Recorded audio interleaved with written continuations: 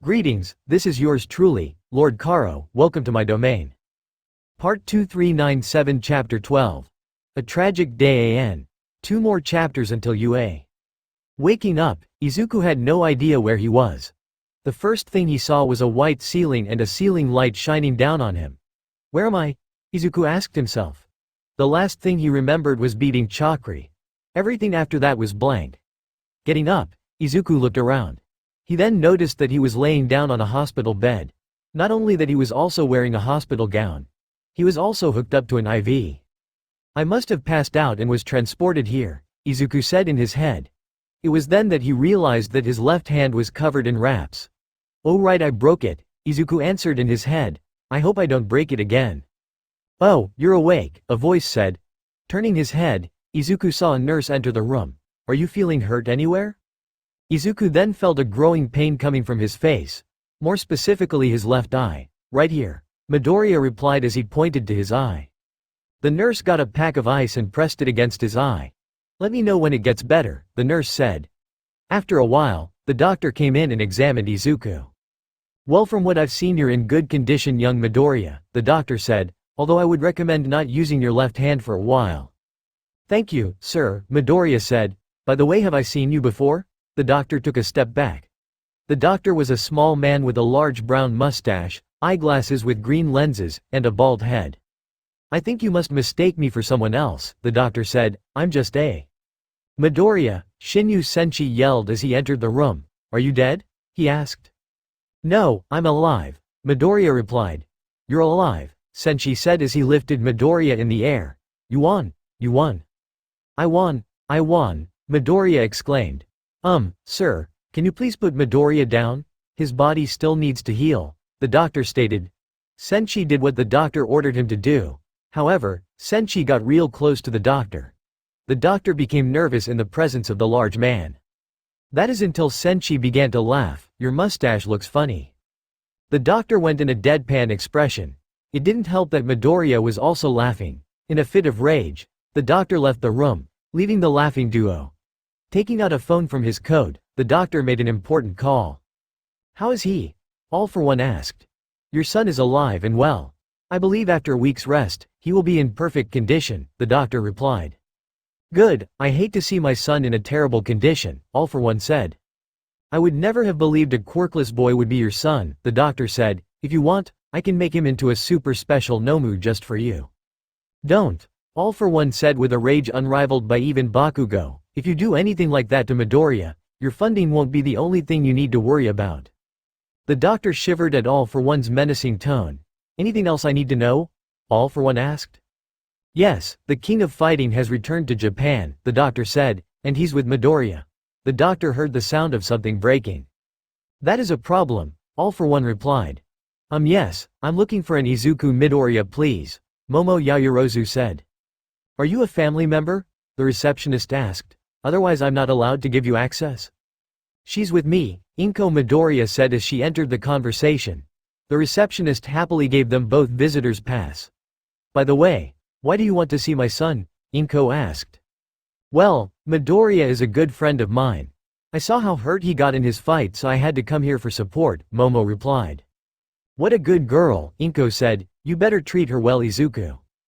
After a few minutes of walking, they reached Izuku's room. They were confused by the sounds of laughter and the fact that a doctor angrily ran out of the room.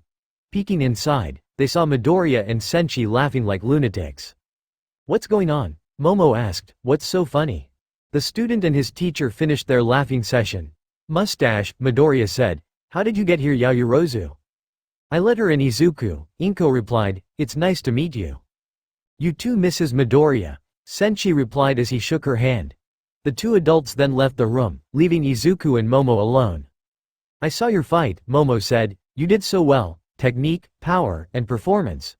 You truly were amazing. Izuku blushed at Momo's compliments. Oh, it was nothing. However, Momo then moved her hands over Izuku's left hand. I don't want you to hurt yourself. Midoriya's face went red. Why is she so cute? But before anything else happened, the door to the room was kicked down by a very energetic alien. Midori, you did so well, Mina Ishido yelled as she entered the room with her friends. Those friends were Ejiru Kirishima, Rikido Sato, and Amai Cosmo. They all had happy looks on their faces until they noticed Momo. For some odd reason, Mina's expression went from happy to pissed off. "Who are you?" the pink girl asked. "Oh Ishido, this is my friend Momo Yaoyorozu," Midoriya said. "Hello, I am pleased to meet you," Momo said as she bowed down. "She's beautiful," the boys said in their head with a smile on their faces. Mina, on the other hand, had an angry pout on her face. "This girl is trying to take Midori away from me. Well, tough luck. I have tricks of my own," Mina said in her head. "Midori, I was so worried about you," Mina said as she hugged the green-haired boy. "Wait a minute, weren't you just praising him a second ago?" Sato said. "She was," Amaya replied. "Not only that, but she was praising him ever since the fight ended." The duo felt the dangerous aura coming from Mina. It was clear the pink girl wanted the boys to shut their mouths, however, they didn't. Also, she was trying to call Midoriya all week and left him a ton of voice messages, Sato said. But it was too late. Mina had given them both painful punches to the head. Momo giggled at the sight while Izuku and Kirishima watched in horror. "Anyway, my name is Mina Ishido and I'm a good friend of Midori. The two idiots behind me are Amai Cosmo, the blonde one, and Rikido Sato," Mina said as she introduced the others to Momo. "I remember you," Momo said as she pointed to Kirishima. "You were Midoriya's second during the fight." "Oh wow, a cute girl remembered me," Kirishima said in his head. "Yeah, I helped Midoriya in the fight. That's the reason I'm here." The black-haired boy walked to his friend. "Miss Hageshi says B+, that's it." "Noted," Midoriya replied. "Also, how did you guys get in here?" "My brother broke his leg in basketball practice, so he gave him a visit," Amaya explained. "We then meet Kirishima who explained that you were here. So he gave you a visit." "Makes sense." Izuku then looked out the window. "Can I ask you guys a question?" His friends looked at the green-haired boy. "What is true strength?" They looked at their friend like he had grown a third head. "Is it given at birth or do you work for it? Can everyone achieve immense strength? Or is it preserved for the special? What is it?" "Midoriya, when did you become such a philosopher?" Amai asked. "Did all those punches to the head make you smarter?" Sato asked. All of these comments made Izuku huff, which just made the others tease him more. "So Izuku, how was your nap?" Senshi asked his student. "It was alright I guess," Izuku said as he ate some pudding. "Your mom nearly had a heart attack after the fight. Also, she cries a lot," Senshi said. "It runs in the family," Midoriya replied. "Speaking of a family, what is yours like? You've never talked about them before." "Oh well, that's a difficult subject," Senshi said as he moved his hand behind his head. "I never knew my family. I'm an orphan and was raised in an orphanage and left in my teenage years. I had a friend I could call my brother, but that was a long time ago." "Oh, I'm so sorry," Izuku said. "Well, you're kinda like my dad." "Now, I've never heard you talk about your dad," Senshi said. "What's he like?" "Well, that's difficult for me.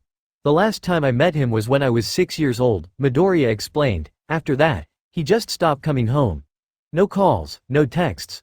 Mom's been trying her best to raise me all on her own." Senshi saw the sad look on Midoriya's face. Talking about his dad brought some bad memories for the green-haired boy. "Hey, don't worry Midoriya. So what if your dad left you? You did something amazing without his help. And now you're getting into UA, the greatest school in Japan. So if your dad still can't appreciate you, then he can suck it." "Yeah, I guess he can suck it," Midoriya replied. "Why do I have the feeling to kill someone?" All for One asked. After that interesting conversation, Izuku Midoriya had to use the bathroom. He picked the urinal right next to a dark-skinned boy. After a few seconds, Midoriya realized that the person next to him looked familiar. Taking a closer look, Izuku finally realized who it was. Chaisai Chakri, the boy he beat on international television.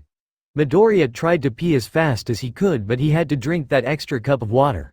Fortunately for the Japanese boy, Chakri finished first and he washed his hands. Unlike some people, Izuku watched as Chakri exit the bathroom and soon finished after. And for those wondering, yes, he did wash his hands, unlike some assholes. Izuku believed that was going to be all the trouble he had today. Unfortunately, he was wrong. Chakri was standing right outside the bathroom and prevented Izuku from leaving. "Hello, my name is Chaisai Chakri," the Thai boy slowly said. He then pointed to the left and walked in that direction. Izuku followed, curious to see what will happen. Izuku then followed the boy through a hospital room and watched as he grabbed a book and a whiteboard. Chakri gestured Izuku to sit down with him. Izuku got closer and noticed that the book was a translation book between Japanese and Thai. Using a marker, Chakri wrote, "Congratulations." Using the book, Izuku was able to write in Thai, "Thank you," and "upset." Chakri shook his head, dealt with it, lost teeth. "How are you?" "Good," Midoriya wrote back. "What do you want to be?" It was a strange but simple question. Adults ask it all the time. "Hero," Chakri wrote down. He then showed off his arm muscles in a silly pose. "Same," Midoriya then did a classic All Might pose. "Quirk?" Chakri asked. Midoriya heisted to write it done but still did none. Chakri was surprised, but for some reason he got excited. "Same. I want to be a hero." "Same, let's be heroes together." The two boys shook hands. They didn't know it yet, but these two boys would both inspire to be great heroes. They did achieve their goal at an epic battle the likes of which the world hasn't seen. However, it will cost one of them their lives. 1 week later. "Yes, I'm looking for an Izuku Midoriya," a short blonde man said. He was currently wearing an army jacket that covered a white t-shirt and black sunglasses.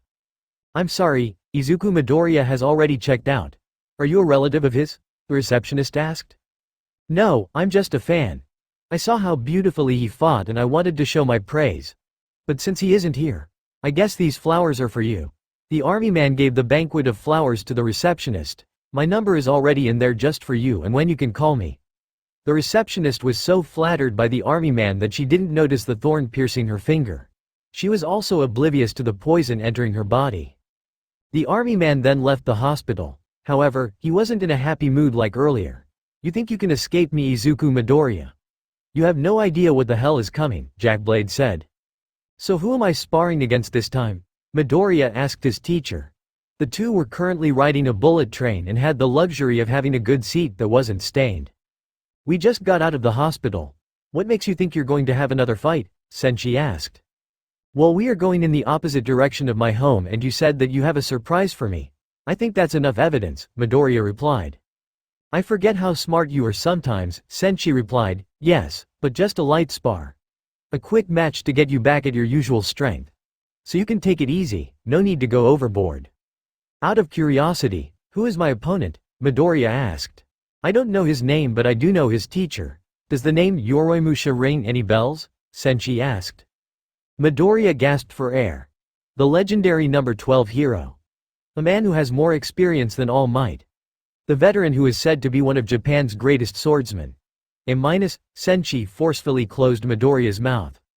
"Seriously, how big of a hero fan are you?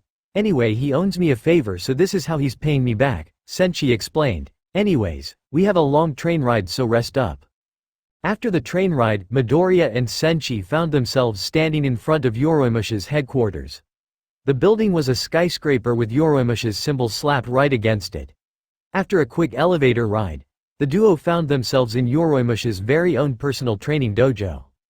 "Well, if it isn't the king of fighting himself," Yoroimusha said. The old man was currently in his hero costume, which resembles the armor of a shogun.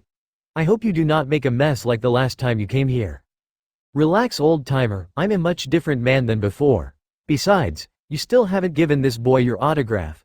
Senshi pointed to the starry-eyed Midoriya, who couldn't believe what he was seeing. One of the greatest heroes in Japan was right in front of him. "Oh right. Here you go, young child. It's a replica of my blades with my very own signature," Yoroimusha said. Midoriya near fainted once he got the product. "I'll keep it for the rest of my life," Midoriya proudly stated. "Oh, how did a sweet little thing like you get with such a mean old thing like him?" Yoroimusha asked. "Fuck you," Senshi replied. "Also, where is that student of yours? The one you said is your strongest sidekick yet?" "Oh right." Yoroimusha cleared his throat. "Psycho, your opponent is here." "Already here, sensei. No need to yell." Everyone looked up and saw a peculiar sight. A high schooler hanging by the ceiling eating a banana. The boy then came crashing down and landed on his feet. "So you are the famous Izuku Midoriya." The boy took another bite of the banana. "You're smaller than I thought." The boy was only a few inches taller than Midoriya, but he had a strong atmosphere around him. The boy had extremely dark hair and was more muscular than Midoriya. "Very well, I'll get my sword." the boy said as he threw the banana peel away. Wait, sword? Midoriya asked. Oh yeah, Saiko is a kendo user, Senshi explained. Don't worry, it's a practice sword, not a real one.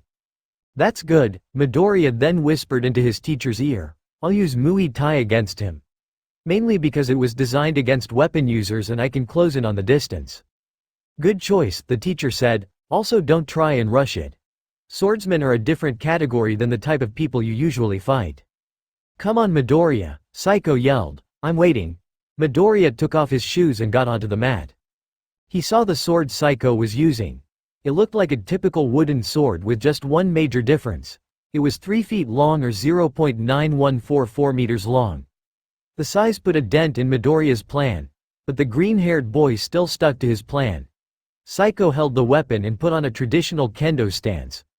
Midoriya in response put on a Muay Thai stance. The two were emitting an intense atmosphere around them. Begin, Yoroimusha said. Saiko immediately started by slashing his downward. Midoriya dodged by jumping to the right, however, Saiko was anticipating it. Using his right hand, Saiko poured a right slash towards the younger boy. The attack caught Midoriya off guard and nearly hit him. Luckily Midoriya dodged at the last minute, but his balance was thrown off. Saiko used this to his advantage.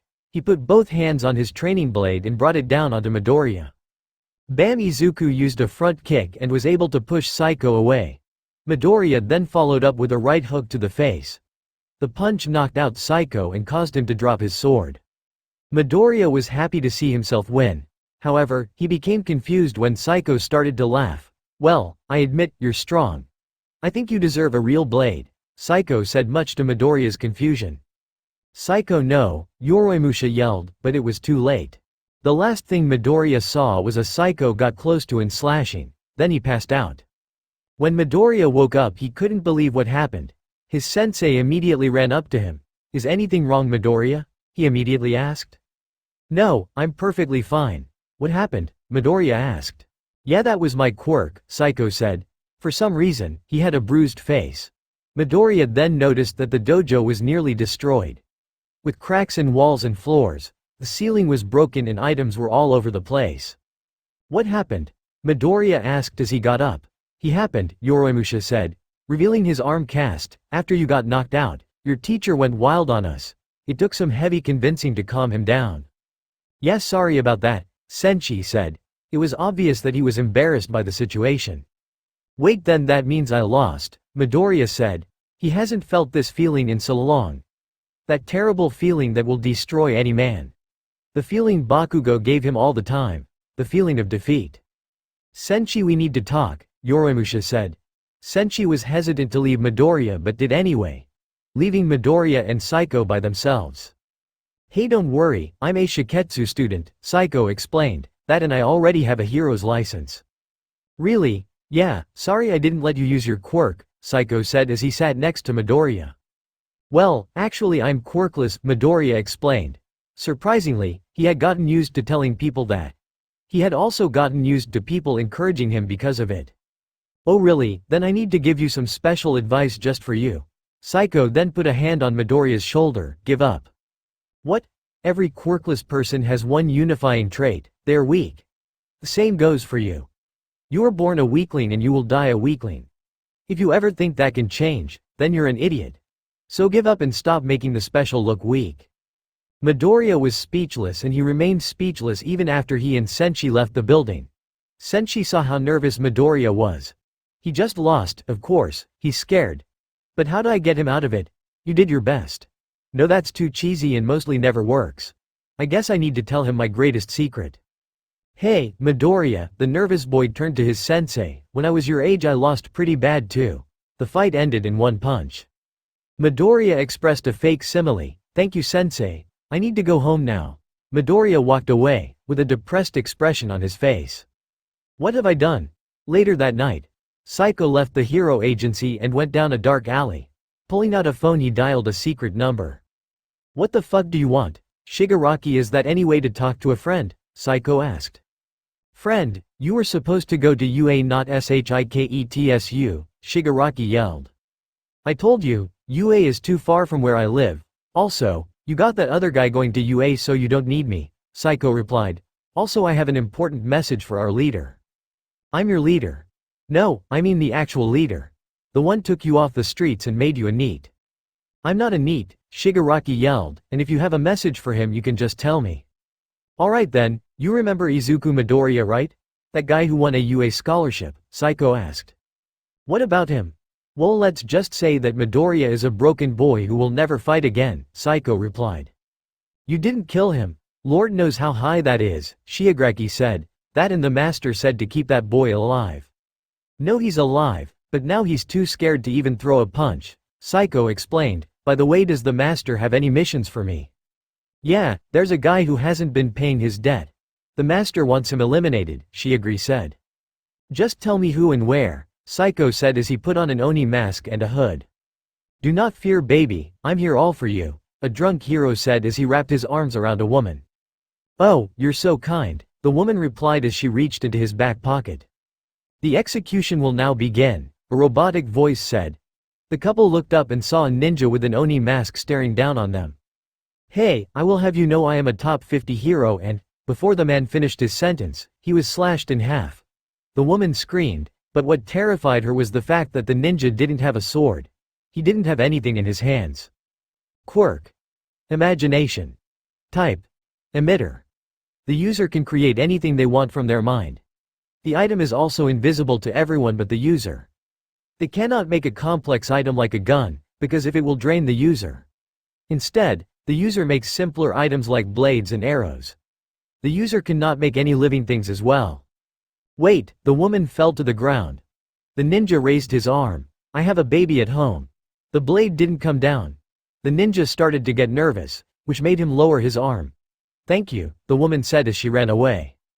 Kaboom! The sound of a gun went off and the woman's head was gone. Her lifeless body collapsed to the ground. The ninja was startled by the gunshot and took out a sword. Put your toy away, child, an American said. My name is Jake and I am disappointed in you. The ninja tried to run away by leaping to the rooftop. However, Jack was much faster and slammed the ninja midair. The ninja crashed onto a rooftop, with many of his bones broken. Jack then put his foot on the ninja's body. Piece of advice, this is important when you're going to kill. Never hesitate. Always kill and leave none standing. Jack put a simile on his face. Now I need some help. Jack took out a picture of Izuku Midoriya. I've been trying to find this fucker all over Japan to no avail. Can you please tell me where he is? Dagoba, you will find him in Dagoba, the ninja replied. Good, I'm going to let you live but you better remember what I told you, Jack said as he left the ninja. After Jack left, the rain started to pour down over the city. The ninja took off his Oni mask and embraced the rain. I have been enlightened, Seiko said. Elsewhere. Izuku Midoriya took the train home alone. The entire time he had one thought on his mind. Should I be a hero? 397 Chapter 13. All Might In. Thank you Mika and WHITETIGER 666 for beta reading. It was a weird time for Izuku Midoriya. He had just finished his second year of middle school and was now a third year. 1 year before high school. Yet, Midoriya had barely noticed he just moved along. However, every night he had the same nightmare over and over again. He was surrounded in darkness, with only one person in view. It was Psycho, and he had a sword. That was when Midoriya would wake up, go back to sleep and start the whole cycle again. Today was his first day of being a third year. It was just an average day for the middle schooler. He walked to school, saw a new female hero with a big acid, and ate lunch. Just an average day. During the last period of the day, their teacher had an important announcement to make. I know you all want to be heroes, the teacher said as he threw the career forums in the air. The class went crazy. They showed off their quirks no matter how crazy it was. With the exception of 2 people. Don't compare me to these weaklings, sensei. Unlike these fools, I have a chance to be a hero. Bakugo jumped onto his desk. And I'll be the greatest in the world. Even greater than All Might. Screw you Bakugo, the class said in unison as they gave him the finger. Bakugo responded by using both hands. Oh yeah Bakugo, you're applying to UA, the teacher said. The class went silent, just mentioning UA was a right in this school. And Midoriya is definitely going to UA, especially after that recent fight that turned the whole class into chatter mode. Wait, can they even accept him? He's quirkless, a student asked. They probably will put in the general studies department. There is no way a quirkless person can be a hero, another student replied. These were the questions the students asked themselves. Bakugo got off his desk and faced his childhood friend. So are you going to do it, Deku? Are you going to join the hero course? Bakugo asked. I'm sorry, did you say something? Midoriya asked. Are you fucking kidding me? Bakugo asked as he jumped on Midoriya's desk ready to pounce. After that incident, the rest of the day went surprisingly well. Bakugo nearly attacked Midoriya during lunch, but he had to pee. So the rest of the day was Midoriya dealing with Bakugo's intense stare. Other than that, it was an average day. A new hero debuted today. Mount Lady is her name, Midoriya said in his head as he read the news article on his phone. Hey Deku, Midoriya turned and faced his friend. You never answered my question. Are you going to the hero course? Bakugo asked. Oh yeah, I don't know, Midoriya responded. What do you mean you don't know? Bakugo began to raise his voice. Ever since you were conceived on this planet, all you never wanted to be was a goddamn hero. So what the fuck do you mean you don't know? Izuku scratched his head. Well, it's complicated. How the fuck is it fucking complicated? Bakugo's yelling was now being heard by other classrooms. It's best if you don't know about it. I gotta go home anyway. See you later, Kachan. Midoriya ran out of the room in a sulking fashion, leaving Bakugo and his friends. You two come with me, Bakugo said as he grabbed them and dragged them away. He found an empty alleyway near the school and he threw his friends against the wall. You fuckers have 1 minute to explain what's going on or I'll blow your heads off. We don't know, I swear on my mother's life, the long-fingered boy said. Then have you heard about anything happening to him? Anything at all? Bakugo asked. No, we haven't even spoken to him in months, the sharp-toothed one said. Why do you care? You've never cared about him before, what's different now? Shut up, Bakugo replied, only I ask the questions around here. Get it through your thick skulls. Whatever man, his long-fingered friend said as he took out a cigarette. And stop smoking. Midoriya was currently walking home, pondering his life. The same question appeared in his head over and over again. Should I be a hero? While he was thinking, a gray gooey sludge emerged behind Midoriya. The substance moved slowly behind the green-haired boy. However, the gray sludge was terrible at stealth and Midoriya was able to spot him. Midoriya was able to escape its grasp and he jumped far away from the creature. Ah, so you're a fast little one. Good, I need a speed quirk, the sludge said. He then revealed his large eyes. Oh shit, I hit the jackpot. You're a celebrity, if I take your body then I can live the good life. That will never happen, a loud booming voice said. Do you want to know why? A humongous man emerged from the sewers, because I am here. Kaboom! With one punch the sludge splattered against the street.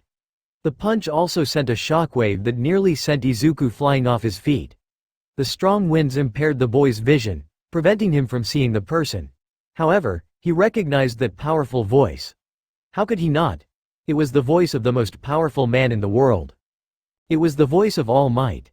After the wind died down, Izuku finally opened his eyes. It was All Might, in the flesh. He wasn't wearing his hero costume, in its place was a normal white t-shirt and pants, but he still looked cool. He even talks in a different way, Izuku said to himself. Oh dear me, you're Izuku Midoriya, correct? All Might asked. He knows my name, he knows my name. It was at that moment Izuku passed out. Hey, wake up. Wake up, All Might said as he lightly slapped Midoriya's face. After a few slaps, Midoriya opened his eyes. Oh good, for a second I thought I lost you, the #1 hero said. Do not worry, I have successfully contained the villain.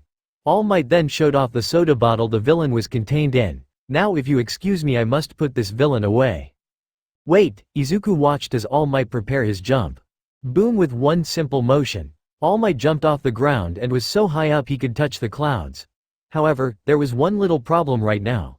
All Might help me, Izuku yelled as he clinched onto All Might's leg. What the get off? All Might tried to get Midoriya off his leg. If I do that I'll fall, Midoriya replied. Oh right, hang on until I land, okay. All Might replied. After a few seconds, All Might found an empty rooftop and made an easy landing. Izuku got off and was relieved at the sight of the ground. All Might, however, was not in a good mode. Young man, I understand you're very popular, but that is no excuse to ACT sulfur monoxide recklessly. But wait, I need to ask you a question. All Might was about to leave when suddenly, a mist started to come out of his body. He gripped the rails in pain. No, no, no, not now. Should I be a hero? Midoriya yelled as loud as he could. At this point, the mist entirely covered All Might's body. Izuku was expecting the mist to reveal a strong muscular man, not a little skeleton. What is this? Izuku yelled, you're not All Might, it's impossible. I am all MI. Before he finished the sentence, blood came spilling out of his mouth. Midoriya freaked out at the sudden appearance of blood, but the skeleton man just shrugged it off like it was nothing. You probably have a few questions right now. Well, let me explain. All Might then revealed his stomach, showing off a nasty and horrifying scar. One villain did that 5 years ago. He destroyed my stomach and nearly took my life. Ever since then, I have had to take numerous surgeries and have to take several medications just to eat. My time as a hero is shortly coming to an end. Now, when you asked the question, you said, should, not, can. Why is that? Well, after my recovery I had a little spar and I lost. I lost so badly that I couldn't believe it. It made me wonder, even though I am so strong, what will happen if I try to do hero work? I have no quirk, so all I have is my hands and legs to support me. But even that is useless when someone with a strong quirk comes. I'll be useless, and my training will be for nothing. So I ask, should I be a hero? Midoriya asked. All Might sat down and pondered the question. So, it was one loss that made you like this? Midoriya nodded. Then no, I don't think you should be a hero. Heroes have to deal with losses every day, and they improve because of those losses. If a person can't deal with a single loss, then they shouldn't be a hero. The words left an impact on Midoriya. A bigger impact than any punch or kick can ever do. You don't have to be a hero. Even being a police officer is noble enough. All Might then left Midoriya alone on the rooftop. Only his thoughts accompanied Midoriya. While going down the stairs, All Might check his pockets for the villain. Only to discover that the villain was gone. An explosion went off in the distance. Oh no, where am I? The sludge villain asked. He realized that he was inside a soda bottle and couldn't get out. Damn kid and fucking All Might. When I get out of here I'll wreak havoc on those two. The villain maliciously schemed in his mind, before he was kicked away. Fucking Deku, Bakugo Katsuki said as he blew up a soda can, he becomes more famous than God but out of nowhere acts like a whip. The long-fingered boy took out a cigarette. Hey, if you have any feelings for him, that's perfectly fine. Yeah, it's okay to be gay, the sharp-toothed boy said. Are you too fucking stupid? I fucking hate Deku. I hate him more than people who don't wash their hands. If you think I'm in love with Deku then you're dumber than Deku himself. However, the insults didn't reach the other boys. Instead, they were more focused on the thing behind Bakugo. You have a good quirk, the sludge villain said as he devoured Bakugo. Midoriya was still fazed by what All Might told him. If nothing else, I can open up a dojo and probably teach some heroes martial arts. That way I can help people. No matter what Midoriya told himself, he couldn't raise his spirits. I wonder what I should say to Sensei, he did so much for me, him and everyone else. Boom! The sound of an explosion caught Midoriya's attention. What was that? Going over, Midoriya saw a horrifying sight. It looked like something out of natural calamity. Buildings were destroyed and on fire. The street had large cracks all over and rubble was littered everywhere. Even things like street signs and fire hydrants were not safe from destruction. People were running in a frenzy. And finally, in the center of all the chaos, was the cause behind all this destruction. The sludge villain that had attacked Midoriya before, was now using Kachan like a suit of destruction. The hero known as Death Arms tried to get close to the villain, but the villain used Bakugo's quirk to make another explosion. Damn it, because of that young boy's quirk I can't get close, Death Arms said. Does anyone here have a quirk that can handle this monster? Sorry, I can't enter a single lane street, Mount Lady said. Not me. Fire is my weakness, Kamui Woods replied as he saved 2 citizens. And my hands are full until the firefighters get here. Backdraft, the water hero replied. It was clear to the heroes that none of them had the power to handle the situation. Just hang in there, kid, Death Arms yelled. Despite this, the crowd's mood was positive. Most of them had never seen so many heroes in the same place live before, so for them, it was an exciting sight. However, two individuals in the crowd were not excited, instead, they were feeling despair. How could I have let something happen? All Might gripped his stomach, I'm a disgrace. It's my fault this is happening, Midoriya said in his head, if I didn't interfere then none of this would have happened. All Might was right, I can't be a hero. Suddenly, Midoriya saw Bakugo's eyes, he's crying. That's when everything came back to him. Why he became a hero. Why he trained so hard every day. Why he fought so hard and did everything he could to beat his opponents. It was because he knew what it was like to lose. What it was like to be a loser and not have the power to change. Midoriya knew that terrible feeling. Even the author knew that terrible feeling. Midoriya wanted to become a strong hero so no one could encounter that feeling ever again. It was why Midoriya wanted to be a hero so badly. It was also why he ran out of the crowd and right into danger. Everyone was surprised by the sudden action. The heroes, the civilians, All Might and even the villain was shocked by the sudden action. What is he doing? Everyone asked. Despite the fear in his heart, Midoriya ran straight at the villain. Oh, it's you, the villain said. I hope you're ready for death. The villain raised his hand high in the sky. He was prepared to bring his hand down and end Izuku's life. He wasn't prepared for Midoriya's fist to touch his eye. Ah, the villain yelled, my eye, you fucking bastard. There it was. At that moment the villain was completely vulnerable. It was at that moment that Midoriya was able to grab Bakugo and release him from the villain's grasp. The duo fell to the ground and, with Bakugo not believing what had just happened, seeing their chance, the heroes all rushed into the fire at full speed. However, they weren't fast enough. The villain raised his hand, with the full intent to kill the two students. Right before the impact came down, a very powerful man stopped the attack. I'm sorry I'm so late, All Might said. Both the villain and the heroes were shocked to see All Might appear so suddenly. But rest assured, this villain will be stopped under the name of justice. Detriot Smash. With just one punch, All Might did the impossible. Not only did he defeat the villain, not only did he put out the fires the villain created, but he also created a Category 2 tornado, which can reach speeds of 157 miles per hour. It was no wonder why he was the strongest man in the world. With power like that, who could stop him? After the villain was blasted away, the heroes did their work. They cleaned the surrounding area and made sure that all the civilians were unharmed. Bakugo was praised by the heroes for dealing with the villain so long. They treated him like one in a million. Midoriya, however, was scolded. The heroes kept telling him the same thing over and over again. You didn't need to act so foolishly. You could have been killed. All Might wanted to step in and defend the boy, but the number one hero was surrounded by reporters that came out of nowhere. He's the one, All Might said in his head, the one who should inherit my power. Somewhere else. Shinyu Senshi dropped his pizza. He couldn't believe what was on the news. More specifically, he couldn't believe who was on the news. Putting on his running shoes, the king of fighting rushed out of the apartment. Goddammit, Midoriya. How did you find yourself in this situation? However, a tear ran down his cheek, but I'm glad you're happy now. However, after a few minutes of running, he didn't find his student. Rather, he found an old friend. Yagi, Senshi said. Shinyu, All Might said with tears in his eyes. In a certain group chat. Red Riot. Holy shit, you guys, did you see the news? Alien Queen. No, sorry, what happened? Red Riot. It was Midoriya. Red Riot. He got involved in a villain fight. Sugarman. Wait, what? Glue Boy. Are you for real, Glue Boy? Wait a second, why is my name Glue Boy? Alien Queen. Shut up, Glue Boy. Alien Queen. And Kirishima, if you lie about my sweet Midori, I will burn away your skin. God. What do you mean by your Midori? Alien Queen? Who the hell are you? God. Oh, I'm Momo Yaoyuruzu. God. Your nice friends invited me to this group chat. God.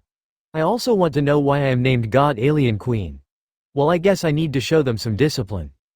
Red Riot. WHO cares about some girl drama. Red Riot. Midoriya was on the news because of a villain.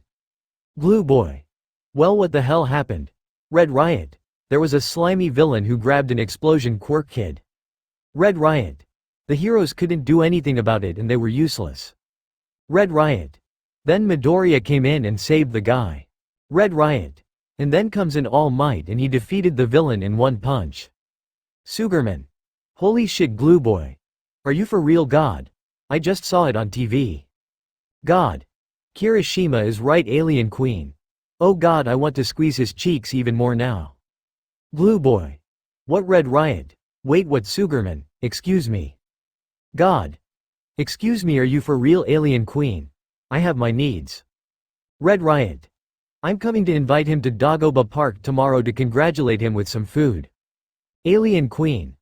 I'm coming too, blue boy. Yeah, we still need to fight. Sugarman. Good luck with that, Cosmo God. I'll bring my limo and snacks for us all. Alien queen. Limo Sugarman. Snacks glue boy. Food. God. I'm glad you're all excited, God. Also, can someone please explain my username? The next day, Izuku was extremely exhausted from the previous day. Having to deal with 2 villain encounters, All Might, the heroes, and he still had to go to school.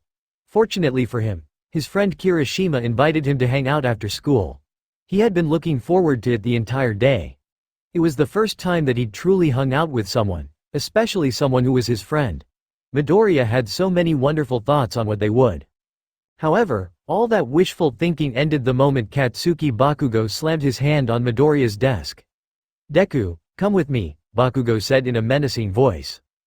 Kachan, I don't think that's a good idea, Midoriya said, I have to go somewhere. I said come with me, Bakugo began to growl. Okay, Midoriya replied. Where are we going anyway? Dagoba Park, there's something we need to do, Bakugo answered. Oh good, I was going there anyway, Izuku said in his head. During the walk, Midoriya noticed that Bakugo's 2 friends aren't with him. Where did they go?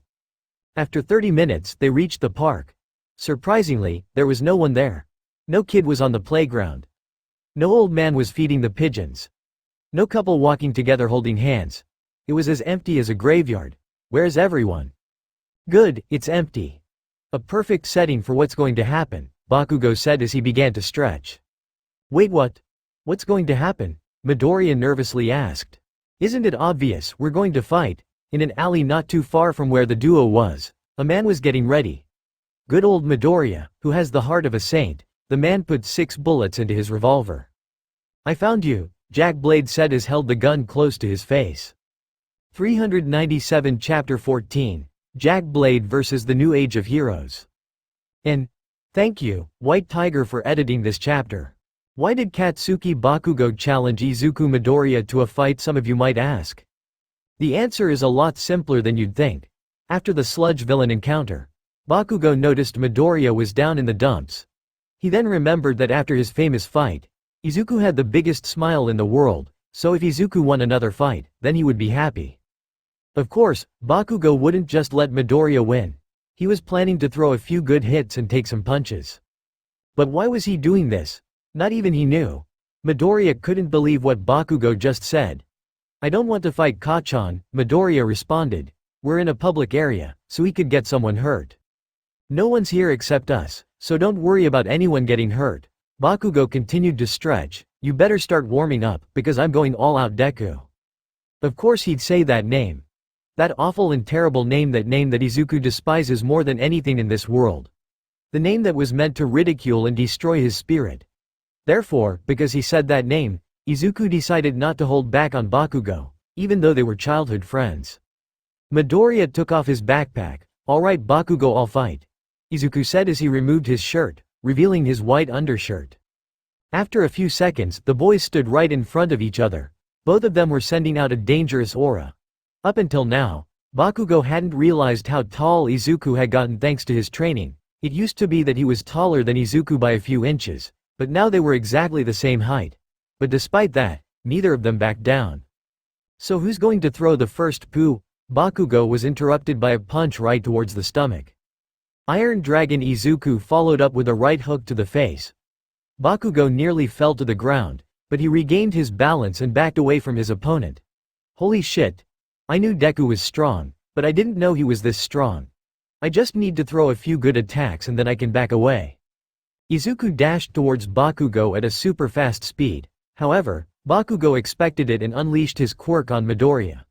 The explosion not only blinded Midoriya but also set him backward. Oh no, I nearly forgot about his quirk. I can't attack close up, but I also can't attack from a safe distance. But wait, I do have a way to attack him and not get hurt. Izuku crouched down to his knees and dug his toes into the ground. Nico-style flame Kata. Raging fire in one quick motion. Izuku not only attacked Bakugo but also got behind him before the blonde boy even noticed. What the fuck kind of attack was that? It was like some kind of quirk. Bakugo turned around, which resulted in his face get smashed by a special punch. Nico-style adamantine Kata. Ironbreaker Bakugo collapsed to the ground. Midoriya got up and observed his body. I'm sorry it ended like this, Bakugo. I hoped you put up more of a fight, but I guess we're both disappointments. Izuku tried to observe Bakugo's body, but instead met a destructive surprise. Kaboom! The explosion sent Midoriya flying while also creating a large smoke cloud, which covered Bakugo's movements. Izuku guarded his face to prevent it from being damaged, but it was all for naught.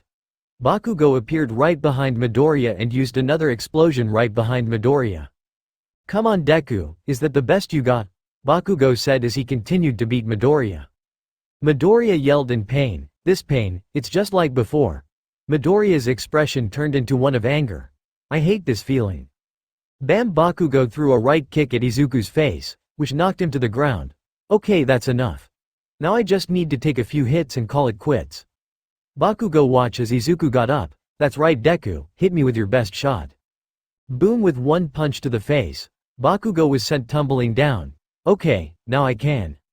Bam! Izuku then proceeded to kick Bakugo in the face before following it up with a kick to the stomach, sending Bakugo rolling away.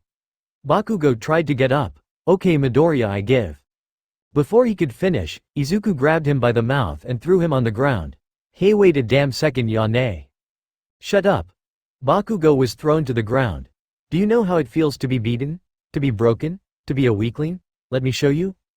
Ah shit. Hey Kirishima, Sato said as he rode his bike to his friend. Kirishima was currently jogging while carrying a package of cupcakes. Sato's bike also had a delicious treat in the basket. An ice cream cake which he'd baked for everyone.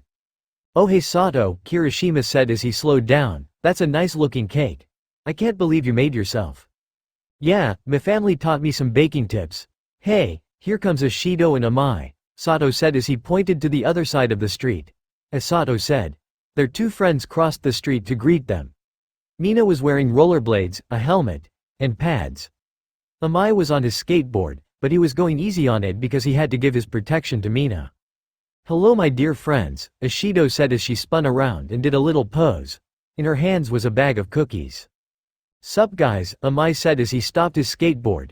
He then showed a grocery bag. I brought the snacks as you said. Now, all we need is the rich girl come in her limo. You know guys, at first I was suspicious of Yaoyorozu, but now I think she's a great addition to our group, Mina said. You're only saying that because she has a limo, Amai stated. And she's rich, Sato replied. We can't forget that. There's also, Amai and Sato wanted to talk more, but they both felt the strong and cold state of Mina's eyes. While the three fooled around, Kirishima noticed something odd. Hey guys, where is everyone? Kirishima asked. His friends looked around and noticed that they were the only ones there. There was no one else. Hey, my phone has no service, Sato said as he checked his phone. Mine either, Mina replied. This is bad. Guys, we need to get out of here, Amai said. A villain could attack right now or something else bad is going to happen. Wait, what about Midoriya? Kirishima asked. I invited him here, he could arrive any minute now. Midoriya is smart, he'll find out something is wrong and get out of here, but right now we got to leave, Amai explained. If we stayed, who knows what will happen to us. But if we don't stay, Midoriya could get in danger, Kirishima said. Leaving a friend behind isn't what a real man would do. Okay fine, let's say we do go after him. What if he isn't here? Then we would just be endangering ourselves, Amai asked. Even if there is a 1% chance that Midoriya is here, I have to take it. If I'm not willing to risk my life to save a friend, then how can I be a hero? Kirishima yelled at Amai and then ran off. I'm sorry Amai, but he's right, Sato said as he got on his bike and went to his friend in crisis. He's right. If I want to be a hero, saving my friends is the first thing I got to do, Mina said as she dashed towards her friends as fast as she could. How the hell did I make such dangerous friends? Amai asked himself. He then got on his skateboard and rushed towards his friends. Kirishima, all three of his friends easily caught up with him. We're coming with you. Get on my bike, there's room for you, Sato said as he gave Kirishima his seat. So how are we going to find Midoriya? Amai asked. It's not like a sudden act of God will show us where he's at. Kaboom, goddammit. Right now, Bakugo was in the fight of his life. Well, to be more specific, he was fighting for his life. Jesus Christ, how strong is he? Bakugo said in his head as he wiped some blood from his mouth.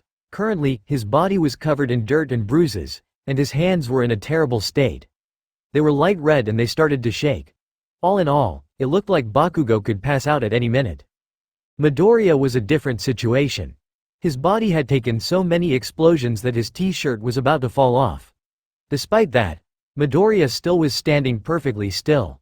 It was like Bakugo's attacks had no effect on him. You quirk won't save now Bakugo, Midoriya said in his angry voice. There's also that, Bakugo said in his head. Midoriya had somehow changed during their fight. He went from a sweet fighter to a fucking monster. What caused this change? Was it fighting me, or did something else cause this? Midoriya, this isn't like you, Bakugo said. Well, this isn't like you, Izuku replied. You would usually call me Deku. Why are you being so formal? Izuku then charged right towards. Answer me first, damn it, Bakugo said as he countered Midoriya with another explosion. However, the attack did little to stop the green-haired boy. Midoriya charged on and threw a right punch at Bakugo's face. The attack sent Bakugo spinning towards the ground, stomach down. Midoriya then proceeded to kick Bakugo in the stomach, which caused Bakugo to cough up blood. We're not done yet, Midoriya said as he grabbed Bakugo by the collar and began to drag him away. Midoriya found the nearest tree and threw Bakugo right against it. I just want you to ask this once. How does it feel to be a Deku? Izuku was about to punch the lights out of Bakugo when someone stopped him. That someone was wearing a military jacket, a black sweatshirt, sunglasses, and pants. Hey now, you're too young to kill people, Jack Blade said as he held back Midoriya's hand. In less than a second, Jack punched Midoriya in the face, which caused Midoriya to collapse to the ground. There, that should put you out of commission for a while, Jack said. Hey, are you alright? Jack asked Bakugo. I'm fine, Bakugo said as he wiped the blood off his mouth. Who the hell is this guy? He has a camo jacket and he doesn't look like he's from around here. He must be an American soldier, Bakugo said in his head, but if he is a soldier then what is he doing here? Hi there, a new voice said, causing both Jack and Bakugo to turn his heads. That's my friend you got there, Kirishima said as he pointed to Midoriya's unconscious body. Behind him was Sato, Amai, and Ashido, curious to know what was going on. Oh, well, sorry about that. Anyway, I need to take him somewhere, Jack said. That's okay, I can take him off your hands, Kirishima nervously said. Why are you going so far for him anyways? Kirishima's question was met with a gun to the face. Kirishima at first couldn't even process the gun until a few seconds after it was shown. Everyone else had the same reaction. Bakugo was surprised as fuck, and Kirishima's friends couldn't believe what they were seeing. Walk away. Forget everything about today. Go to school, find a girl or guy you love and have a kid or two, Jack stated. Just forget everything about today. Don't be a hero, it never works well. Kirishima's life flashed before his life. He remembered the time he manifested his quirk and accidentally gave himself a scar. He also remembered every Crimson Riot special and interview he had ever seen. He then remembered what happened a few days ago. A few girls were being harassed by a villain. Kirishima was right across the street and had a front row seat to everything. However, instead, Kirishima just watched like a coward. It wasn't until Mina stepped in that the villain backed away. I wasn't a hero then, but Kirishima gripped his fists. I can be now. Sorry, I don't think I can back away. The tension was high. For the first time in these middle schoolers' lives, they would have to put everything they had to survive. Okay then, Jack put the gun away in his holster. I don't need to waste bullets on the likes of you. He then cracked his knuckles, so, show me what you got. Somewhere in Musutafu was a bar. This bar was just an average bar, with average customers. However, two customers defied the meaning of average. They were a blonde man who was skinny that his bones were showing, and a large man wearing a tracksuit. They were the two most powerful people in the world. They haven't seen each other in years. 2 shots of sake please, Shinyu Senshi said. Actually make it 1. I'll just have a cup of water, Yagi Toshinori said. The bartender nodded and gave his customers their drinks. So Yagi, how have you been? Senshi asked. It was clear that they were both awkward in this current situation. I've been better, Yagi said. So, what happened to you? After middle school, you disappeared without a trace and no one heard where you went. Oh yeah, Senshi then took a shot. Well, I skipped high school and went around the world for training. First Korea, then Russia, and after that I lost track and went wherever the road took me. Finally, I came to America and got banned in 49 states. 49? Yeah, for some reason I'm not banned in California, Senshi replied. After that, I came back to Japan, entered the underground area, became the king of fighting, and you know the rest. How's your teacher, by the way? I haven't seen her in the news for a long time. Oh yeah, she's not with us anymore. Yagi's face turned into one of regret and shame. Oh, I'm so sorry. Senshi placed his hand on Yagi's shoulder. She would have been proud of you. I know. Yagi took a sip. I really wish I could drink alcohol every now and then. The stress of being number one can be exhausting. Especially with this. Yagi revealed his scar to his long-lost friend.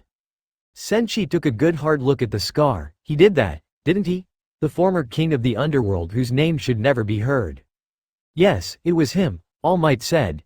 Jesus, Senshi wanted to take another shot. You know, I met him once. Yagi raised his eyebrow. Oh no, it was just a simple dinner, nothing else. But I will always remember that face. I've seen a lot of things on this planet, Yagi, from the craziest madmen to creatures that could destroy islands. But that thing was not a man, it was the devil himself in human form. There are two people in the world who scare me, and that man was one of them. Who's the other guy? If he can scare you so much, then who else can scare you? Well, let's just say it's a good thing you haven't met him. His name is Jack Blade. That's not his real name, but that is the name he goes by. Little is known about him, that's not a joke, so little is known about him that many consider him a myth. The only thing known is that he is over 100 years old and that wherever he is seen, death follows. 100 years old, he's nearly as old as AFO. What kind of quirk does he have? Yagi asked. I have no idea, but whatever it is, it makes him nearly unstoppable. I've seen a train ran him over multiple times and he still kept on fighting. I've seen him exploded from the inside, and he kept on trying to kill me. I can't even call him human. That man is a demon and I pity anyone who comes across his path. How are you feeling? Yokubo asked as he drove the limo. Great Yokubo, I'm perfectly fine, Momo replied. Although she was all alone at the moment, she couldn't wait for the moment when her friends joined her. Especially Midoriya, who she has a special prize for. We'll get there in a few minutes, Koibito said. Hey, does something feel off? Yeah, where is everyone? Yokubo asked. Check your phone. No service, even though this vehicle has its own special Wi-Fi, Koibito said. We have to go back now. Momo was noticing something was wrong. The limo performed an immediate 180 and was about to drive away at high speeds, if not for the large explosion going off. Holy shit, was that a villain? Yokubo yelled. Wait, what are you doing, Koibito? If there is a villain attacking, then there could be civilians in danger and I see no heroes around. You take and drive as far away as you can and get some help, Koibito said as he grabbed two swords. I'll stay and fight. Koibito then ran away from the limo and ran right towards the area where the explosion happened. Damn it, Koibito, Yokubo said as he drove away. In the back was a very frightened and worried Momo. So, show me what you got. It was only a few seconds after Jack said such a bold statement that Kirishima gave him a response. That response was a hardened punch straight towards Jack's face. Jack saw it coming a mile away. In fact, he could have dodged it without a second thought. Instead, he stood his ground and took a punch to the face. Ah, Kirishima said as he held his hand back. Blood was appearing on his knuckles. Everyone was shocked by the sudden damage, especially because Jack did absolutely nothing. Oh right, I should have warned you, Jack said. My skin is as strong as steel, and my bones are stronger than diamonds. I'm not lying, by the way. Suddenly a large explosion attacked Jack and pushed him back. I don't know who this fucker is or who these other fuckers are, but there is one thing I know. We need to get the fuck out of here. Bakugo grabbed the unconscious Midoriya and yelled, "Run bitch run." Kirishima decided to follow the words of the blonde boy and ran with him. Hey, who the fuck are you and why do you know Midoriya? Bakugo asked as he ran. I'm a friend of his. We were going to meet up but then this guy came, Kirishima explained. So that guy caused the explosion. He's the fourth explosion quirk I've seen, Jack said as he got up. Here we got him, now let's go, Amai said as his friends started to run away. That guy's quirk is hardening, not speed. So if we ran far enough he can't catch us. Now that's just silly, Jack said. His sudden appearance surprised everyone. Especially because they didn't see him move at all from his previous location and that he reached them faster than they can even imagine. Who said I was slow? In fact, it's you kids who are slow. Amai was the first to act. He grabbed his skateboard and slammed against Jack's head. Unfortunately, it broke right on contact and the skateboard was split in half. Did you not hear what I said? My skin is as strong as steel. Jesus, and they say American education is bad. Really then, but can your skin handle acid? Mina yelled as she used her quirk on the American. Ah, Jack yelled as the acid burned his face. Mina, what the hell did you just do? Kirishima yelled. WHO cares, we need to run, Mina yelled. Everyone did exactly that, leaving Jack alone to suffer. However, if they stayed for a few seconds, they would have heard his cries of pain to tears of laughter. He removed his hands from his face, revealing the left side of his face was nearly gone. All that remained was his bones. Ha ha ha ha, that's the 5th acid user I've ever fought. Unfortunately for that little alien, in a flash, Jack disappeared. He then appeared right behind the middle schoolers. She's going to hell. Clang. Jack's hand was met with a katana pressed against his palm. Well, this is an interesting development, Jack said. Who are you? I'm a bodyguard, Koibito said.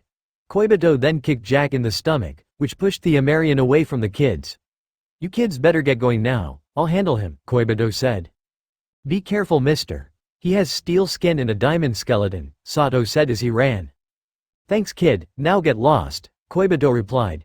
He then faced the American. I've got a question for you. Why would someone in the American military want to kill those kids? First of all, I don't want to kill any one of them. Second, I only need Midoriya. His master is a very important man, Jack replied. And third, the military has nothing to do with this. I'm a man. So he's not with the military, yet he's an American and he knows Senshi. Whoever he is, he's well deep into the underground. He could be a bounty hunter. But even the strong ones stay away from Senshi for a good reason, Koibito said in his head as he took out his second sword.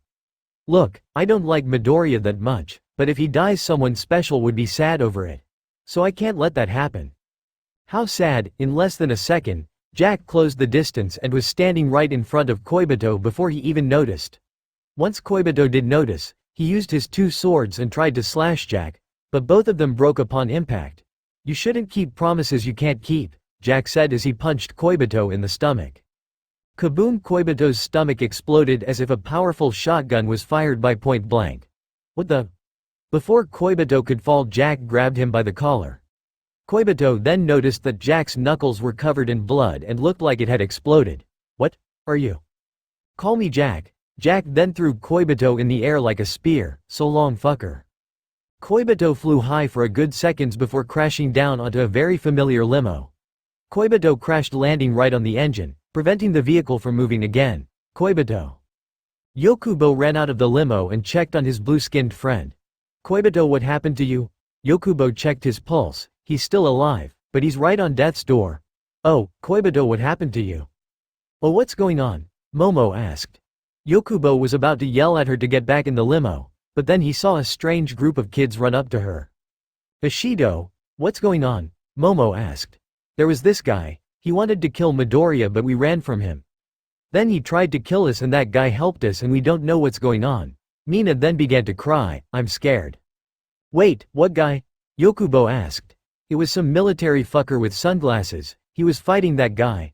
Bakugo said as he pointed to the broken body of Koibito. He wanted Deku for some reason. Deku? Who the hell is Deku? Yokubo asked. Deku is the childhood nickname for Izuku Midoriya. Deku also stands for useless and can't do anything, a certain someone explained. To be honest, it's a very fitting name for a quirkless loser. Everyone turned to the voice and was utterly shocked. It was Jack, with his face and knuckles perfectly fine, as if nothing had happened. Jack stood on top of the limo and gave a menacing aura as if he was above everyone there. Oh, hello there, Jack said as he waved to his new victims. I'll forgive you kids for what you did to my face, in exchange for one lit thing. Want the boy. Give him to me and nobody gets hurt. It's a wonderful deal. At first, nobody said anything. In fact, they were as stiff as a chalkboard. Fine, I'll do it myself. Jack got off the limo and slowly walked over to Sato. He was the one who was currently carrying Midoriya. Give him to me, now, Jack demanded. Nearly everything in Sato's body told him to get the hell out of there. To give up Midoriya and live another day. But one part of his body told him to be a hero. His heart. Bam! Sato punched Jack in the face and ran off, ignoring the pain his hand was currently in. Well, looks like Japan is full of idiots. Jack was about to go after the crazy boy when he realized his feet were stuck.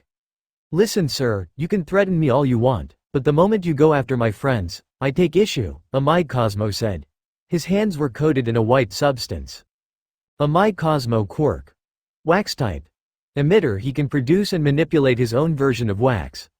The wax is also as strong as steel but will melt in high temperatures. The more food he eats, the more wax he can produce. He can also manipulate the wax however he wants it, for example making a wax sword. Also, making too much wax will drain Cosmo's energy. So you can make a sticky substance. Big deal, Jack said. What's stopping me from getting out? One thing, this. Cosmo then created a wax sword and tried to slash Jack with it. Unfortunately, Jack grabbed the wax weapon before it even reached his body. Neat quirk, not as good as mine though, Jack said as he crushed the wax sword. He was about to attack Cosmo when a hand was perched on his shoulder. Sorry but you're my opponent now, Yokubo said. His right hand started to glow red as he punched Jack in the face. Much to the surprise of everyone, blood came out of Jack's mouth.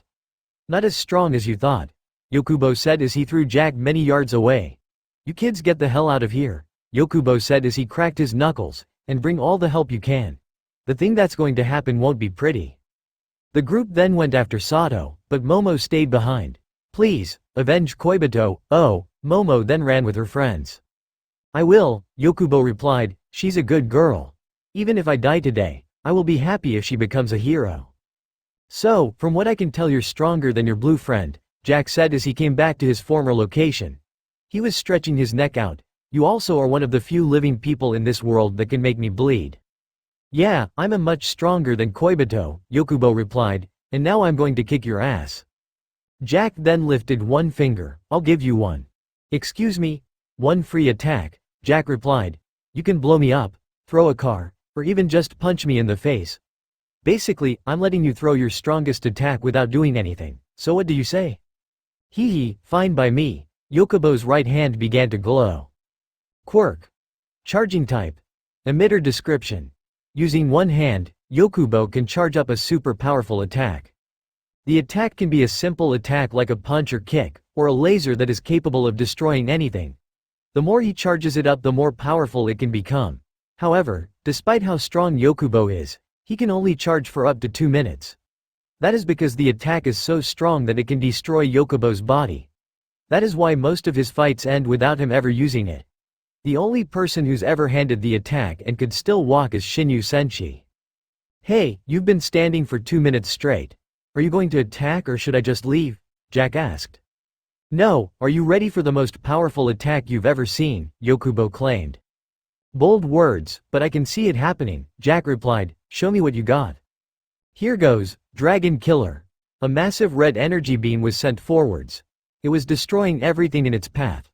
From rocks to concrete to even cars, the laser was a true monster. Interesting, Jack said. The laser continued on its path until it met a building and exploded. How do you like that, you fucking bastard? Yokubo yelled. It was over, the menacing monster was dead. No one can survive something like, not even Shinyu Senshi. Yet, not a single piece of Jack could be found. Yokubo was not a smart man, in fact, he could barely pass high school. However, even a child could tell that this was unusual. Suddenly, the smell of smoke touched Yokubo's nose. The fuck? Turning around, Yokubo saw Jack smoking on a car, with no scratches whatsoever on his body. Damn, that was powerful, Jack said. With a quirk like that you could have become a hero. Yokubo stared in disbelief. This was, well, there were no words for it. Strange wasn't even close to what just happened. There was only one word that came close to describing what just happened. Impossible. What's wrong? Cat got your tongue, Jack said as he moved his hands like a cat. How? No matter what just happened or what he just saw, Yokubo still could not believe what had happened. Oh, of course, a human would ask such a question, Jack said as he licked the remaining blood off his hand. Human? Are you saying you're not human? Yokubo asked. No, I was once human. But now I am beyond humanity, Jack said. Boom! Yokubo was sent flying backward by a single punch. Yokubo tumbled over and over again on the concrete until his body made a sudden stop. Yokubo's body was bloody and bruised all over. Yokubo then coughed up some blood. What the fuck? I told you, in a millisecond Jack was able to close the distance between the two. I'm beyond humanity. Useless things like death and emotion are beyond me. He, ha ha ha ha ha ha. Like a madman, Yokubo started to laugh. He grabbed the nearby car and started to lift himself up.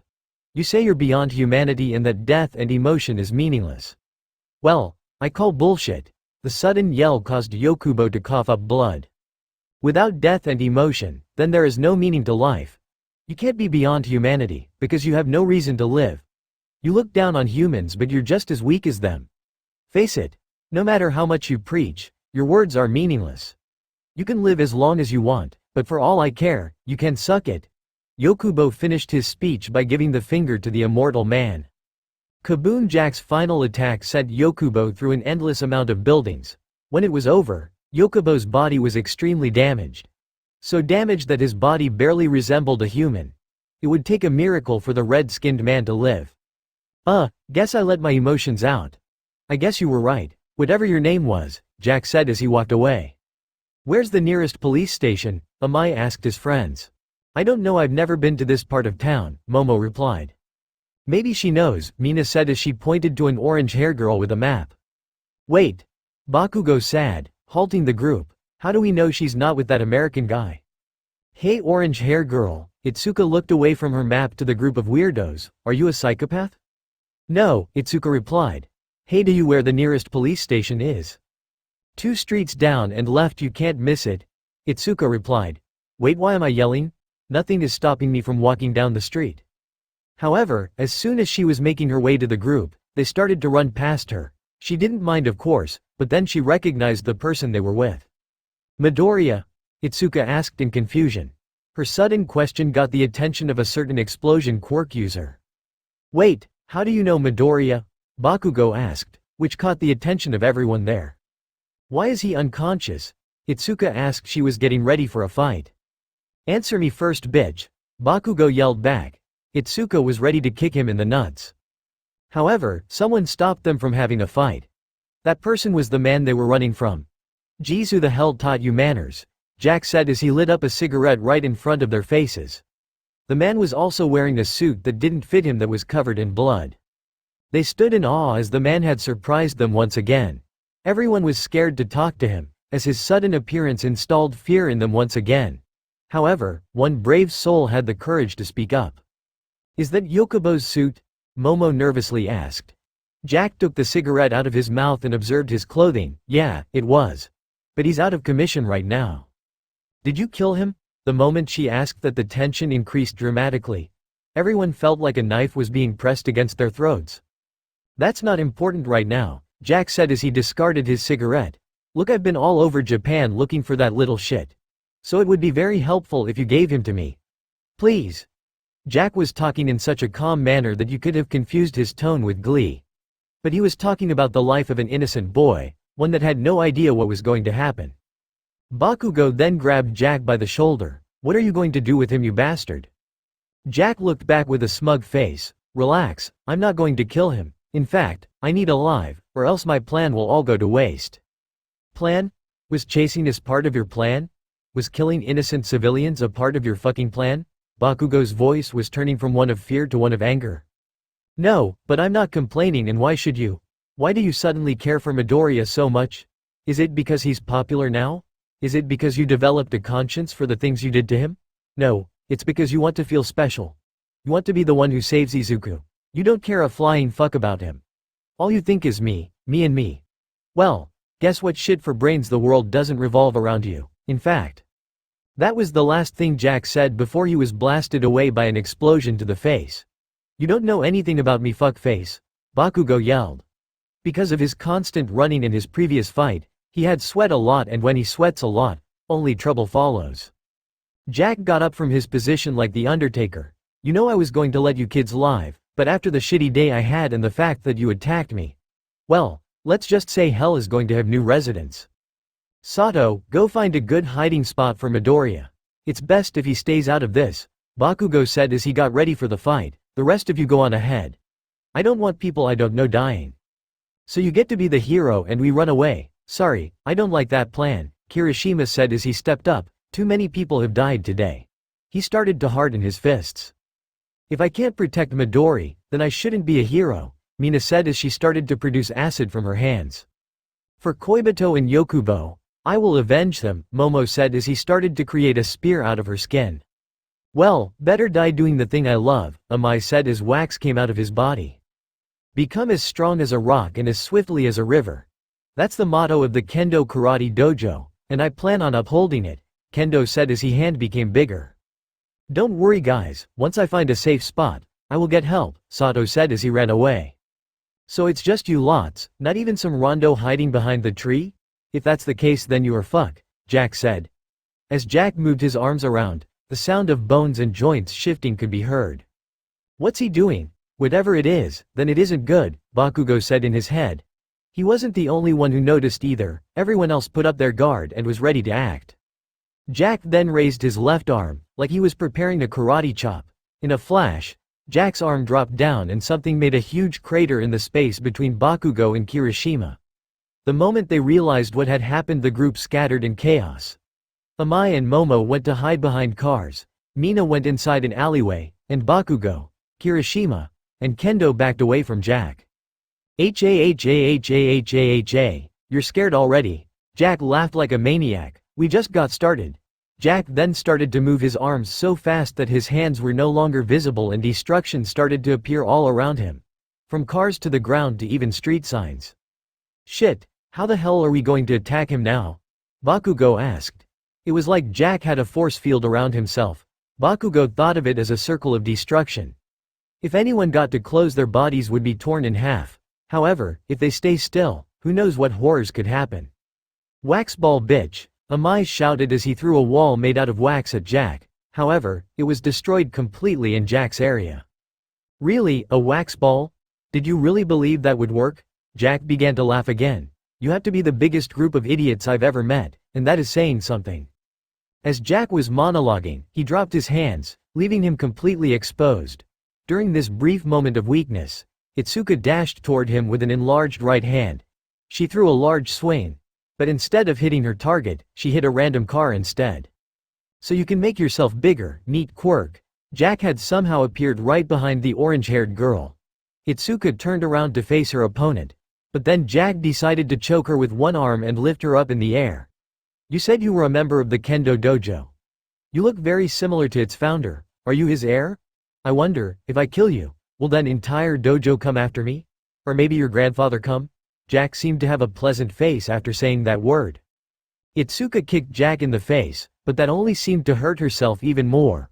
Oh right, you weren't there when I said it, Jack said. Basically skin as strong as steel and bones as hard as diamond. However, I don't think such information would be useful to you because you're about to die right now. Bam! Momo's spear pierced Jack's side, leaving a massive hole in his body. Diamond skeleton, meet diamond spear. Momo then revealed that the tip of her spear was made out of powerful diamond. Steel skin, meet acid, Mina said as she jumped on a car and flung acid right at Jack's face. The acid burned his face away and put Jack in immense pain. The pain was so great that he was forced to drop Kendo. Orange girl, get to safety. Bakugo yelled as he threw another explosion at Jack, who was on the ground. Izuku did that, and after another explosion, Bakugo stepped away. The pain in his hands was too much for the blonde boy. Even Bakugo had his limits. Momo, Kirishima and Mina continued to attack Jack while he was down. This created cries of pain from Jack. However, those cries of pain soon turned into cries of laughter. Ha ha ha ha, is that really all you have? Jack then got up, ignoring all the damage he had just taken. His face looked disgusting after Mina threw acid on it. Not only that, but there was also the other damage he had acquired which had to his body horror. Do you want to see a magic trick? Jack then showed them something horrifying. In less than a second, all of Jack's wounds began to heal themselves. Everything from his damaged face to the hole in his stomach was healed. Soon it looked like he had never taken damage in his life. "So, what do you think?" Jack said as he showed off his quirk. "Here you go, Midoriya," Sato said as he put Midoriya in an alleyway. "Sorry, I can't find someplace better." He then got some old newspapers and used it to cover Midoriya's body. "Don't worry, you're safe, because your friends are here." Ring ring, wait, was that a working phone? How can that be? There should be no service. Ring ring. After searching, Sato then found a ringing phone in Midoriya's pants. "Who's Renzo?" Sato said as he picked up the phone. "Midoriya, I'm so glad you picked up. I saw your fight with Chakri and I'm impressed. Maybe we should meet again sometime." I'm not Midoriya," Sato said. "Who are you?" Renzo said in a horrifying tone. "My name is Rikido Sato and I am a friend of Midoriya's," Sato instantly responded. "We're being attacked by a villain. He wants to kill Midoriya. Please help us." "Where are you?" Renzo quickly asked. "We're near Dagoba Park," Sato responded. "I'll be right there." Running away so soon. The fun isn't over yet. Jack as his onslaught of destruction continued. The circle of destruction had continued and it was worse now than before. Kirishima was bleeding from his head. Bakugo's hands still had not recovered. Momo was near her stamina's limit and her diamond spear was almost broken. Itsuka's leg was nearly broken. Amai could barely create any more wax, and Mina didn't know how much acid she could create before it would start to burn her. Overall they could barely move, let alone fight. "For fuck's sakes, where is that musclehead?" Bakugo said. "His name is Sato and I don't know," Amai replied. With the lack of energy in his body, Amai was about to collapse at any moment. "So no one is coming for you." Jack ended his attack. "You're all alone." The moment he finished that sentence, someone grabbed him from behind and German suplexed him. The attack was so powerful that Jack's head was left in the concrete. "Have no fear, for help is on the way," Sato said as he performed a dramatic pose. His friends' faces of fear then turned into faces of joy. "Oh God, that's great. Who's coming? Is it the police or a hero? Hell, I would even take the military." Sato's face became one of excitement to one of fear. "I don't know. You piece of shit, we were about to die out here and you were just fucking around. If we die today I will murder you in hell," Bakugo said, nearly using all of his remaining stamina to just say those two sentences. He wasn't the only one mad at Sato. The rest of the group took turns insulting Sato for his incompetence. As the group ruined Sato's soul, Jack grabbed the concrete and lifted his head out. After brushing off the dirt in his borrowed suit, he then turned around. "So no one is coming for you," Jack said with a wicked evil simile. The group then realized how truly utterly fucked they were. No one was coming. No police, hero, or even God could save. Prayer was useless in front of the devil. "Well, I never imagined dying for Deku, but if necessary, why the hell not?" Bakugo said as he stepped up to face the demon. "Oh, why is that?" Jack asked. "Your whole life you treated Midoriya like a piece of shit. You bullied him, isolated him and nearly ruined his life. So where is this sympathy coming from now? Why do you care so much now?" "You know, I still don't understand why. Part of me says is because this is what heroes do. Another says that I should just leave and let Deku die. So why aren't listening to that part? Because Deku will be a great hero one day. One even greater than me, and until that day comes, I'll make sure he continues to live on. Even if it costs me my life," Bakugo boldly explained. Jack put his hand to his chin. "You're the first. Every person I killed had some crazy reason for doing the things they did. Some said it was the good of their country while they burned it to the ground and killed its innocents. Others said it was to destroy evil while becoming evil. Yet you are the first to want someone to live because they will help the world. Trust me, being the first of anything in my line of work is rare. So congratulations, Katsuki Bakugo. You're the first decent human being I will kill." Jack raised his hand towards the young boy. He was ready to kill him until... Boom! With one powerful kick, Jack was sent backward. His feet made cracks in the ground as he was being pushed back. Now, Jack raised his head to look at his attacker. "Who the hell are you?" "It's simple," Renzo said as he pointed to the group. "I'm their senpai." "Who the fuck are you?" Bakugo rudely asked. "Shut up, Kahai," Renzo replied. "Now which one of you is Sato?" "That's me." "Holy shit, what are they feeding you?" Renzo committed. "Enough about that. You called for someone strong and here I am." "What makes you so strong?" Amai asked. Itsuka remembered something her father said a long time ago. Itsuka, whenever you see a person with black and white eyes, never challenge them to a fight. For they are the Cur, and the Cur are the strongest in the world. I trust him, Itsuka said, much to the shock of her allies. Thank you, Renzo said, now to deal with your threat. Oh, so you now acknowledge me, Jack said. A Cur, you're a one of a kind. Tell me, just how strong are you? It's simple, I am the Prince of Fighting, Renzo bragged. Prince, that's a shame. I wanted to fight the king, Jack said. As for me, I'm the strongest man in America and I have never lost in my life. Too bad for today, you will have your first loss, Renzo stated. Jack raised his right hand, similar to his previous attack. Watch out, Itsuka yelled. In a flash, Jack's arm was brought out and a long, fast came down at Jack. The attack was faster than anything the middle schoolers have seen. In fact, it was even faster than a bullet. Despite that, Renzo was able to stop the attack before it reached him. Really, is that all you got? Renzo asked with a smug smile. In his right hand was Jack's left hand, stretched out further than any hand could move. It was as if, neat quirk, Renzo said before breaking Jack's hand. Not a quirk, Jack said as he retracted his hand, but you are very strong. If I continue to fight you, it might take away an important time that I don't have. Guess I got use this now. In a flash, Jack took out his revolver with his not broken hand. Oh crap, I forgot about that, Kirishima said. Wait, if he's using the gun now, then that means this guy is really that strong. Bang! Jack fired his revolver at Jack and expected the bullet to blow the Cur's brains out. But instead, the bullet hit the side window of a nearby car. Oh please, bullets are nothing against me. Renzo as he showed Jack his hand encrusted with a mysterious black metal. Care to try again? Bang bang bang! Jack continued to fire at Renzo, but it all had the same effect. The bullets ricochet off of Renzo's arms and hit the nearby cars. How is he doing that? Is it his quirk or is it a technique? Kirishima asked himself. No, it's both, Kendo answered in her head. If I truly want to get stronger, then I must watch this fight.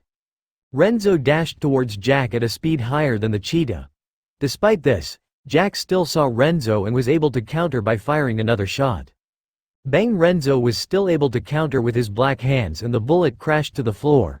You're wide open, you insane fucker, Renzo said as he crouched down and prepared a powerful uppercut. So are they, Jack said as he pointed his gun not at Renzo, but at the group of injured middle schoolers.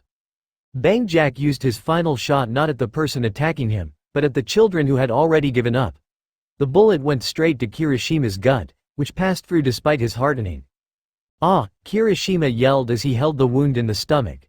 He collapsed to the ground in sheer utter pain. The sheer shock of being shot still rang in his damaged body. Oh my god, Amai was horrified at the scene before him. He wanted to throw up whatever food was left in his stomach. His allies had similar reactions. Momo covered her mouth with her hands. Itsuka stood in utter shock. Mina was crying. Bakugo couldn't even move, and Sato held his friend in support. Oh god, Kirishima, stay with me, Sato said as supported his friend. Outside of Kirishima's cries of pain, the only sound that could be heard was Jack giggling at the situation. PFFFT, what's wrong, were you not hard enough? Jack's terrible joke made him laugh, much to the horror of the middle schoolers. As if their lives were all just one big joke. Renzo had only emotion running through his body. Anger. In less than a second, Jack's right hand. Then Renzo grabbed Jack by the throat and lifted him up in the air. Give me one reason why I shouldn't kill you right now. Renzo's assassin side was showing. He was truly ready to kill Jack. No offense, Cur boy, but you couldn't even if you got your whole clan here, Jack smiled. Plus I still haven't played all my cards. A shining orange light was emitting from Jack's mouth. Renzo saw the light and let go of Jack. He then instantly backed away right before Jack started to breathe fire like a dragon. What the hell? You can stretch your arms a long distance and breathing fire. What in God's name is your quirk? Renzo asked, his anger still inside. Oh right, you see I've had some modifications done to my body over the last few decades. The fire thing is because of a propane tank in my body, and the arm thing, well, let me show you. Jack then showed Renzo one of his scariest abilities. His head turned upside down like an owl and his arms began to twist in unimaginable ways. I can control every part of my body, from the joints to the bones and even my muscles. His body then returned back to normal. Are you understanding why they call me the strongest man in America? Yeah, just because you can do a lot of crazy things doesn't mean shit. All you're doing is confiscating for your weakness, Renzo said. Listen here you little shit, I can beat you with any gizmos or guns. So from here on out, I'm going to beat you even my fists alone, Jack said as he cracked his knuckles. You're lost, Renzo said as he took off his shirt. I hope you're ready for a beat down. You're sure about that? Jack said as he placed his hand on Renzo's chest. You're well built, but that must be due to your cur blood. Renzo back away from Jack instantly. Jesus, he's fast. Well, he's the strongest man in America for nothing. If I truly want to beat, then I must use my quirk. Renzo's arms suddenly became coated in black armor. Oh, a hardening quirk, neato, Jack said. Cur Renzo. Quirk. Armament type. Transformation description. The more willpower Renzo has, the more powerful his armor becomes. The armor not only enhances Renzo's attacks and defense but also allows him to damage anything. For example, if someone had the power to be transparent, Renzo's attack would still affect them. Basically the armament hockey from One Piece. So how strong is Yo? Jack never finished his sentence. Renzo performed a roundhouse's kick that knocked Jack's jaw right off. Then Renzo punched Jack's head, which despite it still being hard, it nearly came clean off. Then Renzo punched his stomach so hard that his lungs collapsed on impact. All the attacks and caused Jack's body to collapse on the ground. So soon, Renzo said, either he's tricking me or this is his full strength. I guess he was lying about his title. Renzo never took his eyes off Jack, yet the second he blinked, Jack disappeared. What the fuck? Renzo said in his head. Bam! Renzo's entire body fell to the floor. There was a painful ringing in his head as if a gun had been fired right in his brain. Wow, all it took was one kick. You're a disappointment, cur boy, a perfectly healthy and uninjured Jack said. Renzo used his quirk and threw a large piece of concrete at Jack, however, the piece shattered upon impact. Yeah, that's not going to work. Be lucky that your quirk is strong enough to hurt me, Jack said. Boom! Renzo's armament punch left a huge impact on Jack's face. Shut the fuck up. Bakugo was the only one still watching the fight. Everyone else was attending Kirishima. Hey Boom boy, Amai called out, we're going to find a hospital. If you want to stay near that danger then be my guest. I have a plan, Bakugo stated. That sentence sent shockwaves to the children. Have you not noticed what happened to us? Kirishima was shot and we could be next. Even if your plan has a 99% guarantee, I still won't help you. Amai grabbed Bakugo by the shirt. Besides, why should we help you? We've been listening to what he's been saying, and if one part of it's true, why should we help you? Because that fucking American is too damn strong. Even the new guy can't beat him, but my plan will work. Trust me, it's all we have, Bakugo promised. What are the chances? Momo asked, much to the shock of everyone there. Don't get me wrong, I'm only doing this for Izuku's sake. Once this is all over, I never want to see you again. Got it? Bakugo nodded. Good, now what's the plan? Oh come on, those were just a few punches. Is this the full might of Cur? Jack said, I am greatly disappointed. Renzo had bruises all over his body and even lost a front tooth. My body should be stronger than most. If anything, these punches should be nothing. So why do they hurt so much? Jesus, even those other Cur put up a better fight. That got Renzo's attention. Other Cur? What other Cur? Oh right, I'm sure you would never have heard about them. Your family is big and they died before you were born. It's been a while, let me jog my memory. Jack pierced his head with his finger, to the point where he was touching his own brain. It's been a long time and it was so many. I've killed a lot of Cur in my line of work, so many that I lost count. Funny thing is they've all said the same when they died. I will die for this family. What utter bullshit. But they all died the same way, so who cares? At this point, Renzo's rage was reaching its boiling point, but then Jack touched the one subject no sane man would touch. It reminds me of your father. My father, Renzo whispered. Oh yes, your father, Jack said. I've never met him, but I heard how he died. He died without putting up a good fight. That's not true. He died like a coward. Shut up. He died stupid and alone. Shut up. He died like how he was born a weakling. That was the last straw. After Jack said that sentence, Renzo changed. No, the word transform would be better. Renzo transformed into something otherworldly. Kure style. Removal 100% armament full body coating. Black Demon Jack watched as Renzo transformed into his strongest form yet. His body was coated in his black armor and his veins were popping out. If anything, Jack did have to admit, Renzo looked like a real-life demon. So what now? Jack asked. Jack's answer came in the form of his throat being ripped clean off. Jack reached for his throat and discovered it wasn't there. Renzo's next attack was kicking Jack's knee. That attack broke Jack's leg. Nico-style redirection plus water Kata swimming swallow. Jack was swarmed by a wave of never-ending punches. From his face to his chest they were constantly attacked. Renzo attacked with a full killing force. If anyone else was on the receiving end of those attacks, they would have died, but because it was Jack the attacks could only bruise him. Renzo stopped his onslaught for one powerful strike to the face. Iron Breaker Jack's jaw was broken and he was sent flying sideways. Renzo used this as an opportunity to catch his breath. I can't use this form for long. So for as long as I can, I will kill him. Nico-style Flame Kata Raging Fire. Renzo dashed as fast as he could towards Jack, with a very powerful punch. However, Jack immediately caught the attack with one hand. So this is your full might? Show me more. Jack threw a right punch aimed at Renzo's face. Not only did it connect but it also left a major impact. Shit. If it wasn't for my quirks, my head would have been blown away. Jack threw another punch towards Renzo, but the Cur was able to counter.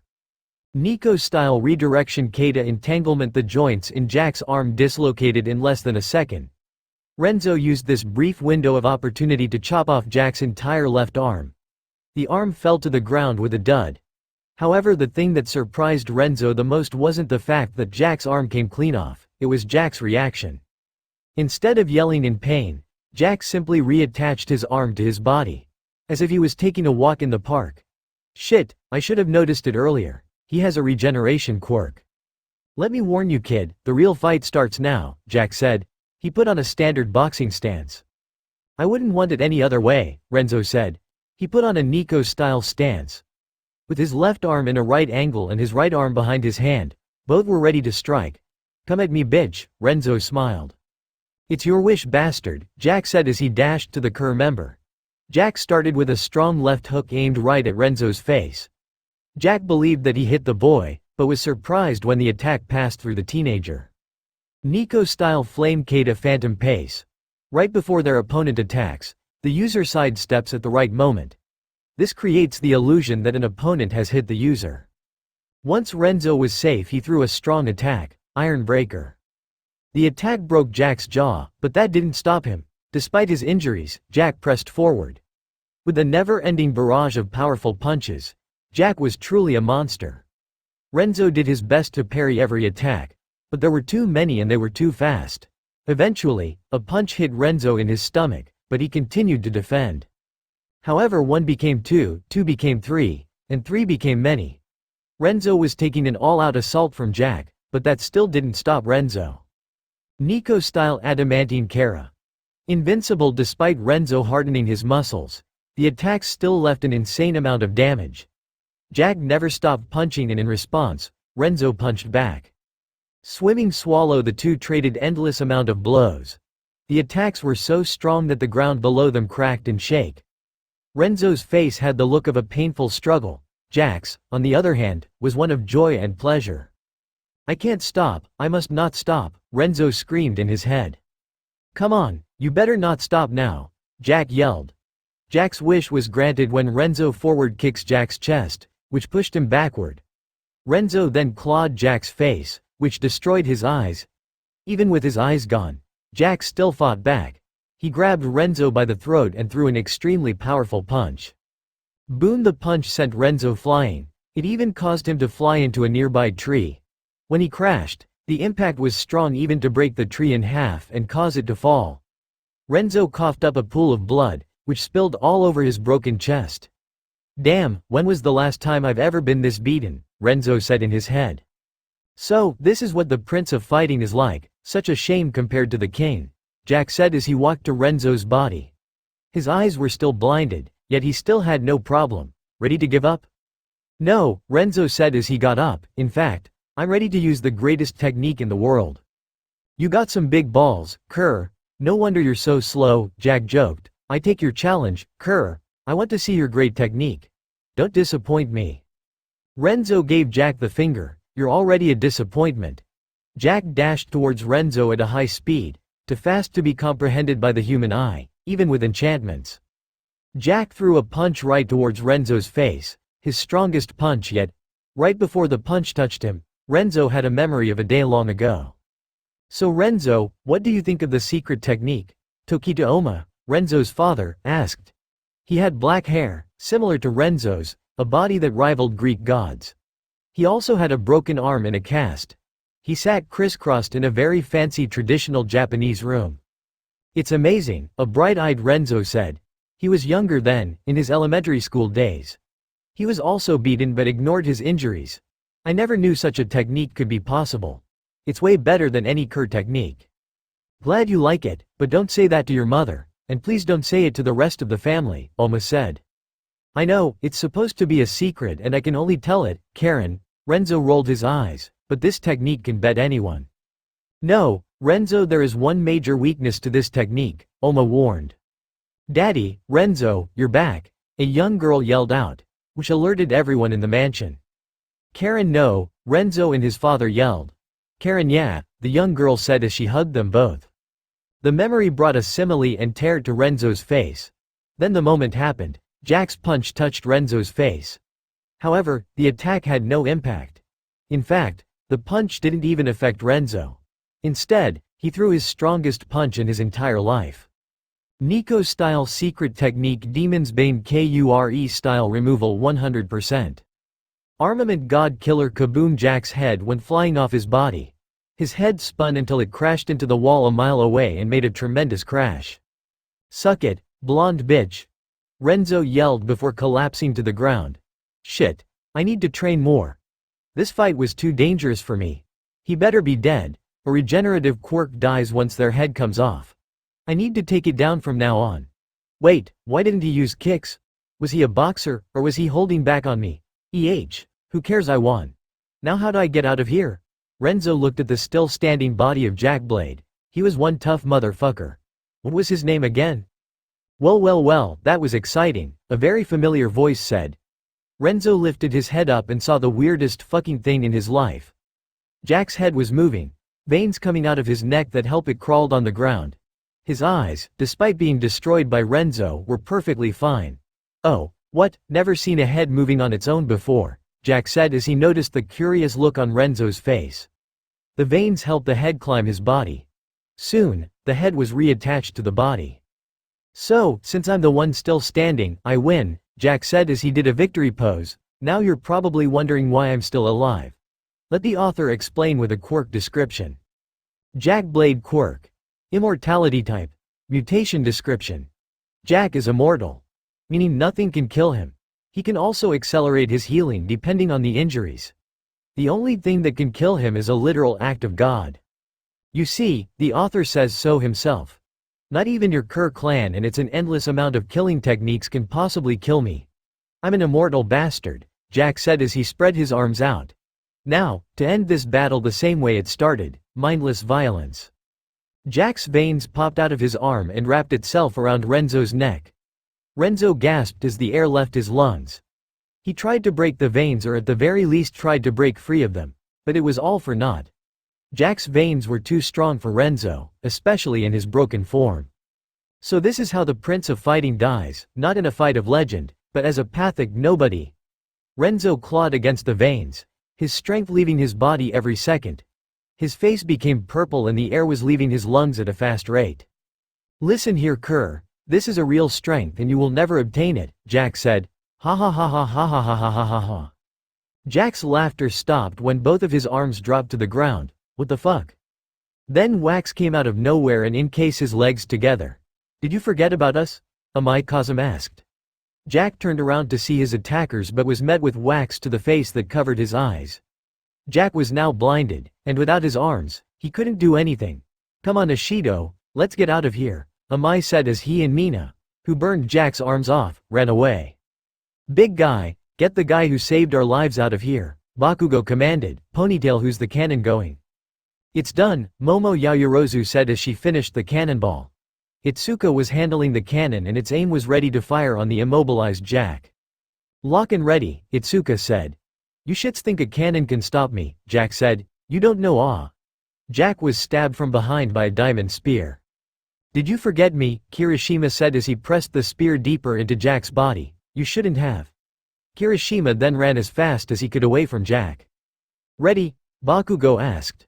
Not yet, Momo said as she prepared the cannon. However, their hopes were destroyed when Jack's newly formed arm stretched out and destroyed the cannon. Itsuka and Momo watched in awe as their main hope was destroyed with ease. Was that it? Is that all you got? Jack said as he removed the wax from his eyes. In this time of parallel, Bakugo did the one thing no one expected him to do. He became a hero. Bakugo picked up the heavy cannonball and with all his might unleashed the greatest attack he had ever seen. This is for Midoriya so that he can one day become greater than I ever could. Why All Might yelled out his attacks, but now I do. Bakugo used his quirk for the biggest explosion he had ever created, Detroit Cannon. His broken hand was bloody red, but it mattered not. The cannon went so fast that Jack could process it. There was only one thing on his mind. Oh shit. BOOM. The explosion was crazy. It was strong that the bystanders were thrown despite being yards away. It was so large people could see it miles away. The explosion left a mighty amount of smoke behind, as well as a large crater that sheltered the completely destroyed body of Jack Blade. It was over. Jack was defeated, it was all over. Bakugo, who was on his knees, began to cry. We did it, Midoriya, we saved you. Itsuka and Momo were saved by Itsuka enlarging her hands and using it as a shield. Once the smoke died down, Itsuka shut off her quirk. Both of them smiled as they realized the fact that they won. Amai and Mina, who had gotten away safely, couldn't believe the fact that the plan worked. Amai has a face of shocked while Mina smiled in joy. Sato had successfully gotten Renzo to safety, and they were both shocked by the explosion. Their jaws were wide open in shock, but once Sato realized what had happened he smiled. The plan worked, it worked, Sato said as tears formed in his eyes. Renzo then understood what was going on. Hey, can you take me to your friends? I need to congratulate them, Renzo said. Sure, Sato lifted Renzo on his shoulder. Let's go meet him. Renzo was not the only one who had that idea. Amai, Mina, and Kirishima all came over to Bakugo. Let me say this explosion guy, Amai Cosmo said, I may hate you until the day I die, but I will admit, that was a good plan. It was, Renzo said as he entered the scene. How did you plan it all out? Simple, Bakugo then proceeded to explain. When he breathed fire he said that he had a propane tank inside his body. If we could blow that propane tank up, then he would be left in pieces. However, there were two major issues. 1. We couldn't make him stand still to handle such an attack. But then you came along and we were able to hold him down. 2. His body was too strong for a simple explosion, so we needed to bring out the big guns. Or in this case cannons, however. Bakugo glanced over at the broken cannon. We need to make a last-minute decision. So you made a crazy plan to defeat a crazy person. Renzo smiled. I'm glad to be glad you're senpai. Yeah. Who are you? Bakugo asked. Name's Renzo. Remember that because it will be the name of a great warrior one day, Renzo bragged. Unfortunately that day would never come, a voice said as a body crawled out of the crater. Horror came once again on the faces of the youngsters. They all turned to see a deformed body stepping out of the crater. What, have you never seen a walking corpse before? The deformed body of Jack Blade asked. Indeed it was deformed. Pieces of his skin were burnt to a crisp, his organs were broken, bleeding or was showing or perhaps all of the above. His bones were also shown and they were surprisingly the only thing that wasn't destroyed by the explosion. Surprise, Jack said with his jaw hanging on one side of his mouth. How? Momo asked. How is this possible? Jack repositioned his jaw. That was your first mistake. Expect the unexpected. Before you go into the afterlife, do you have any last words? I have a few words to say. A booming loud familiar voice said. The look of horror then became one of disbelief. The only person who was scared was Jack himself. Fear not, young ones, for I am here. Jack turned around and saw an enormous fist right in front of his face. Motherfuck, boom! All Might's attack crushed Jack's already destroyed face. His face caved into the might of the punch. The attack was so strong it created a crater even bigger than the previous one. The attack even created stronger winds too, ones that nearly threw the youngsters away.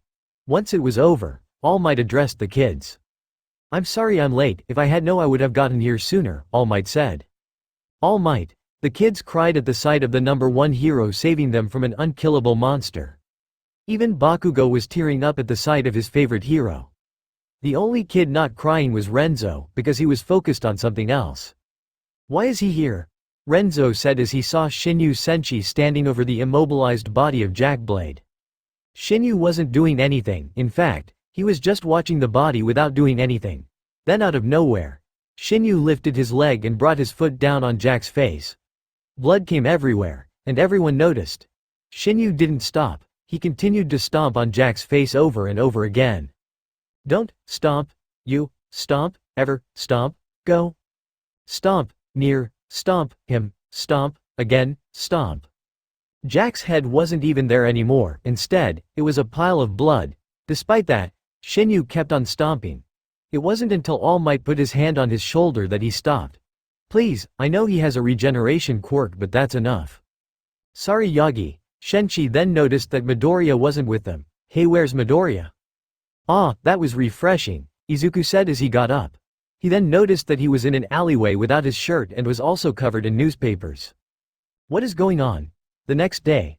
"When did we get here?" Bakugo asked for what felt like the 10th billion times. "Who fucking knows," Amai replied. The group consisting of Bakugo, Amai, Ishido, Sato, Momo, Kendo, and Kirishima. They were currently in an interrogation room with only a one-sided mirror for company. Bakugo hated it because it was boring and everyone else hated it because they were with Bakugo. After Jack attacked them, All Might escorted them to the hospital. Their families were immediately notified and each one of them freaked out. It was rare for such young kids to encounter and survive a villain attack. However, before they could even get much from their children, the police escorted them from the hospital and into this room, where they had been sitting for the past 2 hours. Not even the rich Yaoyuruzu family could stop it. Now, this may sound crazy, but I have a crazy theory. This is all one big government conspiracy, and that blonde guy was trying to kill Midoriya for the government, Sato explained. "Like aliens?" Mina responded. "Exactly," Sato replied. "That's so fucking stupid that it made me lose most of my brain cells," Bakugo said. "Do you want to fight?" Sato asked as he rolled up his cells. "Enough," Itsuka's voice echoed through the room. "Look, we are both agitated, but arguing with ourselves isn't getting nowhere, so please, let's calm down." Surprisingly, that stopped both of them and they sat right down in their seats.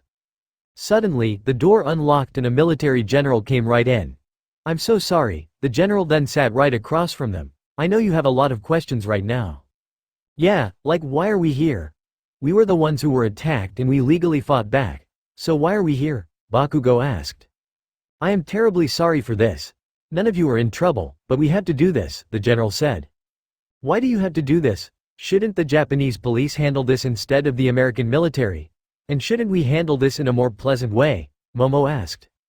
"Yes, but we need to make sure that everything here stays private," the general said. "We already discussed this with your family and we need to discuss it with you." Everyone leaned in to carefully hear what the general had to say. "For compensation, we will give you $1 million in US currency." "Wow, that's awesome," Kirishima said. "With that money, I can help my family's bakery," Sato said. "Wait a second, what's the catch?" Bakugo said. "There's no way the US government would just give us $1 million over a villain attack. No, there's a catch." "You are a smart one, Bakugo Katsuki," the general said. "Everything that has happened must and will remain a secret." That shocked the kids. "So we can't tell the news station, or anyone else?" Amai asked. "No, no one must know what happened yesterday, not even family or friends," the general said. "I know that may seem crazy but trust me, it's the safest solution." "Safe?" Bakugo got up. "Was I safe yesterday? Were we safe yesterday? Was anyone safe yesterday? And if we do agree, what makes us safe? Because we weren't safe." The general didn't get mad at Bakugo, instead, he started crying. "I'm sorry, what happened yesterday should never have happened to you or anyone else in this world. I hope, no, I pray that I could protect from such a thing. It's true that all I have is words, but my words have meaning. Please trust me." As he was saying it, The general bowed down to the kids. A man of high honor was bowing down to a bunch of kids. I don't trust you, but I do believe you, Bakugo said. What do we do? Nothing, your parents have already signed all the paperwork. All you have to do is keep your word. The general then got up. Someone will come and get you kids. Stay safe and good luck. With that, the general left the room. He walked into an elevator with his lieutenant and dropped down into a secret floor. What's his status? Jack is awake, but has not made any moves, his lieutenant responded. How secure is he? I want him to ship out of this country faster than lightning, the general said. The elevator opened up, revealing a secret floor. Make sure the security is top-notch. Jack is too dangerous to let loose. Understood. Where are you going? His lieutenant asked. I need to ask Jack a few questions. Make sure that only I come out, the general stated. He then stood right in front of the door containing the monster. The general did his best to open it, however, his hand was shaking so much he couldn't open the door. Calm down, you fought terrorists and war criminals. You can handle this monster. The general then opened the door. General, my good man, how are you? Jack Blade asked. Jack was sitting on his knees, with his feet and arms chained in heavy metal to the wall. Why were you trying to kill those kids? Oh man, you're no fun. Look, I never wanted to kill those kids, I was joking, Jack said. You shot one of them. It was funny, Jack said, and why do you care? We both know that's not why you are here right now. You can ask me anything you like. The general raised his eyebrows but was quickly succumbed to temptation. Is your name really Jack Blade? I heard it was a nickname. Yes, it's not a real name. Jack comes Jack the Ripper, the famous killer. The blade is from the fact that I am America's greatest weapon against foreign threats, like a sword. It's like a stupid hero name, like All Might. Is it true you are over 100 years old? Hey, it's rude to ask someone's age. But yes, I am around 130 years old and I've had a very amazing life. My final and most important question, why did you attack those kids? The general asked. Oh, that's a complicated answer. You see, I never was interested in those kids, only one of them. Even then I was truly interested in Midoriya's teacher, so that's why I wanted to kidnap, Jack explained. Midoriya's teacher, why would you want anything to do with him? Because that bastard broke a promise that made me continue fighting to this day, and I won't forgive him for it. Promise? What promise? A promise to bring the greatest fight the world has ever seen? One between the man who stands above all other martial artists, the king of fighting, and the man with the strongest quirk known to man, All Might. They can level sights in a punch and change the world in a second. A battle that could literally shake this world and destroy nations. I waited so long to see a fight, but then Senshi backed out. Jack's anger filled the room. The general started to shake in fear. That man should be wiped off the face of the earth and eliminated like the stain of filth that he is. Guards rushed in and tried their best to subdue Jack. General, I like you, so I will give you a warning. A once great evil shall rise again and destroy everything the world believes in, and his son will either assist him or destroy him. I have spoken. Can you stay still for 1 second? A very angry nurse asked. Sure, but can I ask you one thing? Renzo did an outlandish pose on a hospital bed. Are you Nurse Joy because you bring joy to my heart? No, but if you continue flirting, I will tamper with your IV, the nurse furiously replied. Okay then, Renzo said as he turned around. His body was covered in bandages from his battle yesterday. A battle that should have left them damaged for months, yet he was now as healthy as a racehorse. Man, cure healing sucks. I wanted to stay in this hospital a little longer. These nurses have huge knockers. Excuse me, coming through, a voice familiar to Renzo said. Oh no, it's her, Renzo said in his head as he hid under his covers. Renzo, you can't hide from me, his sister Karen Kerr said as she took all of his covers off. She was a beautiful girl around Midoriya's age with black hair and the traditional Kerr eyes. Karen, you bit. Renzo was stopped when Karen kicked his balls with a powerful kick. If you say such language, I will force you to stay here longer, Karen said. Go ahead, I dare you, Renzo said with a smile. Nah, I'm just going to leave you to suffer, Karen said with a simile. No wait, his sister turned around to her injured brother. I have important news, I'm coming home. Karen's eyes teared up. Renzo, Karen hugged her brother while still crying. I'm so glad you're coming home. It's been too long. Wait, Karen backed away. You're not coming back just to steal money from us, are you? I coming and staying, just like how Dad and Mom wanted it, Renzo said. Karen teared up again. I'm glad. What the hell are you doing? Tamura Shigaraki asked. He was in his barbase, holding a can of Mountain Dew. Practicing, Saiko said. He had a real sword and a hilt by his side. In front of him was an apple on a stand. How is this practice? Just do some push-ups, pull-ups and drink juice, Shigaraki said. That's not enough. I need to go beyond, like that stupid Uemoto says. Saiko said. Are you going to just stand there? No, I'm curious to see what you're going to do. Shigaraki grabbed a chair and sat on it. Show me. Very well, don't blink or you'll miss it, Saiko said. He crouched down and grabbed his sword handle. In less than a second, the apple was slashed in half.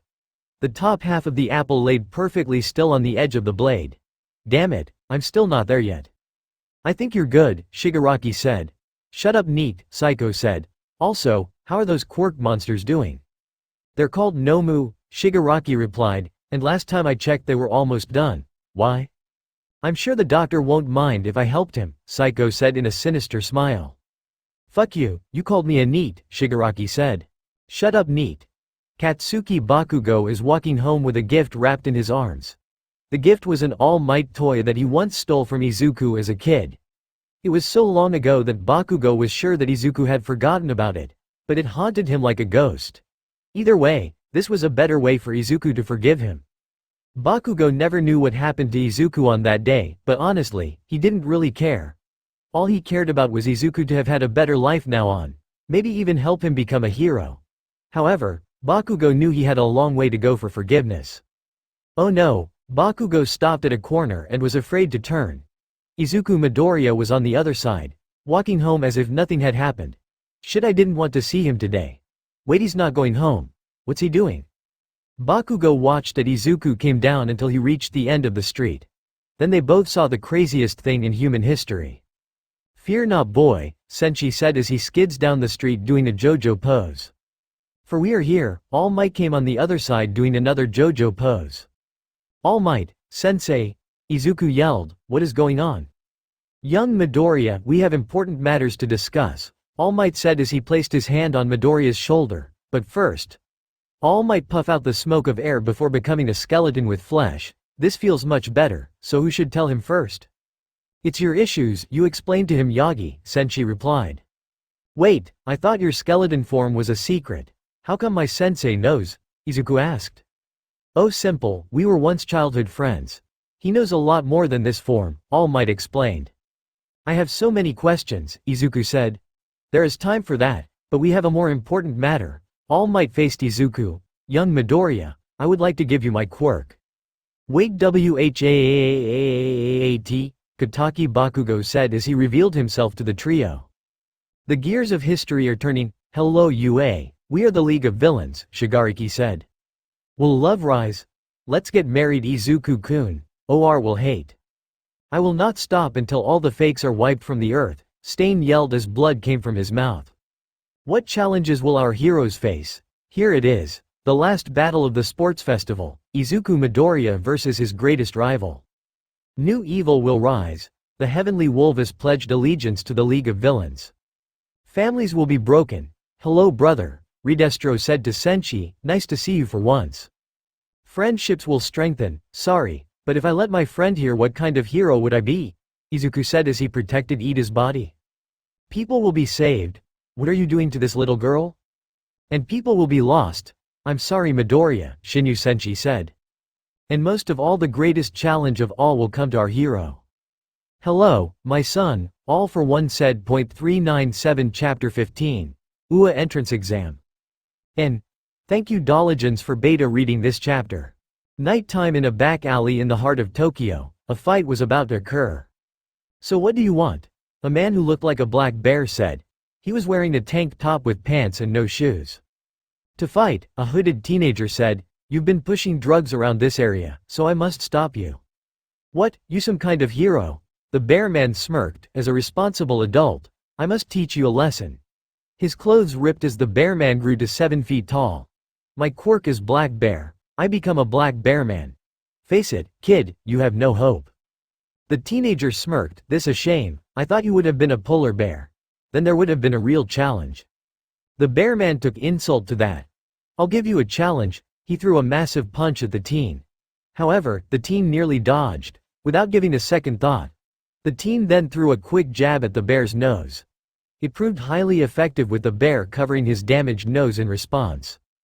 The teen then did the most unheroic thing imaginable. He kicked the bear man in the balls. That sent the bear down on his knees. "You bastard," the bear man said. The teen then sent a powerful kick right under the bear's chin. That sent the bear on his back. The teen then stomped hard on the bear's nose, which knocked out the bear man. "Are you done?" a voice said behind the teen. It was Katsuki Bakugo, leaning against a wall. Yeah, the teen took off his hood, revealing himself to be Izuku Midoriya. This guy was weaker than I thought. Heck, you could beat him even without your quirk. Good to know. Also, you better hurry up, if Mrs. Midoriya or All Might finds out what you're doing we're both in trouble, Bakugo said. Yeah sure, just one thing. Izuku rummaged through the bear man's clothes until he found a cell phone. After dialing a number, Izuku put the phone next to his ear. Hello police, I would like to report an injured bystander. Yes. I am on 123 Sesame Street.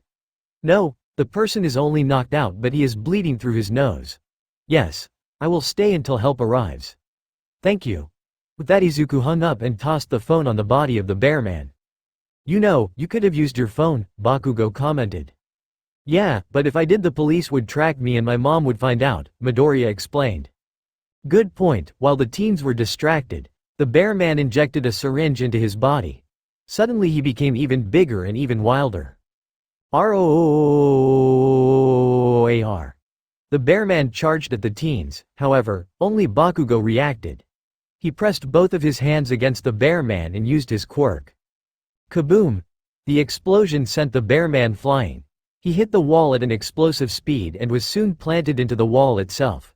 The bear man was finally unconscious and knocked out for good. Next time you beat someone up, make sure they stay down, Bakugo said to Midoriya. Will do, Midoriya replied, I think we should be going now. That explosion probably alerted the whole neighborhood. With that, Izuku and Bakugo ran away from the crime scene. Why did do this anyway? The UA entrance exam is in a few days, so why bother? Bakugo asked as he ran. Sorry I couldn't help myself. If I knew a villain was in town, I had to stop him, Izuku replied. Yeah, you also need to answer All Might's question, Bakugo said. I know, though I'm more worried about why All Might spends so much time with my mom, Izuku said. Wait, he doesn't know All Might and his mom is dating. Damn man, you are clueless, no wonder the girls haven't been dating you, Bakugo thought. The next day. So, can anyone tell me why we are losing? Bakugo asked a group of boys. A basketball in his hands. Bakugo was wearing an All Might themed basketball jersey. The girls are good, Kirishima replied. The girls have better coordination, Sato added. And the girls have a leader who doesn't yell at their mates, Amai sarcastically replied. Shut the fuck up, Bakugo yelled. Look, if we lose then the girls will hang it over our heads for the rest of our lives. No they won't, they're too nice to do that, Sato said. Nah, Ashido would do that. That's just her style, Amai said as he rubbed his head. Exactly, if we lose then Raccoon Eyes will never let it die, are you willing to let that slide? Bakugo asked his teammates. I'm okay with it, Kirishima said. Same, Sato and Amai replied. Hey ref, how much time do we have left? Bakugo asked the referee. 20 minutes, girls are winning 40-0, Midoriya, the referee, replied. Fuck this, I quit, Bakugo said as he tossed the basketball away. We win, the group of girls consisting of Itsuka, Momo and Mina said. They were all wearing very good tracksuits. Mina's had a pink tank top with purple sweatpants. Itsuka was wearing an orange sweatshirt with blue shorts. Finally, Momo was in a black tank top that showed off her belly and had a pair of shorts that revealed her long beautiful legs. Midoriya yawned. Good job your guys, he said as he walked away from the bench. Because he was the strongest and fastest of the group, he had to stay out of the game for it to be fair, so he became the referee. Midoriya, what's wrong? Momo asked as she noticed his sleepy nature. Sorry Yaoyorozu, I stayed up too late exercising last night, Izuku said as he scratched the back of his head.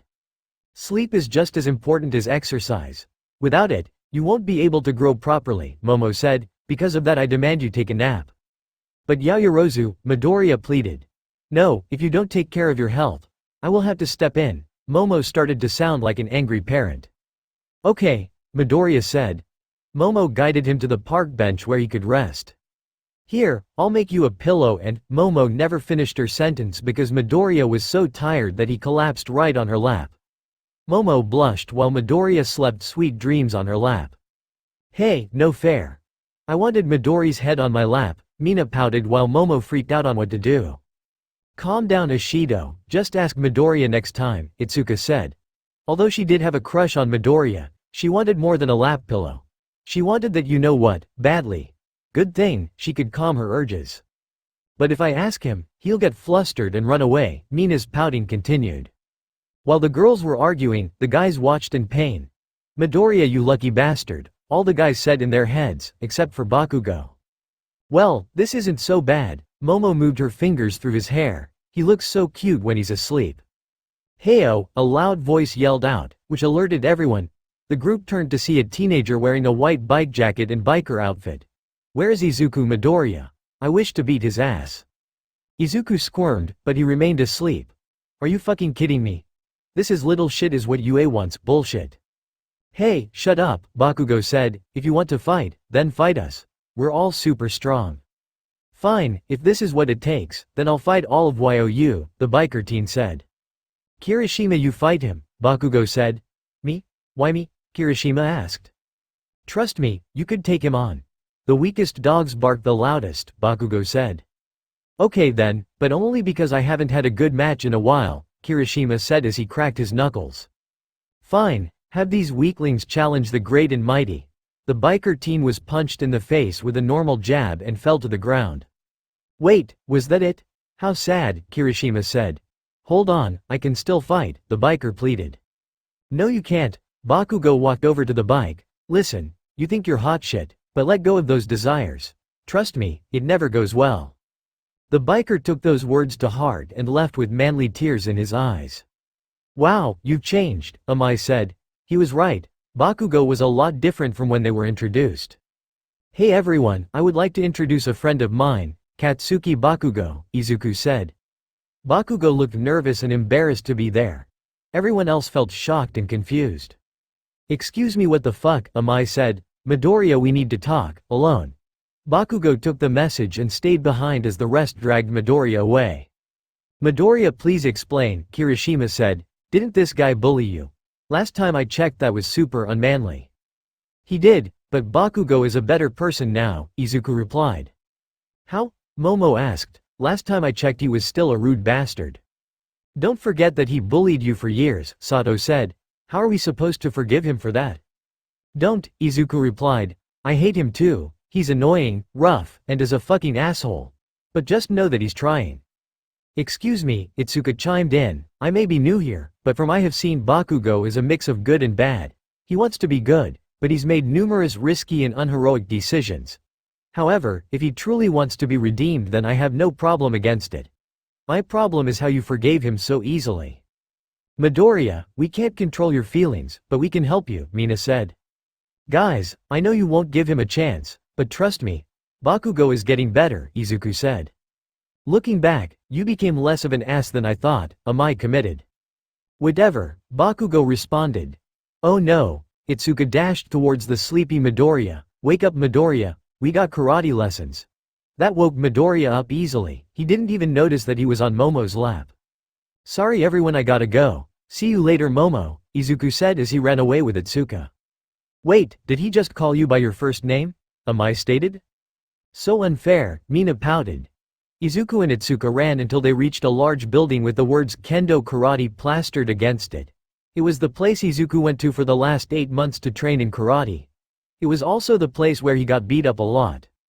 Bam, with a strong kick, Izuku was knocked down against the floor. Again, Oikakade Kendo, Itsuka's father and owner of the dojo said. He was wearing a karate gi with a 10th degree black belt. Yes sensei, Izuku said as he got back up. He was also in a karate gi, but he had a white belt. Hey, why does sensei go so hard on Midoriya? A background character asked. It's because Mr. Kendo hates that Miss Kendo hangs around Midoriya a lot. He wants to keep his daughter pure, another background character replied. You two want a sparring session? Mr. Kendo asked. No sensei, the two replied. Good, now Midoriya you will be attacking me, Oikakade said. Try to break my guard and attack me. Yes sensei, Midoriya said in an upbeat tone. He tried to attack Oikakate over and over again. However, each time Midoriya landed flat on his face. Again, Oikakate said. Yes sensei, Midoriya said as he got up. After a couple of intense rounds of sparring, Midoriya was given a break. Here you go. Itsuka handed her friend a wet towel. She was also wearing a karate gi, only hers had a brown belt. Thank you Kendo, Midoriya said as he placed the towel against his forehead. Sensei is going hard on me today. Don't give up, just because you're not strong now doesn't mean you won't get stronger in the future, Kendo said. That's a line we live by. Thank you Kendo, Midoriya said with a bright smile. So adorable, I just want to eat him up, Kendo said in her head. To anyone else watching, it would have a sweet wholesome scene. For Oikakate, it was a painful sight. His daughter should be a pure girl until after high school. Yet, this boy was turning her into an impure succubus. The only reason Midoriya still had his head was that Kendo liked him. That's it, that was the only reason why. Okay that and the others like him. And he developed a soft spot for the green-haired boy. Okay, maybe he isn't as bad as I thought, Oikakade said in his head. Oh sorry sensei, but I have to go now, Midoriya said. Dance practice is in a few minutes. Go ahead, and good luck with your entrance exams, Oikakade replied. Thank you sensei, Izuku said as he bowed and left the dojo. Dance practice? I thought he wanted to be a fighter, not a dancer, a background character asked. Yeah well, I heard he's doing it to improve his flexibility, Oikakade replied. If he was a karate expert, maybe then I would allow him to date Itsuka. After a few minutes of running, Izuku came to the dance studio owned by Dansa, Mina's sensei. Midoriya you're late, Dansa said. Sorry, karate practice took a while, Izuku said. I'll suit up. You better, Dansa said as he rolled away. Hey, is Midori here? Mina asked as she came out of the female changing room. She was wearing a one-piece black dance uniform. Yes, he is, Dansa said, but that's not important right now. You need to focus on paying attention. Hey I do pay attention, Mina said as she pouted. What's my full name, exactly? Hey Ishido, Izuku said as he entered the dance studio. He was wearing the same thing Mina was except for males. Midori, I'm so glad you came, Mina said as she practically hugged Izuku. The hug caused a slight blush on his face, but Izuku quickly dismissed it. Hey save that stuff outside of training, Dansa said as he wheeled over, it's dancing time. And just like that, Izuku's dance training continued. Like his karate, he had also been doing it for 8 months, however, unlike karate, Izuku had to deal with a monster during practice. A terrible monster. An evil monster. A monster so vile that it could destroy mankind itself. Midori is something wrong? Mina while in a sexy pose. Hormones? Why does it only happen during dance practice? Midoriya asked himself. I'm fine Ishido. Both Midoriya and Ishido did a whole hour of dance routines, stretching, and making sure that Izuku's body was pulled to its limit. Oh Midoriya, show me what you got, Dansa said. Izuku jumped up in the air, did a flip and landed on his hands while spinning. Perfect. Thank you, Izuku said. He then landed on his feet. I've been practicing. I can see, Dansa said. Oh, do you know what time it is? Grappling time, Amai Cosmo said as he burst through the front door. Oh no, Izuku said. Grappling was much more difficult than dancing. Izuku preferred striking, it was much simpler.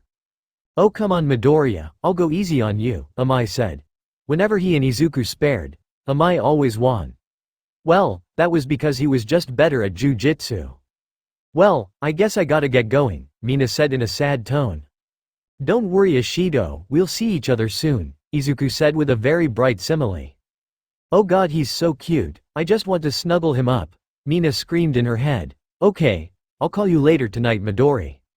Sure thing Ishido-san, Midoriya said as he waved Mina goodbye. That ticked off Amai. Forget about it, I'm not going easy on you, Amai said in a horrifying tone.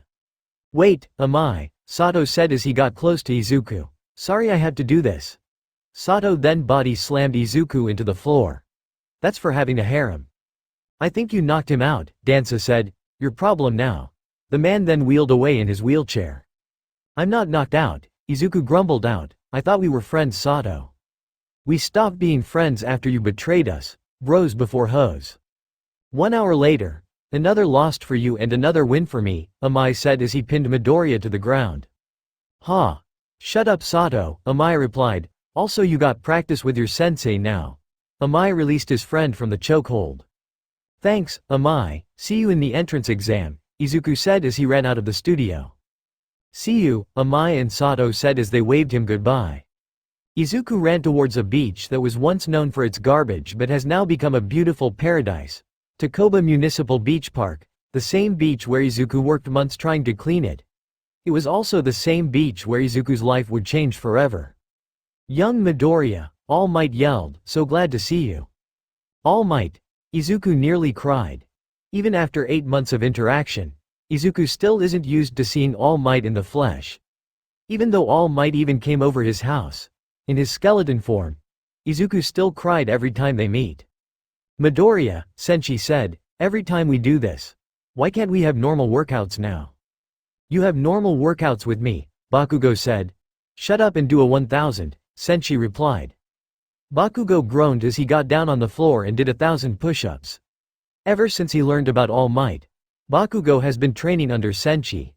At first, Senshi was hesitant to train Bakugo, but with enough persuasion, Senshi agreed.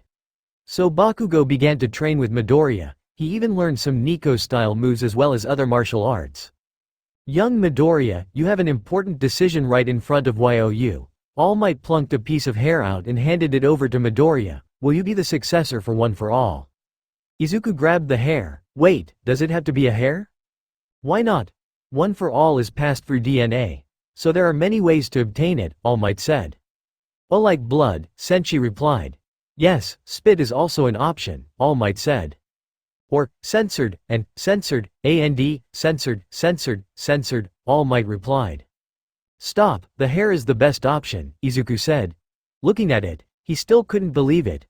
All Might's quirk could be passed down to anyone in the world and he was the one receiving it. Out of all the people in the world, Izuku Midoriya was the one who was receiving it. Him. The boy who still could barely talk to girls outside of his mom. He was receiving this golden egg of a quirk. But should he have it? There were a lot more people that were better options than him, ones with quirks.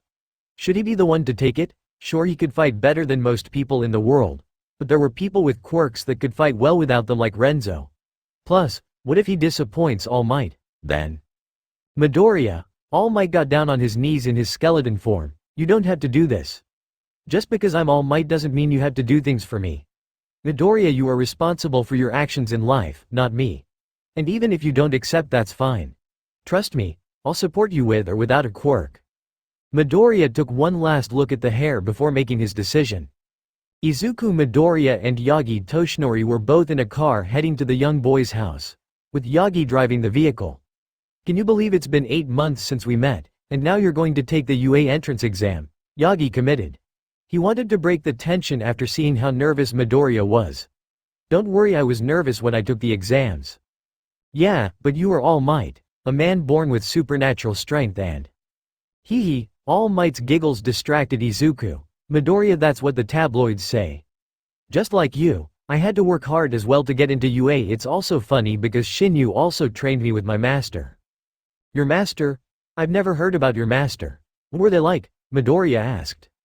She was an amazing hero, All Might said, a simile appearing on his face. She taught me how to do my signature simile. She was like a mother to me. Without her, I don't think I would have ever become the man I am today. She sounds amazing, Midoriya said. Can I meet her? All Might's face changed to happiness to one of grief. She's not with us anymore. Oh, I'm sorry, Midoriya replied. The car ride was silent until they reached their destination. Here we are, All Might said. They had arrived at Midoriya's apartment. We're here, Yagi said as he and Midoriya entered the apartment. Oh good, I just finished the katsudon, Inko, Midoriya said. Would you care for some? Yes please, Izuku said as he sat down on the table. I shouldn't, I have food at home, Yagi replied. Nonsense, it would be rude for me to not feed a guest in my house, Inko, Midoriya said. Besides, I already made enough for all 3 of us. Well, I can't say no to that, Yagi said as he sat down on the table.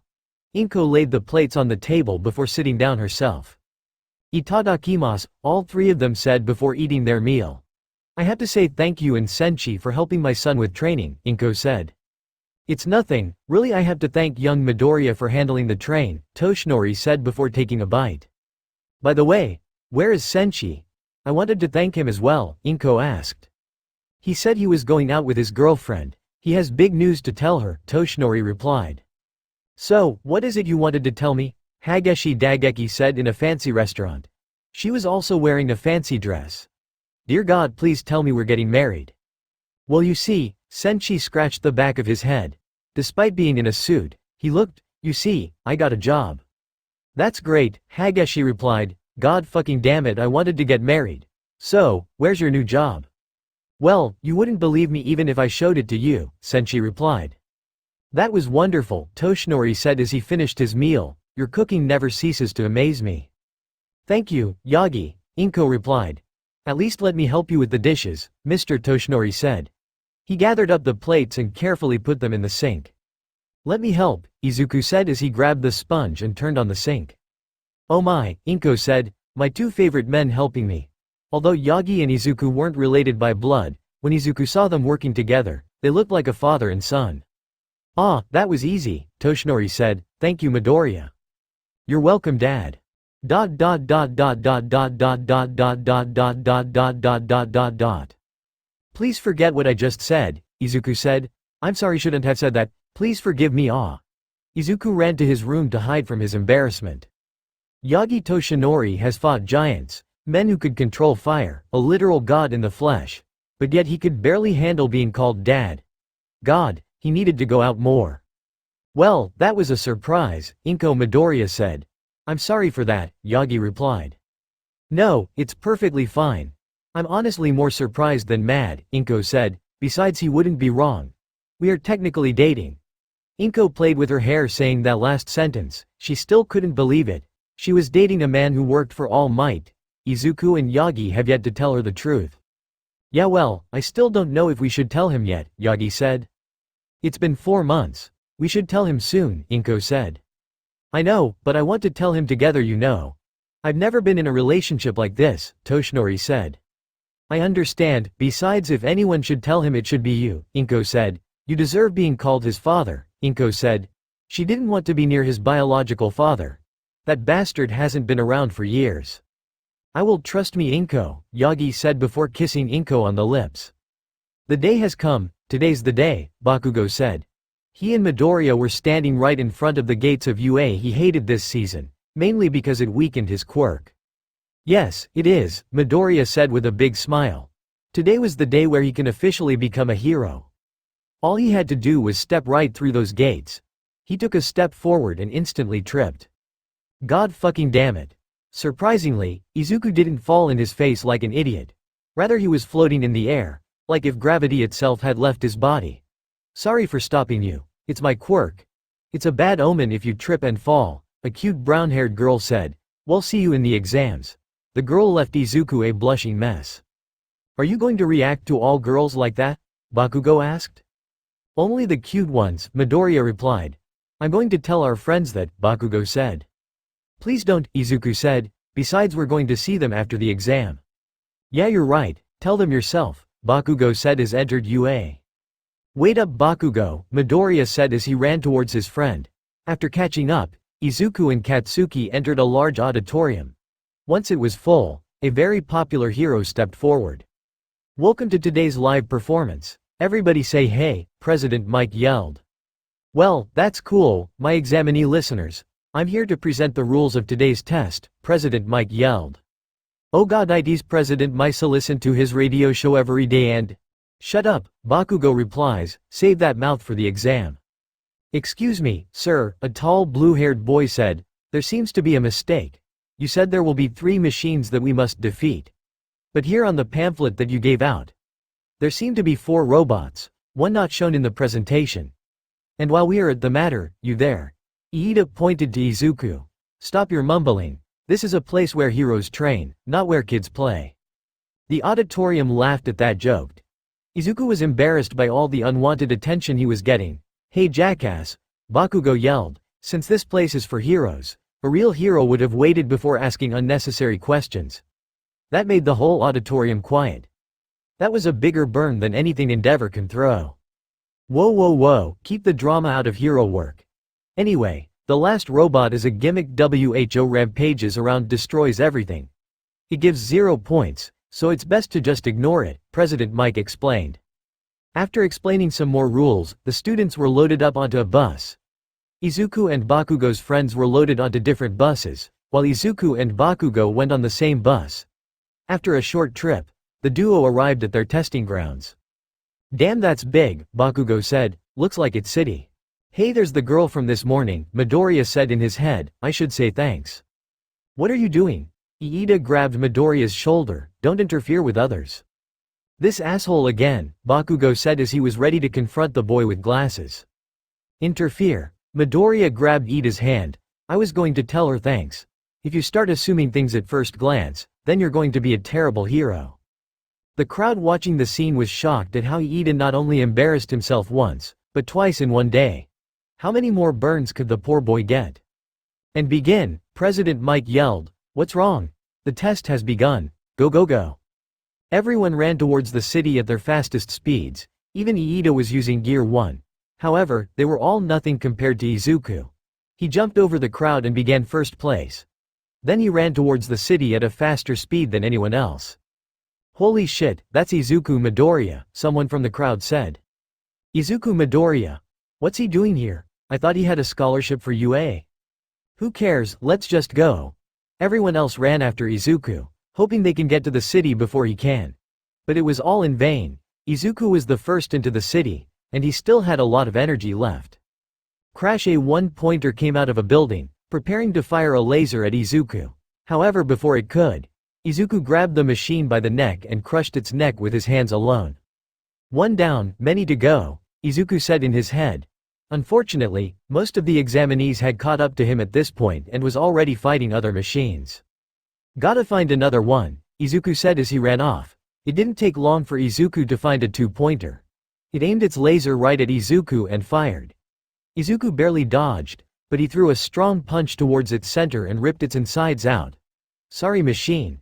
The robot then fell to the ground. So far that's 3 points. I need at least 47 more to go, Izuku said in his head as he ran away. Boom! 2 3-pointers began attacking Izuku.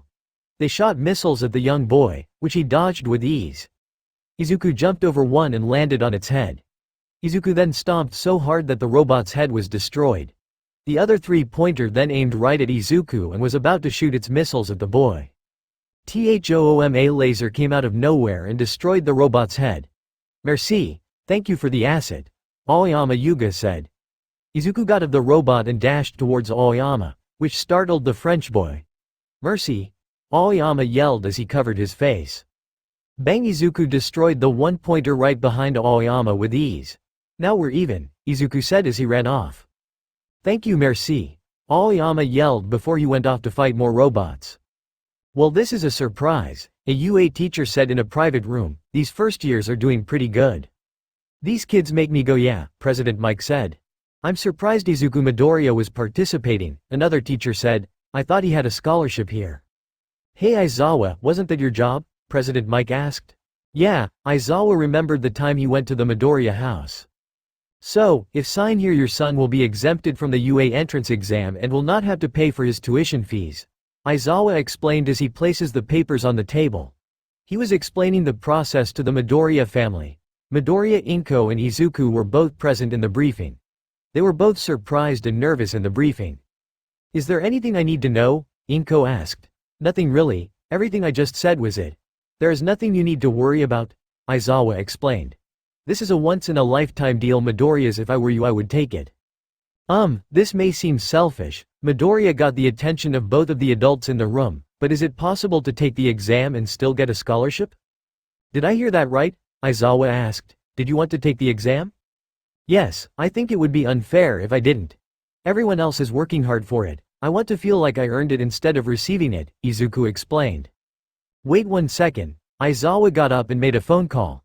Nezu, it's me. No, I didn't expel him. He wants to do the entrance exam and still get the scholarship. I see, I'll let him know. Aizawa shut the phone off. The principal agrees, however, there is one condition.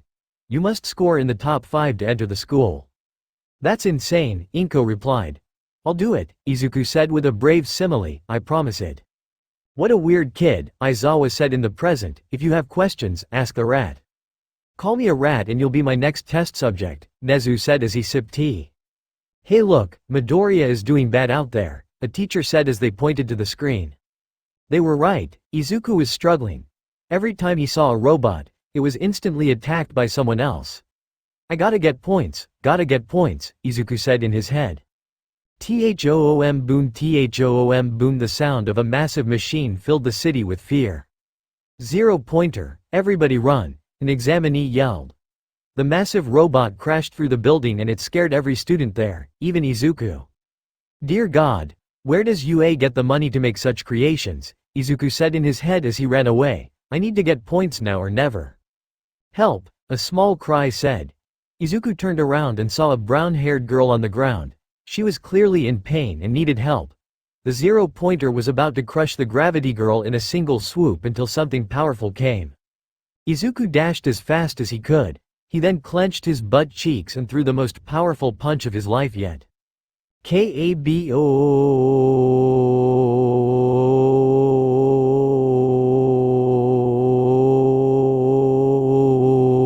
the 0 pointer was gone. No, not destroyed, gone. There was nothing left of the machine aside from the fear it once created. The machine was wiped off the face of the earth, and in its destruction was a canyon created by Izuku's attack. Everyone who saw the scene was in awe at the mere sight of such a powerful quirk. Even Ochako, who had a front-seat view of the attack, still couldn't comprehend the attack. Izuku, at first, didn't even realize the impact of his punch until after he landed. Then, he noticed something else. Pain. Izuku screamed as he finally noticed the pain coming from his right arm. Taking a look, Izuku's stomach turned. His right arm looks like it came out of a body horror manga. Cuts were scattered all around his arm and blood was leaking out. His arm was also in a crooked position that shouldn't even be humanly possible. And that's even getting into the numerous bruises on his arm. Izuku's pain was now the only thing on his mind. Here, let me help you, Ochako said as she rushed over to Izuku. She ripped off a piece of her jacket and wrapped it around Izuku's arm. With a few twists and turns, Ochako made a functional arm brace for Izuku. Thank you, Aunt Hageshi, this was important information. Does anywhere else hurt? Ochako asked. No, Izuku said as he got up. Thank you, but I must go now. I need points. Ochako was amazed at Izuku's determination. Despite his arm being broken, he was still willing to fight. What was his driving motivation? It's all over, President Mike yelled. A look of despair appeared on Izuku's face. It was over, but it just started. No, now all of his hard work and pain was for nothing. 7 points. I only got 7 points, Izuku said as he collapsed on his knees. Well done. Good luck to everyone, a small nurse said as she went around and gave candy to some students. I see, your arm looks terrible, Recovery Girl said as she examined Izuku. With a quick kiss on the arm, Izuku's injuries began to heal itself, however, some bruises and cuts remained. Oh my, it looks like it's very serious. Let's get you to my nursery, bots. A pair of robot assistants came out and helped Midoriya to the nurse's office. Anyone else please come to me, Recovery Girl said as she healed the injured. Ochako watched as her savior was taken away by the assistant's robots. She saw how sad his face looked. I want to help him, like how he helped me. But how? Oh, I know. With that, Ochako ran off to speak with President Mike. 1 week later, Izuku stared at his fish for an unhealthy amount of time. Ever since his entrance exam, it had not been his week. First, there was his All Might not returning any of his calls or texts. I must have done bad, Izuku said in his head. Then there was Sensei leaving Japan. Sorry Midoriya, I'm going to China. See you soon, Senshi said before jumping in the ocean and swam away. And finally, there was the fact that he bombed the practical exam. Forget the written. If he did bad on the practical, then there was no way he would get into UA. Izuku, Izuku, his mother yelled, which brought Midoriya back into reality. Sorry mom, I spaced out a bit, Izuku said as he ate his dinner. While he ate, there was a knock on the door. I'll get it, Inko said as she went to the door. Izuku was focusing on his food rather than the guest at the door. Inko gasped, Toshinori. That got Izuku's attention. If All Might was here, then it must be important. Wait, why did his mom use All Might's first name? Inko, we talked about this, Toshinori whispered. Young Midoriya, I have something important to you. Toshinori handed Midoriya a letter. Congratulations, you got in. Izuku teared up a bit, before hugging the man he considered a father. Thank you, All Might. All Might? Inko asked. I was dating All Might. Dating? Izuku yelled. You two were dating. All eyes were turned on the number one hero. Oshit, All Might yelled in his head. Somewhere in India.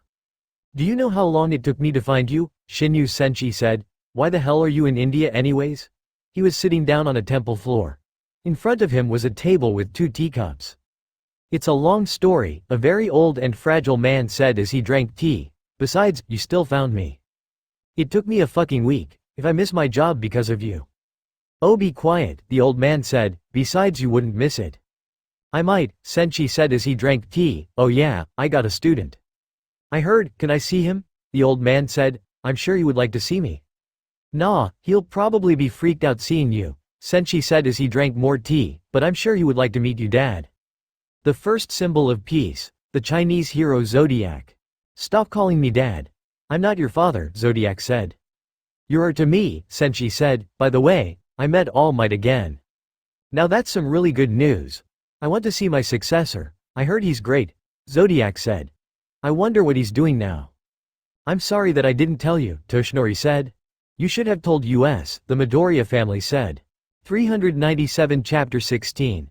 First day of school AN. I have so many things to say. First, new chapter of the decade. Second, over 1,000 followers. Thank you all so much for your support. I could never imagine this, especially for a FIC like this.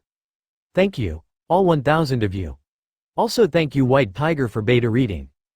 Izuku looked at himself in the mirror. Today was the day. His first day of high school. But Izuku wasn't just going to any high school. No, he was going to UA. The greatest hero school in the world. Just 2 years ago, Izuku was a quirkless nobody, but now he was one of the strongest teenagers in the world. Look how far he had come. Izuku, his mother stopped him at the door. Do your best at school, honey. I hope you know that I'm going to be supporting you all the way. Thanks, Mom. Izuku hugged his mother. I'm going to do it. I'm going to be a hero. Izuku left his house and caught up to a certain blonde friend. Oi Deku, we're going to be late, Bakugo said in his messy school uniform. Not if we run, Izuku said before dashing off. Hey, wait up, Bakugo yelled as he ran after his friend. You know, if we took a train it would be faster. Yeah, but this is a better exercise, Midoriya replied. By the way, have you contacted Sensei recently? No, isn't he in China? Bakugo asked. That's what he said, but I'm not sure, Midoriya replied. The first one there is a rotten banana, Bakugo said before running past Midoriya. Hey, wait for me, Midoriya replied before chasing after Bakugo. After a tough race, it ended in a tie. Bakugo and Midoriya both arrived at Class 1A at the same time. Good game, Midoriya said as he held out his hand. They were both hunched over trying to catch their breath. Not good enough, Bakugo said. It took us an hour to get here. Sensei and All Might could have gotten here in under a minute. Yeah, but they've spent many years training. We're still on the first step, Midoriya said. So you think the guy with glasses will be in our class? Unfortunately yes, Bakugo said. With our odds, he's probably inside right now. Bakugo opened the door, and he was right. Sir, please do not lean on the desk. You're disrespecting everyone who came before us as well as the brilliant craftsman who created this fine piece of art. Dude, chill out, a blonde tall teenager replied. He was even taller than Iida and was almost as muscular as Sato. Who's to say that our senpais didn't do the same thing? Because our seniors knew how much of an influence they would have over our teaching. Jesus, are you that pretentious? Is your name some kind of stupid pun? My name is Iida Tenya. What is yours? Hachi Takeshi. Remember that name because it's going to be a better hero than you. How dare you, Iida's rambling once he noticed Midoriya standing by the door. It's you. Iida rushes to the door and surprised both Midoriya and Bakugo. I am sorry for my disrespectful behavior at the exam. I was clearly in the wrong and my way of thinking was holding me back. You're the real hero, not me. While Iida was praising Midoriya, another person came up to him. Oh, you're the punchy guy. Ochako Uraraka said. To Midoriya she looked so cute while wearing the school uniform. Your punch was so cool and awesome. You blew away that robot. You were all like, smash. Ochako even demonstrated the punch Izuku famously did. While she chatted away with the famous Midoriya, members of the classroom started to take note. Looks like Midoriya came right on time, Kirishima said to his three friends Mina, Momo, and Sato. Yeah, a shame Amai and Kendo are in class 1B. I wanted to be with them, Mina pounced. Don't worry Ishido, no one says we can't visit them at lunch, Momo said trying to reassure her. On the other side of the ROM, there was a blonde girl with buns in her hair who was freaking out about her celebrity crush. Oh my god, there's Izuku Midoriya. He's even cuter in person. How cute will he look like with blood on him? No Himiko, do not think that you're in the hero course today. Action first, feelings later, just like Mr. Vlad King said, Toga Himiko said in her head. She was a student in this school. A far better fate if she had not seen the hero of her life. Thank you for the compliments, I'm happy you're here too, Izuku Midoriya said. You kids talk too much, a man in a yellow sleeping bag said. All eyes were focused on him. He then put a juice box in his mouth. It took you all 8 seconds to quiet down, at this rate you'll never be heroes. Who the hell is this guy? Everyone said in their heads. Now, the man got up and took out a school exercise uniform that was in his bag. Put these on, we have an exam to do. By the way, I'm your homeroom teacher for now.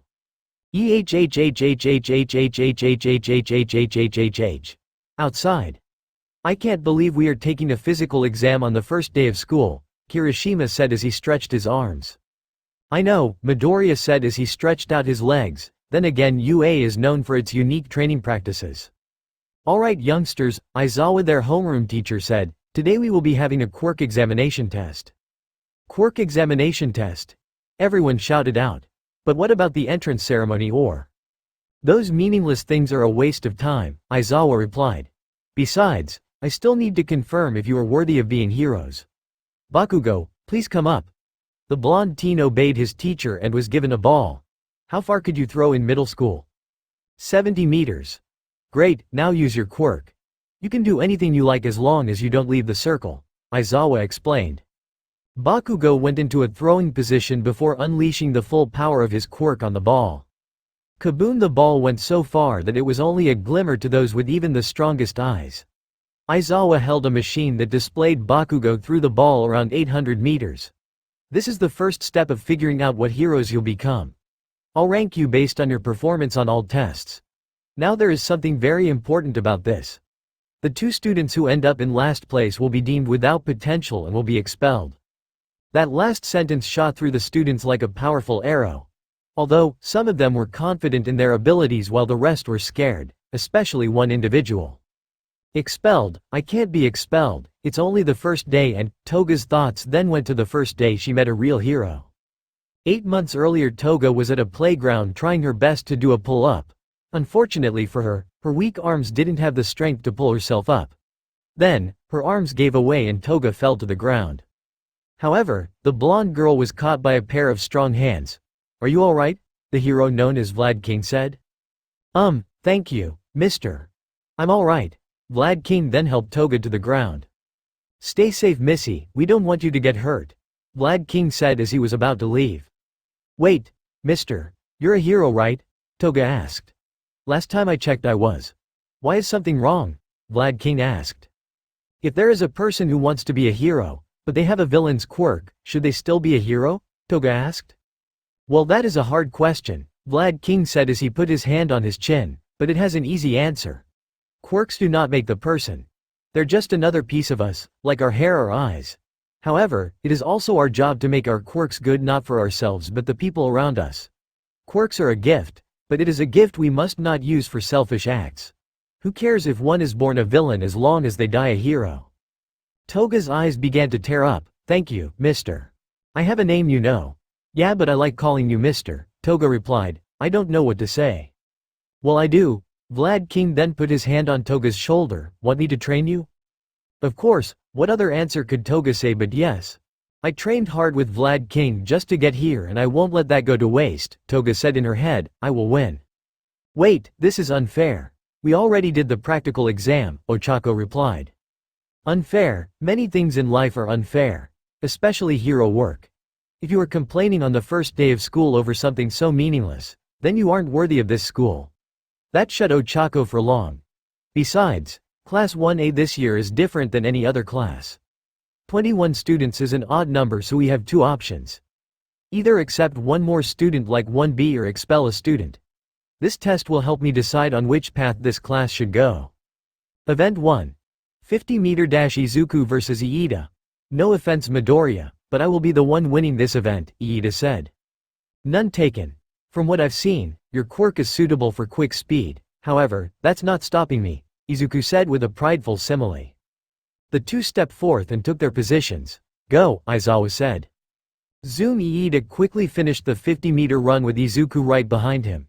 3.04 seconds, the robot said. Once Izuku passed, the robot said, 3.30 seconds. Good job, Izuku said as he held out his hand. You too Midoriya, Iida replied as he shook his hand. I can't believe it, he was able to keep up with me in Gear 3. The only other person who's ever been able to do that is my brother. This guy is strong. Toga versus Mina. The moment they started, Toga was already behind. Mina was able to pass Toga completely and end in first place. 4.50 seconds, the robot said. Toga then passed behind her, 6.8 seconds. Not good, I have to do better, Toga said in her head. As Aizawa watched the students finish the 50 meters, two students caught his eye. How pathetic, those two don't belong here, Aizawa said in his head. Second event. Grip strength. Izuku did extremely well in this event with a whopping 200 kilograms, Izuku placed fourth. Third belonged to Sato. Second belonged to the tentacle boy known as Shoji, and first was someone completely unexpected. Oh yeah, Hachi Takeshi said in an extremely muscular form that gave All Might a run for his money and without a shirt. Hachi Takeshi quirk. Hulk type. Transformation description. Takeshi can buff up his body just like All Might. However, unlike All Might, Takeshi doesn't have anything else other than his base strength. However, that still makes him stronger than a majority of humanity. Unfortunately, it damages most of his clothes unless they are specifically designed. Somehow pants are immune. 700 kg. Whoa, Takeshi yelled. Now he's just showing off, Denki Kaminari said. I can't tell if he's being an asshole or mainly, Kirishima said. He's just an asshole, Bakugo replied. 60 kg was the number that appeared on Toga's screen. Still not good enough. Third event. Long distance jump. Bakugo did the best at this event by using his quirk and the sweat from doing the other events. The explosion user was able to beat everyone with total ease. However, that didn't mean the others did bad. Ochako Uraraka came a close second because her quirk allowed her to jump long distances. Momo, surprisingly, came in third because she used her quirk to create a pole used in pole vaulting. However, she made some of her adjustments which allowed her to go even farther than most Olympic contenders. Izuku came in fifth simply by jumping, however, he still was able to get 7 meters. Just a few more meters and he would have broken the world record. Toga sadly got only 3 meters, fourth event. Sidestepping. Toga did well, but not as well as she wanted, but she still did well. However, she still placed 15th out of 21. No, I had to do better, Toga said in her head, I had to be a hero. Fifth event. Ball throw. Kaboom. Oh yeah, Hachi Takeshi yelled in his muscular form. 650 meters, the machine said. Damn, not good enough, Takeshi said as he went back into his normal form. Toga Himiko, you're up next, Aizawa said as the blonde girl stepped up. She was given a ball to throw. Just before she threw the ball, her body shook in fear. If I fail this event, then I can never become hero, Toga said in her head. If you keep this up, then you will prove me right, Aizawa said to the young girl. Toga stopped with a confused look on her face. Vlad King told me all about you. From your quirk to even your issues that came with it, Aizawa said. How can you be a hero when you have a lust that could harm the people around you? The only one who was able to hear Aizawa's cruel words was Izuku Midoriya and Bakugo Katsuki. Everyone else was guessing what their teacher was saying to their fellow class member. Hey Yaoyorozu, can you hear what's he saying? Ishido asked. No, but whatever it isn't good, Momo replied. Such a shame, I'd hate to see a cute girl go, Takeshi said. But that's life, nothing I can do about it. Who cares, a boy with 2 different hair colors said. Just because one weak girl is leaving doesn't mean anything is going to change. I would like to, Midoriya. I have something to say to you too. Aizawa's game turned towards his other student, like this girl. You also don't belong in this school. Those words did reach the ears of other students, including Midoriya's friends. Bakugo was about to yell out how wrong he was. But Midoriya stopped him by raising his hand. Why do you say that, teacher? Midoriya asked. Good grief, I don't like explaining myself, but you're an exception. First, let us discuss your attitude. You took the exam when you had the chance to exempt, only because you wanted to. That's pretty selfish if you ask me. Then there is your quirk. Quirk? But I thought Midoriya was quirkless, Kirishima said. Shit, we didn't tell them about OFA, Bakugo said in his head. At first glance, it may seem like a good quirk to have, but on closer inspection, that's a lie. Not only does your quirk damage your body upon using it, which renders your body useless, but not also creates massive amount of damage to the environment around you. Such destruction cannot be used by a hero, especially when civilians around him. If a hero hurts the innocent, can he be called a hero? And if your body is broken just by using your quirk once, how can you save anyone? Surprisingly, Izuku wasn't affected by his teacher's words, instead, it gave him determination. Himiko, please give me the ball, Izuku asked. Toga was hesitant at first, but Aizawa gave her the okay. It doesn't matter, you're both leaving today, Aizawa said. Izuku was given the ball. Mr. Aizawa, I am going to use my quirk to throw this ball and I still will be able to move. If I do, then can both me and Himiko have to stay in this school? Are you placing your future on a bet? Go ahead, I'm not stopping you, Aizawa said. Izuku took up a throwing position with his right hand behind him. Then with a quick motion of the arm, he unleashed the power of One for All on the ball. Kaboom! The ball went so far that it couldn't even be tracked by the human eye. 850 meters, the machine said. Wait, seeing his power at the entrance exam, it should have been much more than that. Aizawa then saw that Izuku didn't have a broken arm but instead a broken finger. Sensei, I can still move, Izuku said with a strong look on his face. 1 week earlier. So One for All creates massive amounts of power but destroys your body in the process. Seems like a shitty quirk, Bakugo said at the beach. He was also accompanied by All Might in his skeleton form and Midoriya. Hey now, One for All may have its problems, but it's one of the finest quirks in the world, All Might said. Although I did have some issues at first, I was able to control it. Well, mine seems to be out of control, Midoriya replied. My smash attack was able to destroy an entry city with one attack. I need to be able to tone it down or I'm going to mess everyone up. I know what's the issue, All Might said, you're using a 100% of the power. Isn't that a good thing? No, it's not. If I used 100% all the time, I would create even more collateral damage than Superman in that awful movie we don't talk about. Instead, use 50% or 25%. That way you can still land powerful attacks and not destroy everything around you, All Might explained. That's not bad, but what if it still destroys my arms? Izuku asked. Why use your arms? You have other body parts, like legs and fingers. So why limit to just your arms?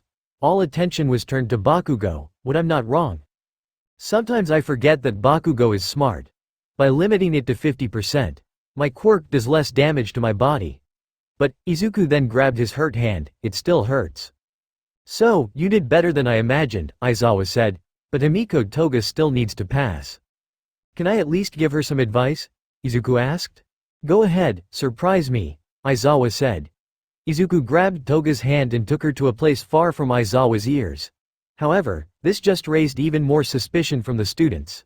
Hey Momo, why is Midori helping her so much? Mina asked. I would like to know too. But I'm more worried about what Midoriya just did. He told us he was quirkless, so why does he have a quirk? Momo asked. Was he hiding it from us? And why did that girl know?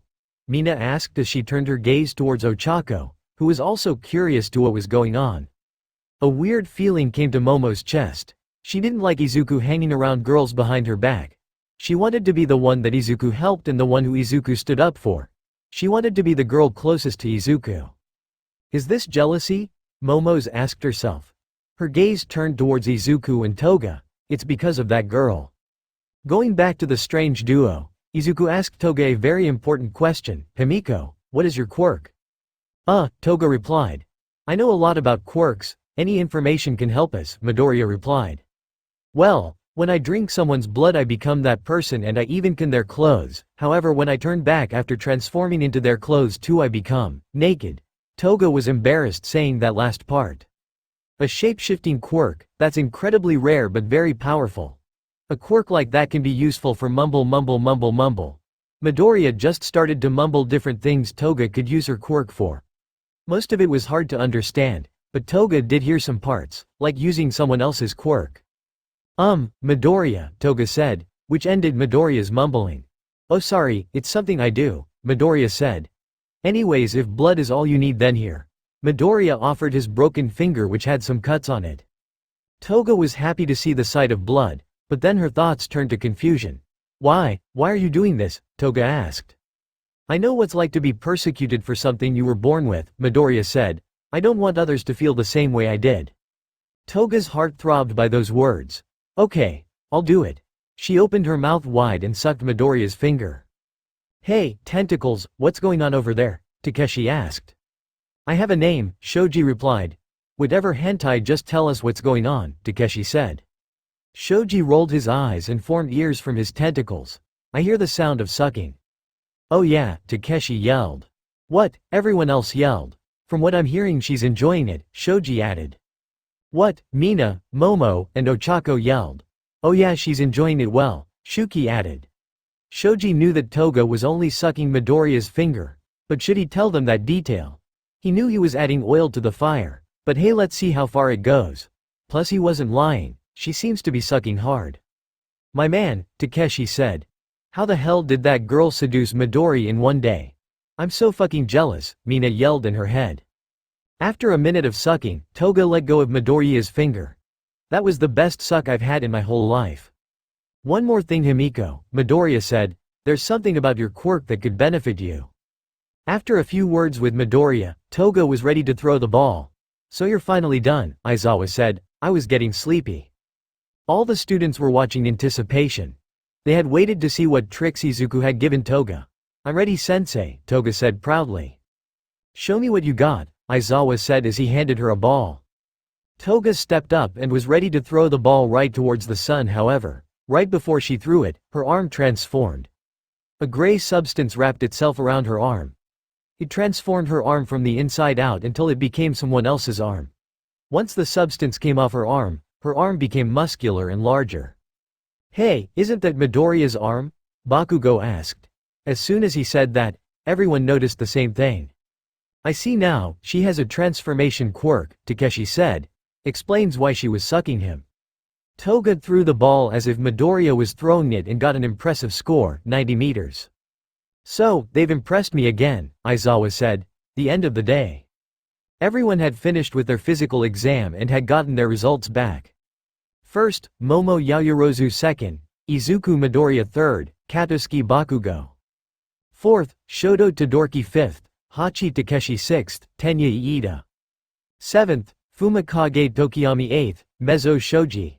Ninth, Ajiro Kirishima 10th, Rikido Sato 11th, Mashirao Ojiro.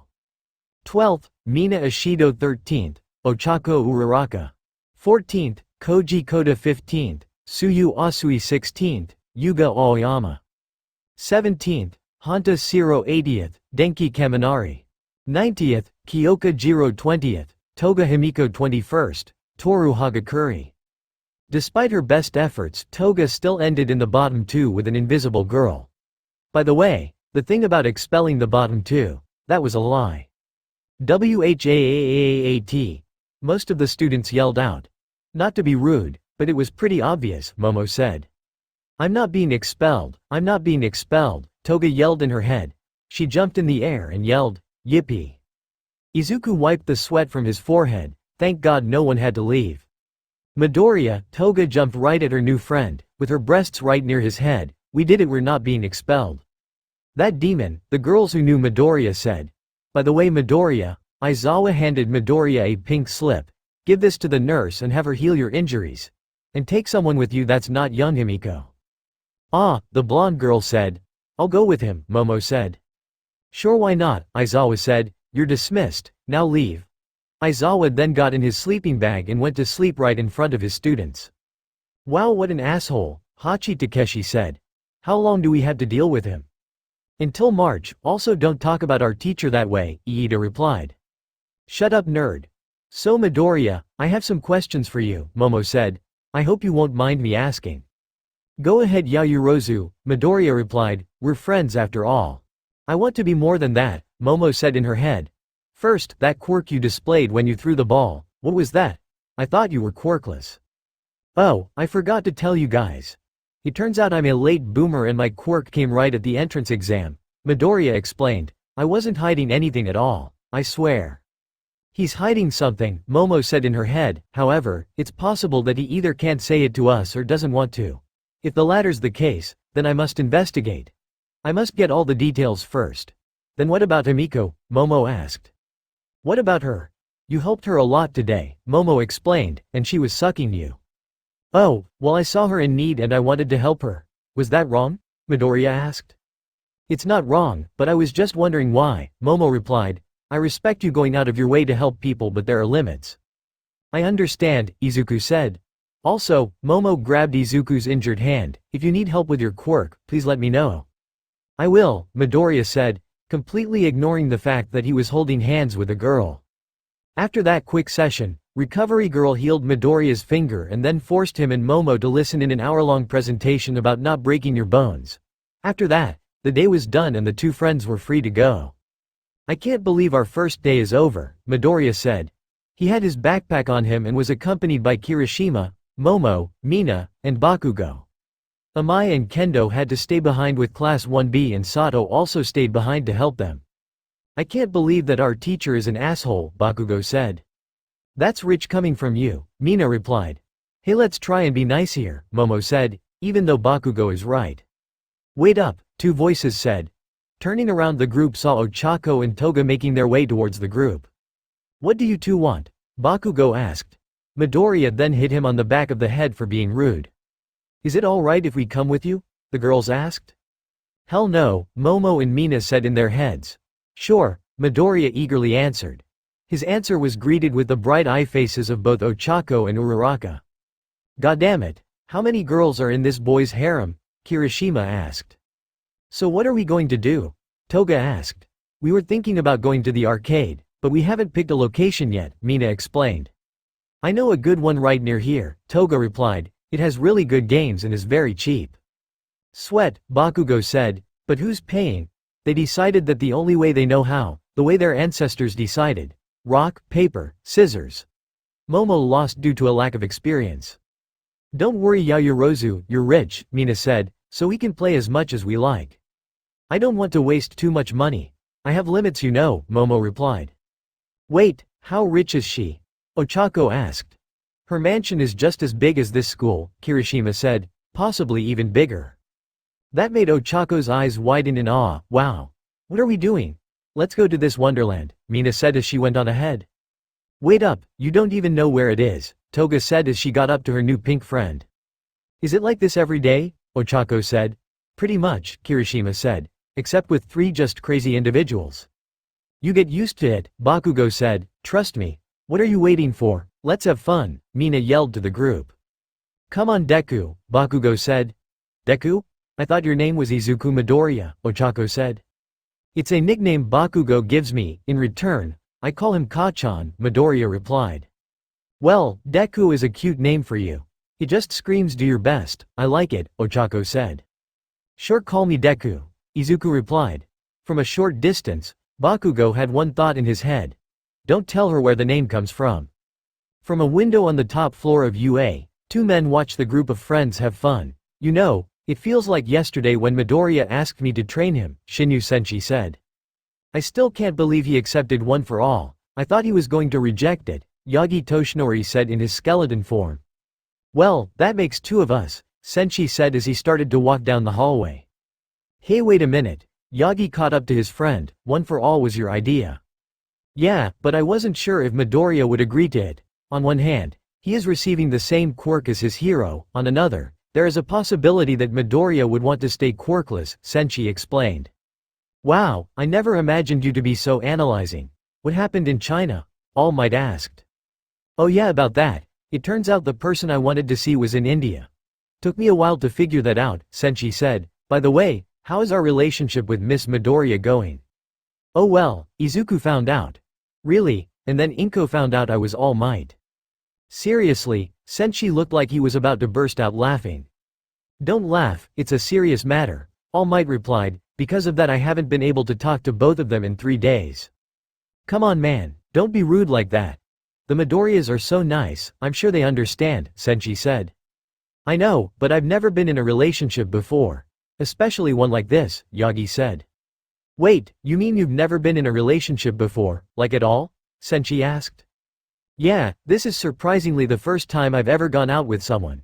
And it's my successor's mother, can you believe it? Yagi said as he moved his hand through his head. I can't believe you're a virgin, Senshi said in his head, still you need to talk to them. A lack of communication can be bad for a relationship. I know, I also need to tell Inko about young Midoriya's harem. That, I think you can leave out, Senshi replied. Nope, I'm done hiding secrets, Yagi said. So wait, are you telling her everything? Senshi asked. Mostly everything. I will explain about training young Midoriya and my injury. However, I will only talk about One for All if Midoriya wants it, Yagi explained. However, I will leave the matter of One for All to Midoriya. It's no longer my secret to keep. Wow, I still can't believe you're the same guy who would charge at random bullies for vandalism, Senshi said. Hey, that kid became the #1 hero, Yagi said. He then arrived at his office. Well, here comes the first day of unending paperwork. Senshi then arrived at the janitor's closet. Here's the first day of my wonderful job cleaning school toilets. Hey, be glad Nedzu agreed to hire you. You know how much the teachers hate you, especially Midnight, Yagi said. Yeah I know, Senshi said as he opened the closet. I just hope there's not too much drama. Knowing this school, there will be. Yagi then buffed up to his All Might form. After all, in this school you must go beyond plus ultra. Was that a dad joke? Then you can call me Dad Might, All Might said before entering his office. Oh how the mighty have fallen, Senshi said as he grabbed a mop and bucket. 397 Chapter 17. Battle Training In. We've done it, boys. We passed a 100,000 words WOOAH. Thank you for all the support. I couldn't have done it without you. Guys, dance with me, Mina said to her group of friends. They were sitting at a table big enough for all of them and in the arcade Toga suggested. Sorry, I'm beat, Midoriya said, which upset Mina. Can I do it? I've never done it before, Toga asked. Sure, Mina slumped. The duo went to the dance machine and put the quarters in. Which song would you like? This is my first time playing this game, Mina asked. Let's pick the hardest one. You know, to get a good challenge, Toga suggested. Are you sure? I mean I've done hard dance songs but can you handle it? Mina asked. Trust me Pinky, I can handle it, Toga said. Pinky, Mina said in her head as she picked the song. The moment the song started, arrows started to fly like crazy. Mina was quickly caught off guard, but soon got a hold of herself. Her legs moved like butter. She perfectly timed every step she made, not missing a single one. However, taking a quick look at her right, Mina noticed Toga wasn't doing as well. She was missing some steps and was reacting later on to others. It reminded Mina of when she was a beginner and how often she made mistakes. Cool your head, the more relaxed you are the better movements you could make. Trust me, Mina said to her new friend. Toga listened to Mina's advice and followed. She didn't do as well as her pink friend, but she did better than before. Her steps became faster and started to be rhyme well with the music. That's it, you're doing great, Mina said to her blonde friend. At this point, the two started to attract a small crowd. The crowd watched as the two girls racked up an insane amount of points. It started with a 100. Then 1,000. Then 2,000. Suddenly they got 5,000 and it just got higher and higher. My god, I can't believe how well they're doing, Momo said as she watched Mina and Toga go at it. I can't believe they're getting along, Bakugo said. What makes you say that Kachan? Midoriya asked. I'll tell you later. What are we doing standing around? Let's cheer our friends on. Keep going you too, Kirishima yelled. Yeah, Ochako yelled. The group watched as their friends kept getting more and more points. The more points they got the more they cheered on. Even after a while, Bakugo started to cheer for the girls. However, all good things must come to an end. The song ended and the two got 5th on the leaderboard. I'm so sorry Pinky-chan. If I was better at the beginning then we could have gotten higher, Toga said. Don't be sad, now we just have to get better and improve. Just like a hero, Mina said with a thumbs up and a simile. You know, she's a nicer girl than I thought. I don't mind sharing Midori with her. So cute, I want to be just like her, Toga said in her head. You're right. Holy cow, look at all these tickets, Ochako said. In her hands was a bucket full of tickets. There were even more tickets that Ochako couldn't grab onto. I wonder how many prizes we can get with this alone, Toga asked. Let's find out, Momo said as she and the girls went to the ticket booth. Once arriving, they soon found out that they had surprisingly got 10,000 tickets. So much, Ochako said with wide eyes. Uraraka, what would you like? Momo asked. What, why don't you pick the prize? After all, you did pay for all of this, Ochako said. Nonsense, I rather have someone else be happy in my place, Momo said. But I want you to be happy as well, Ochako replied. I'll be fine, just have fun, Momo said as she moved her hands through Ochako's hair. She's a sweet girl. I can see why Midoriya likes her. Maybe Midoriya would be willing for a more open relationship. In the end, Ochako picked a small bunny plushie, one that made her and Mina awe in cuteness. Unfortunately, it cost them most of their tickets, but it was worth it. Well, I had a lot of fun, Mina said as they left the arcade. Same, but Bakugo, you need to improve your aim, Kirishima said. My aim is perfect, you just steal my kills, Bakugo said. At least I got this, Ochako said as she showed off her bunny plushie. But why is it green? Momo asked. Who cares, it's cute, Mina said, if only we could get more. Guys, the group turned around to see Toga about to cry. Thank you all for being my friends. The group immediately came to Toga's aid by hugging the girl. Don't cry, it will all be over soon, Kirishima said. We will always be there for you, Momo said. Don't worry, because we are here, Midoriya said. That made Toga teared up tears, not of sadness, but ones of joy. She finally had friends who cared for her. She embraced their warmth and for once, was truly happy with herself. Izuku, what were you doing? His mother asked as she treated him by the door. You came later than usual. Sorry mom, I was hanging out with my friends, Izuku replied as he took off his shoes. Also, I made some new friends today. That's great Izuku, for some reason she looked nervous. Izuku, All Might is here. Izuku was also nervous now. It was weird talking to All Might now. He didn't hate him, it was just weird. Izuku wasn't comfortable with the idea of All Might dating his mom.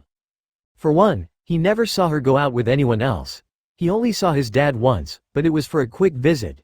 So knowing his mom was dating someone was a new feeling to him. 2. All Might was like an inspiration to him. Because of that, he hadn't separated All Might the legend from Yagi Toshinori, the man dating his mom. And 3. He was now All Might's successor, so they have a student-teacher relationship now. Which just makes things even more awkward. Well enough, monologuing time for a face-to-face talk. Izuku sat right across Yagi Toshinori at the dinner table. From the look on his face, Yagi was just as embarrassed as Izuku. Where do you want me to begin? Toshinori asked. Inko had left the room, giving the two privacy. Well, why didn't you tell me? Izuku asked. I was nervous. Midoriya, this the first relationship I've ever been in. That made Izuku eyes widen. You know, I met your mother when I dropped you off once and she offered dinner. She was one of the nicest people I've ever met. I then invited her out for coffee and we hit it off. I was scared of starting this relationship, but your mother was a shining beacon that helped me in more ways than one. And I was glad. Your mother is an amazing woman. I can see where all your good traits come from. In the end, I was glad to meet someone like her. So I understand if you don't want us together. Izuku dropped his shoulders upon hearing that last sentence. For a while now, my mom has been coming home with a big smile on her face. At first, I thought it was because of my training to get into UA and all my friends, but now I see why. All Might, you make her happy as well, and even if you're my teacher, I still value my mom's happiness. So no, I'm not against you dating my mom, but at least let me know about things like this please. I will. Young Midoriya, Yagi Toshinori said. Now we need to discuss some important things with your mother. So, I guess you need to talk to me, Inko Midoriya said. She sat right next to her son and was across Yagi Toshinori. Yes Inko, we know you must have some questions for us, Yagi said. Where would you like to start? Well, first I would like to know why All Might looks, no offense, like this, Inko asked. Yeah, it's important that this doesn't come out in public. Everything I explained to you must remain a secret, Yagi explained. I understand, Inko said. Very well, Yagi said. You see, my appearance is because of this. All Might showed off his injury to his girlfriend. Inko immediately winced in horror on the injury. I got this injury 6 years ago by a villain. Because of it, my time as All Might is shortly coming to an end. Something like this must never come to the public.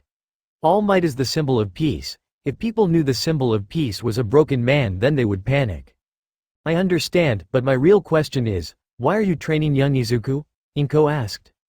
Midoriya, I think this is something you must tell her. It's not my secret anymore, All Might said. Inko turned to her son, who had a nervous face. Mom, I told you that I got a quirk during the UA entrance exam.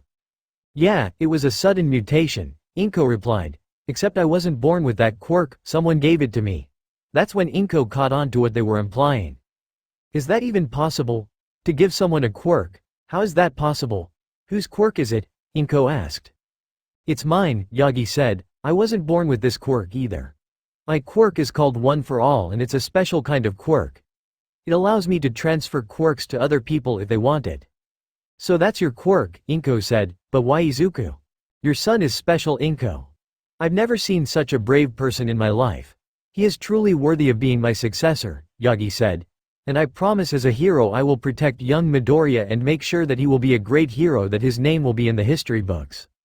Inko teared up on All Might's words. Thank you, All Might. Yagi immediately transformed back and comforted the mother. Izuku also hugged his mother as she cried. I've never been happier in my life. The next day, Izuku woke up feeling greater than ever before. His mom was happier than ever before and All Might was living with them. Izuku just couldn't show his room to All Might. That was the most awkward and embarrassing thing in his life. Izuku, breakfast, his mom called out. Coming, he quickly put on his school uniform. He greeted his mother and All Might at the dining table. Morning, Midoriya, Toshonori said. Hey All Might, Izuku said as he sat down next to him. His mother then laid out plates of eggs for both of them. Here you go. You two have a big day ahead of you and you need a healthy breakfast, Inko said with a bright smile. Thank you, Mom, Izuku said with a bright smile. Too sweet, All Might said in his head as he nearly spat out his coffee. He then took a look at his watch and his eyes went wide as basketballs. Shiti. He immediately ate all his eggs. What's wrong? Inko asked. Sorry, but I have to get to a meeting. Midoriya, you have to go to school on your own, Yagi said. It's all right, I can take the train, Izuku said. See you all tonight, Yagi said. He then kissed Inko on the mouth and left the apartment. I also have to go, Mom, thank you for breakfast, Izuku said as he hugged his mother. Once he left, Inko was now all alone in the apartment. But inside, she had never been happier. She wiped a tear from her face. It took so long, but she now had a real family. Deku, why the hell are so goddamn late? Bakugo yelled. He was in the 1A classroom with the other students when Midoriya arrived. I'm 5 minutes early, Midoriya replied. That's still late, Bakugo replied. Bakugo, he still got here on time. That's good enough, Momo said. No, it isn't. In the US military, they shot you if you're late, Bakugo says. They don't do that. No military does that, Ochako said. Midoriya, Toga yelled and ran to her new friend. Check it out, she showed off her small skirt. Don't I look cute in this? Well, Midoriya was blushing and tried to look away. Take your seats, Aizawa said as he came into the classroom. Immediately everyone ran to their seats, fearing what their teacher might do to them. Today, anticipation was high among the students, is just a normal day. Thank God, all of the students yelled out at once. So they had a normal day, with normal classes and normal lessons with not normal teachers. After they had lessons, it was lunchtime. Kendo over here, Midoriya said from a lunch table. With him was Momo, Mina, Ochako, and Toga. Bakugo and Kirishima were at a different table meeting their other classmates. With her, Kendo had a girl with vine hair and a girl with a plain face and black hair. It's been a while, guys, Itsuka said as she sat down. The others made room for her and her friends. This is Abara Shiozaki and Yui Kodai. They're my classmates in Class 1B. Hello, I'm Ochako Uraraka and this Himiko Toga, Ochako said as she introduced herself. Toga also gave a little wave to her 1B companions. I'm Momo Yaoyazu and this is Mina Ishido. What's up? Mina said as she did the peace sign. And I'm, no offense Izuku Midoriya, but everyone in Japan knows who you are. You're called the rising star of Japan for a reason, Yui said. Oh right, sometimes I forget that I'm a celebrity, Izuku said as he scratched his head. I saw the fight with my family. You put up an amazing fight, especially against someone who trained against a top 10 hero, Obara said. Yeah, I just barely won, Izuku said in his head. Now that I think about it, I wonder what's Chakri is doing now. Achoo, Chai-side Chakri unleashed a powerful sneeze. Bless you, a dark-skinned teen said, you know, in Japan, they say that sneezing is because someone is talking about you. I would say that's dumb, but compared to everything else you've told me that's genius, Chakri. So rude, Yoroizuka Sapang said, and right before we start the school day. You know, I wonder how Izuku Midoriya is doing? Chai-side Chakri said, I'm still waiting for our rematch. Hey, stop daydreaming and get into the ring, a heavyweight Muay Thai fighter said in a fighting ring. Coming, Chakri then put in his mouth guard and stepped into the ring. Izuku Midoriya, I wonder what you are doing. Speaking of which, have you seen Amai? As soon as we got to the cafeteria, he disappeared, Itsuka asked.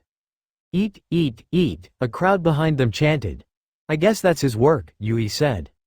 They soon found Amai surrounded by empty plates and kids giving him food, only for Amai to instantly gobble it up in seconds. Soon, kids from all over the cafeteria were giving Amai their food to see just how much food the blonde boy can eat. It got to the point where half of the cafeteria had given him their food and Amai just kept on eating without stopping. He then noticed Izuku making his way towards him. IOHIBDJBSJBKSBKSO, Amai said with food in his mouth. JKWKJHBTBSCOQJS. Amai calm down. Eat before you talk, Izuku said. Amai responded by shoving even more food in his mouth. WIOYUIRYTABGDNKNC. Are you even speaking a human language? UEGYAGHBVHVDEOI. It was clear that Amai was more interested in eating than talking. Izuku quickly realized this and left Amai alone. Honestly, I don't get what you see in him, Momo said. Well, let's just say that in terms of potential in martial arts, Amai outclasses me. Even now, he is far greater than me in terms of grappling, Izuku said. So as long as Amai is stronger than me in one area, he earns my full respect. So Amai is stronger than you? Mina asked. No, we are evenly matched, but that doesn't mean I won't get stronger than him. Izuku had a sinister smile on his face. One that sends shivers down to his friends. A demon, that's the simile of a demon, Obara said in her head. After lunch, the class of 1A came into their homeroom awaiting their next lesson. However, they didn't expect him to come into class. I am, his voice alone grabbed everyone's attention, coming through the door like normal. Every student in class 1A was in awe at the great hero standing in front of them.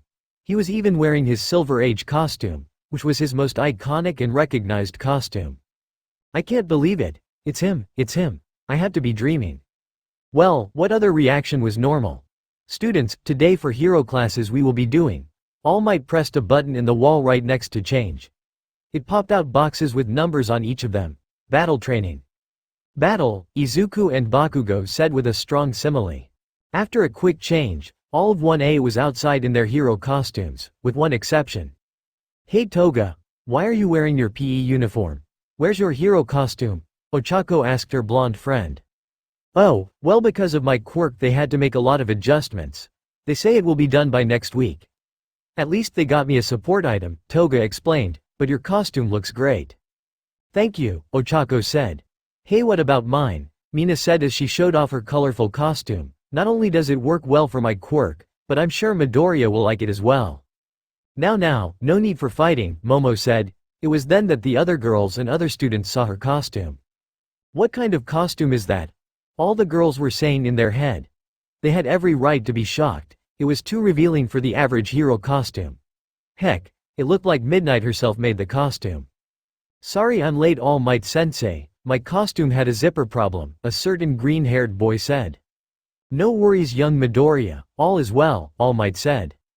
Everyone turned to see the much-anticipated student made his arrival. Izuku was in a green costume with white stripes and a hood with bunny ears. Although his costume was plain, It showed off his powerful body underneath. It made the girls awe and amazement and the boys jealous of his strength. Now for today's assignment, it will be, All Might pulled out a card, indoor battle training. Teams of 2 will either play a hero or a villain. The villains have to protect a bomb and the heroes have to secure it before time runs out. Any questions? Are you threatening to expel someone just like Aizawa-sensei? How will teams be formed? How fabulous is my cape? One at a time, I don't have a hearing quirk. First of all, raise your hands. As for how teams are formed, they will be decided by picking lots. Yes you, young Todoroki, All Might said. Sensei, there are 21 of us, and from what you said, there's going to be teams of 2. So which team would the 21st student go to? Shoto Todoroki asked. Good question. Because of that, one team will have 3 members compared to the average 2. Does that answer your question? Yes, thank you All Might. Now let's go pick your teams. Remember the UA motto, plus ultra. Plus ultra, the students yelled back. Teams for today's assignment. Team A, Izuku Midoriya, Ochako Uraraka, and Himiko Toga.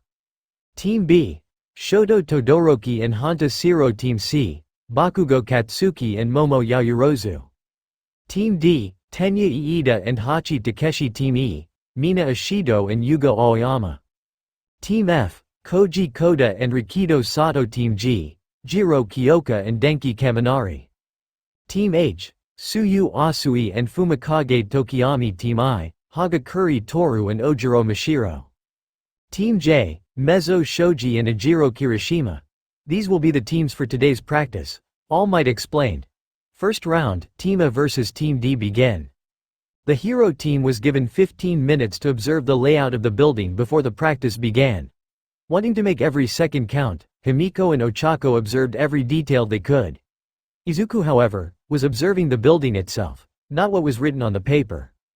Deku, is something wrong? Ochako asked. He, no I'm fine Uraraka. I'm just very excited. Excited, about what? Takeshi, from what I've seen he's one of the strongest in our class, not only that, but he has a warrior spirit. A strong one from what I've seen. There's also Iida and his mind. He's easily one of the smartest in class, no one of the smartest in the school. The perfect brain and the perfect brawn combined. That will make one hell of a match, Izuku smiled. I haven't been this excited since my fight with Chisai Chakri. So what's our plan? Haichi Takeshi said as he leaned against the bomb. His hero costume was a red spandex suit that covered his body and legs. His costume also came with a red cape and brown combat boots.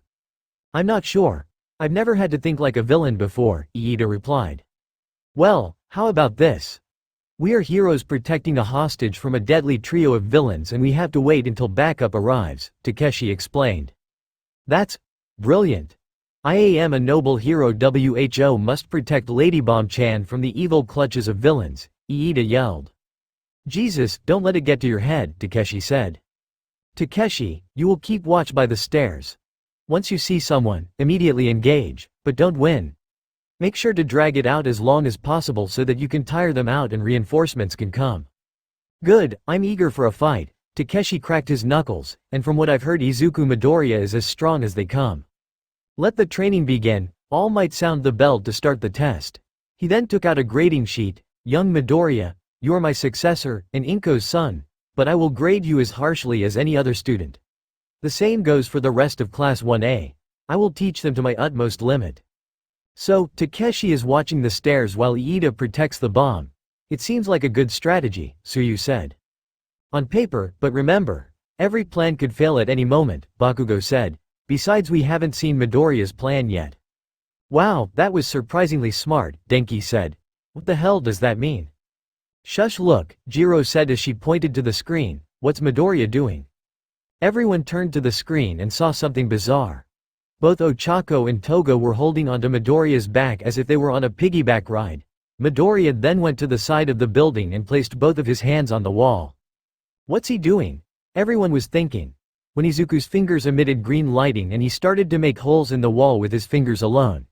He then placed both of his feet on the wall and started to climb with no issues at all. This shocked everyone there, especially a certain blonde boy. He's doing a Sikorsky, Bakugo yelled. A what? Sikorsky was an infamous Russian criminal who was sent to death row. However, he escaped by climbing the walls with only his fingers alone, Bakugo explained. However, it was only because of extreme luck that Sikorsky escaped. The walls had small cracks in it that helped Sikorsky escape. Izuku, on the other hand, is creating holes in the wall to help him climb, just like Sikorsky. But why is he doing so? Wouldn't just entering the building be a better and safer option? Shoji asked. Probably not. Remember yesterday when Takeshi was proudly showing off? Everyone nodded in response. Well, it shows that although Takeshi is strong, he has a lot of pride. Both Iida and Midoriya noticed this. Iida used this to his advantage. That's why he put Takeshi ahead, because that is the position Takeshi is best in. However, Midoriya also thought of it. Midoriya must have realized this, so he decided to go an unconventional route. A route Iida never would have thought of.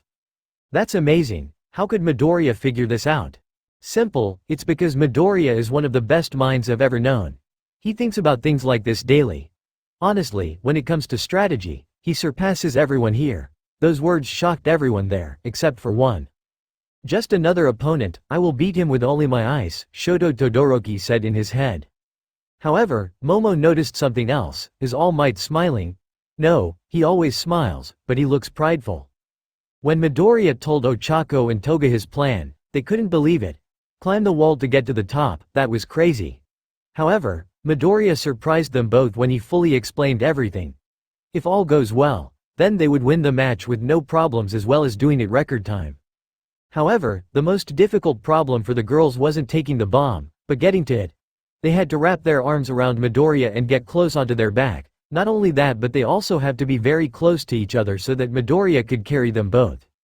Being that close to a guy and someone else they admire was difficult for the girls. Ochako is so cute, and I'm so close to her. And Midoriya is cute as well. I'm so lucky, a blushing Toga said in her head. I'm so close to Himiko and Midoriya. Oh, if my aunt saw me like this, then I will never hear the end of it, Ochako said in her head. Uraraka, Himiko, I believe we are on the top floor, Midoriya said. I could be wrong, but this may be the room the bomb is in. Check, and then tell me what you see. Ochako and Himiko quickly peeked into the windows and then reported everything they saw. I see Robot Boy and the bomb, but no one else, Toga reported. Everything's clear on my side, Ochako reported. Good. Midoriya then climbed to the top of the building. The girls got off his back. You ready? Yes, the girls both nodded. Here we go. Izuku raised his foot in the air and had it come crashing down. Kaboom! What was that? Iida said a large hole was formed by Izuku's kick. It was big enough for him and his teammates to enter. Ochako and Toga were the first to enter. Their entrance shocked Iida to the core. How did you get here? He asked. Sorry Iida, Midoriya said as he got into the room, but I fight to win, even if that means using unconventional tactics. Hey, I heard a loud sound. What's going on up there? Takeshi asked over the intercoms. Sorry Takeshi, but they're here. They must have ignored the stairs and gotten up here from a different path, Iida said. Wait, they ignored me. Takeshi buffed up, those fucks. His powerful voice reached the boom room and shocked the trio of heroes. What was that? Ochako asked. Boom boom boom, the building started to shake every passing second. Even Midoriya was finding it difficult to stand. Ignore the shaking. Just get to the boom. Takeshi's jumped through the floor and emerged like a demon from hell. How dare you, Takeshi said. There is my chance. While Takeshi distracts them, I will run. Iida got up, grabbed the bomb, and ran out of the room using his quirk. He's getting away, Himiko said. You two go after him, I'll deal with Takeshi, Midoriya said. The girls obeyed and ran past Takeshi. Come on you big troll. Fight me. Midoriya ran towards Takeshi at full speed. Takeshi threw a massive left kick towards Midoriya.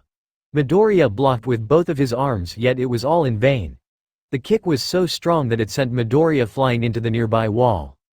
Kaboom! Midoriya, the girls yelled. Himiko had an idea. It was a crazy idea but the only one they had. Ochako, go after Iida. I'll handle Takeshi by myself. That's crazy.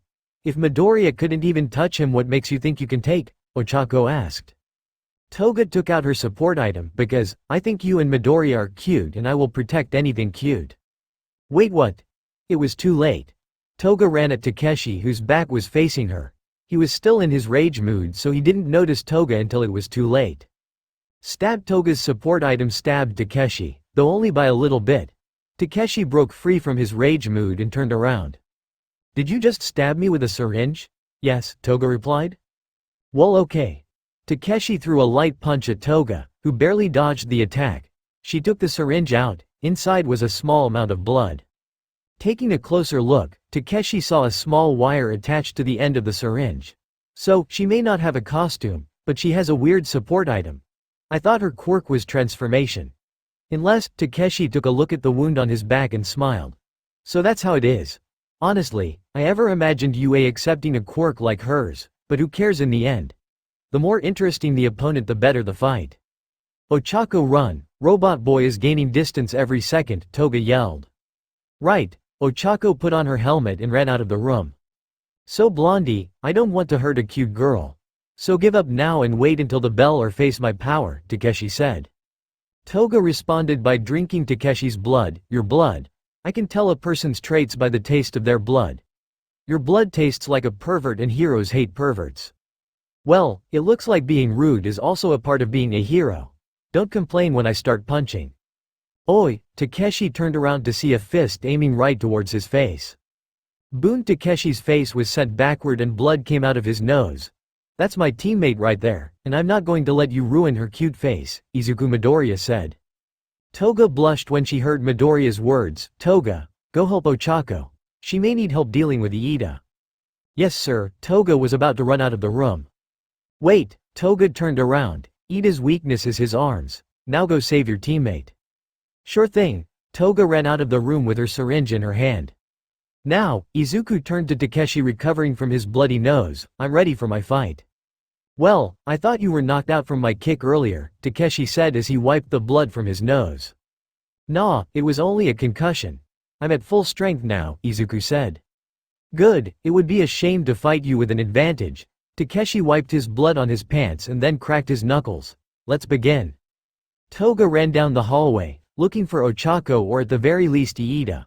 Her search leads her down empty hallways and even more empty rooms. That was until she heard something crash in the floor below. Not wasting this chance, Toga rushes towards the stairs at her fastest speed. She wasn't as fast as Iida or Izuku, but she tried her hardest to run. After a few seconds of running, Toga had finally caught up to Ochako. Ochako had cornered Iida in a hallway with no windows and only one door. The bomb was right behind Iida, standing right next to the end of the hallway. Ochako was across from Iida and had put on a boxing stance. Toga finally got up and took out her syringe. So how should we approach this? Well, Iida is trapped. If he engages us, then he risks the bomb being caught. His best option is to stay still. Unfortunately, we're not going to let that happen, Ochako said. Nice, Toga smiled. I take him, you take the bomb, I take the boy. I will not let you hurt Bomb-chan, Iida yelled. Toga and Ochako stopped in their tracks. Excuse me, what? Boom! Izuku threw a strong punch towards Takeshi's left side, but it did nothing. Takeshi just swung his massive arm towards Izuku, who just barely dodged. Izuku then jumped up in the air and roundhouse kick aimed right at Takeshi's face. Kaboom! Despite the kick landing point blank, it had little effect on Takeshi. Is that all? Takeshi said before grabbing Izuku's leg and slamming him onto the ground. Izuku responded by kicking Takeshi in his already damaged nose. The already accumulated damage caused Takeshi to let go of Izuku's leg and made him step back. Come on, Takeshi said as held his nose. Is attacking my nose all you could do? Huff, huff. What is this guy made of? No matter what attacks I use, it does not affect. There's some damage on his skin, but it still feels like I'm punching steel. Why? Izuku was trying to figure out the mystery of this strange situation in his head. All Might Sensei, the hero turned around to see Tsuyu Asui raising her hand. What's with Takeshi's body? It seems like Izuku's attacks have no effect on him. Is it his quirk? That's where you're wrong, young Asui. Call me Tsuyu. You see, young Takeshi has a condition called muscle hypertrophy syndrome. The students turned their head in confusion. They had never heard of anything like that in their life.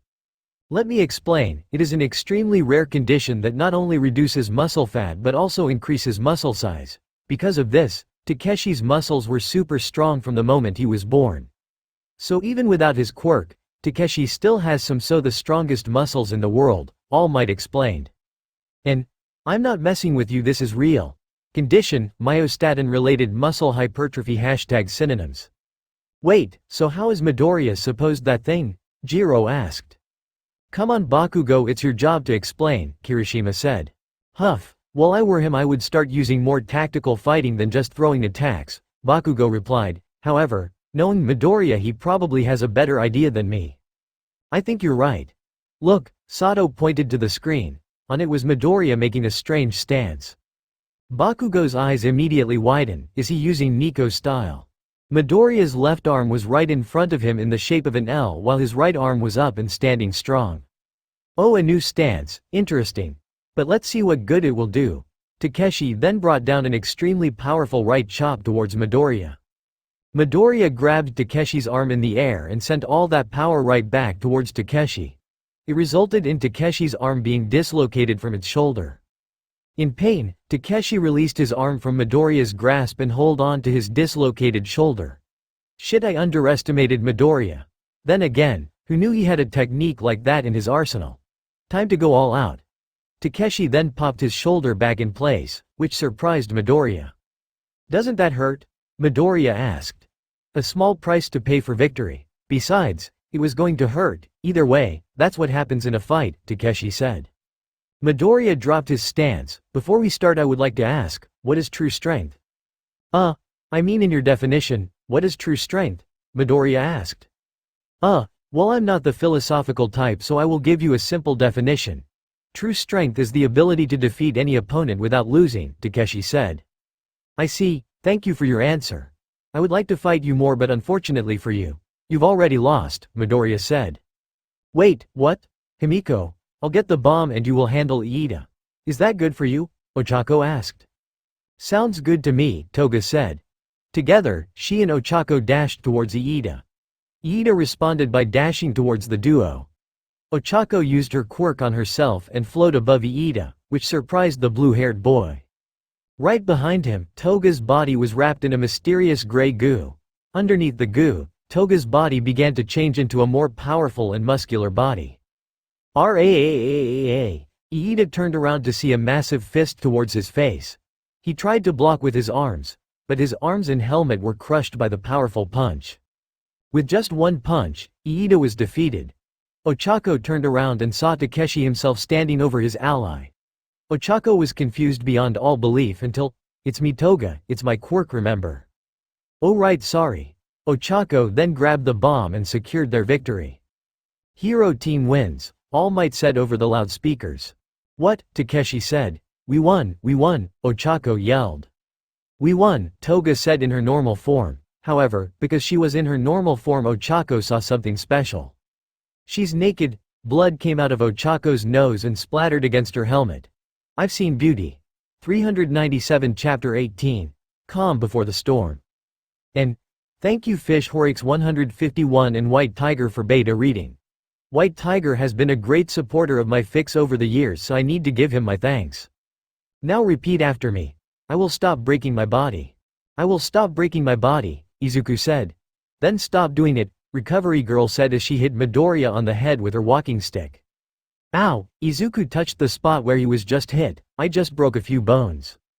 You broke your goddamn ribs, Recovery Girl yelled. You're staying here for the rest of the period, you got that? Yes ma'am, Izuku replied.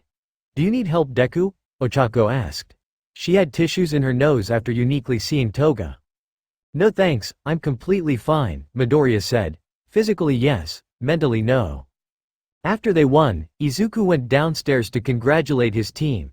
He then saw Toga without her uniform and immediately passed out, which caused him to be dragged away by the UA robots into the infirmary.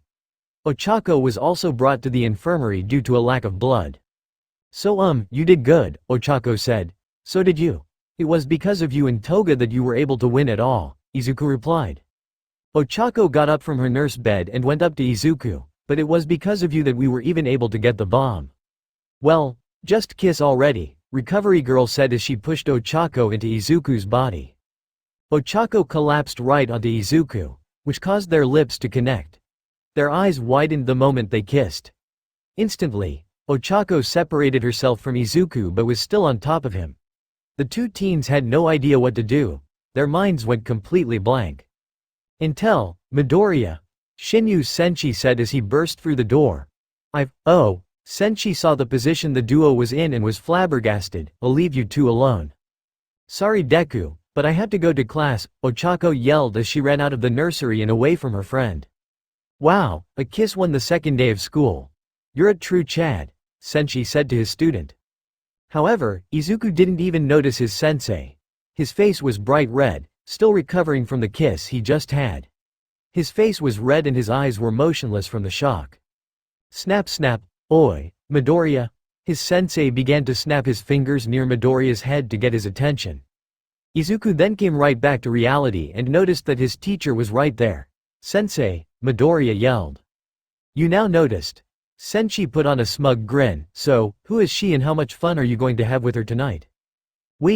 That's but, Izuku just hid under the sheets. Senshi laughed at the show his student was giving. Relax, I'm just teasing. Besides, I know you're too nervous to ever make the first move, but I still can't believe you were in such a position. How far were you two going to go? That didn't help Izuku. It just made him even red. Don't you have a job to do? Recovery girl asked. Yeah. Where's the mess? Senshi asked. That caught Izuku's attention. He picked his head up and saw his sensei with a mop and gloves. Job? Yeah, I work here now. I'm UA's new part-time janitor, Senshi replied with a proud and happy smile. Sure, being a middle-aged man and having your first job being a janitor was pathetic, but hey, it didn't hurt Sensei's feelings. Shut up and do your job, Recovery girl said. Okay fine, Senshi said as he entered the nurse's bathroom. He then regretted it. Oh my god, what in fucking shit's name happened here? I know who did it, a new voice said. She then unveiled her currants, revealing herself to the trio.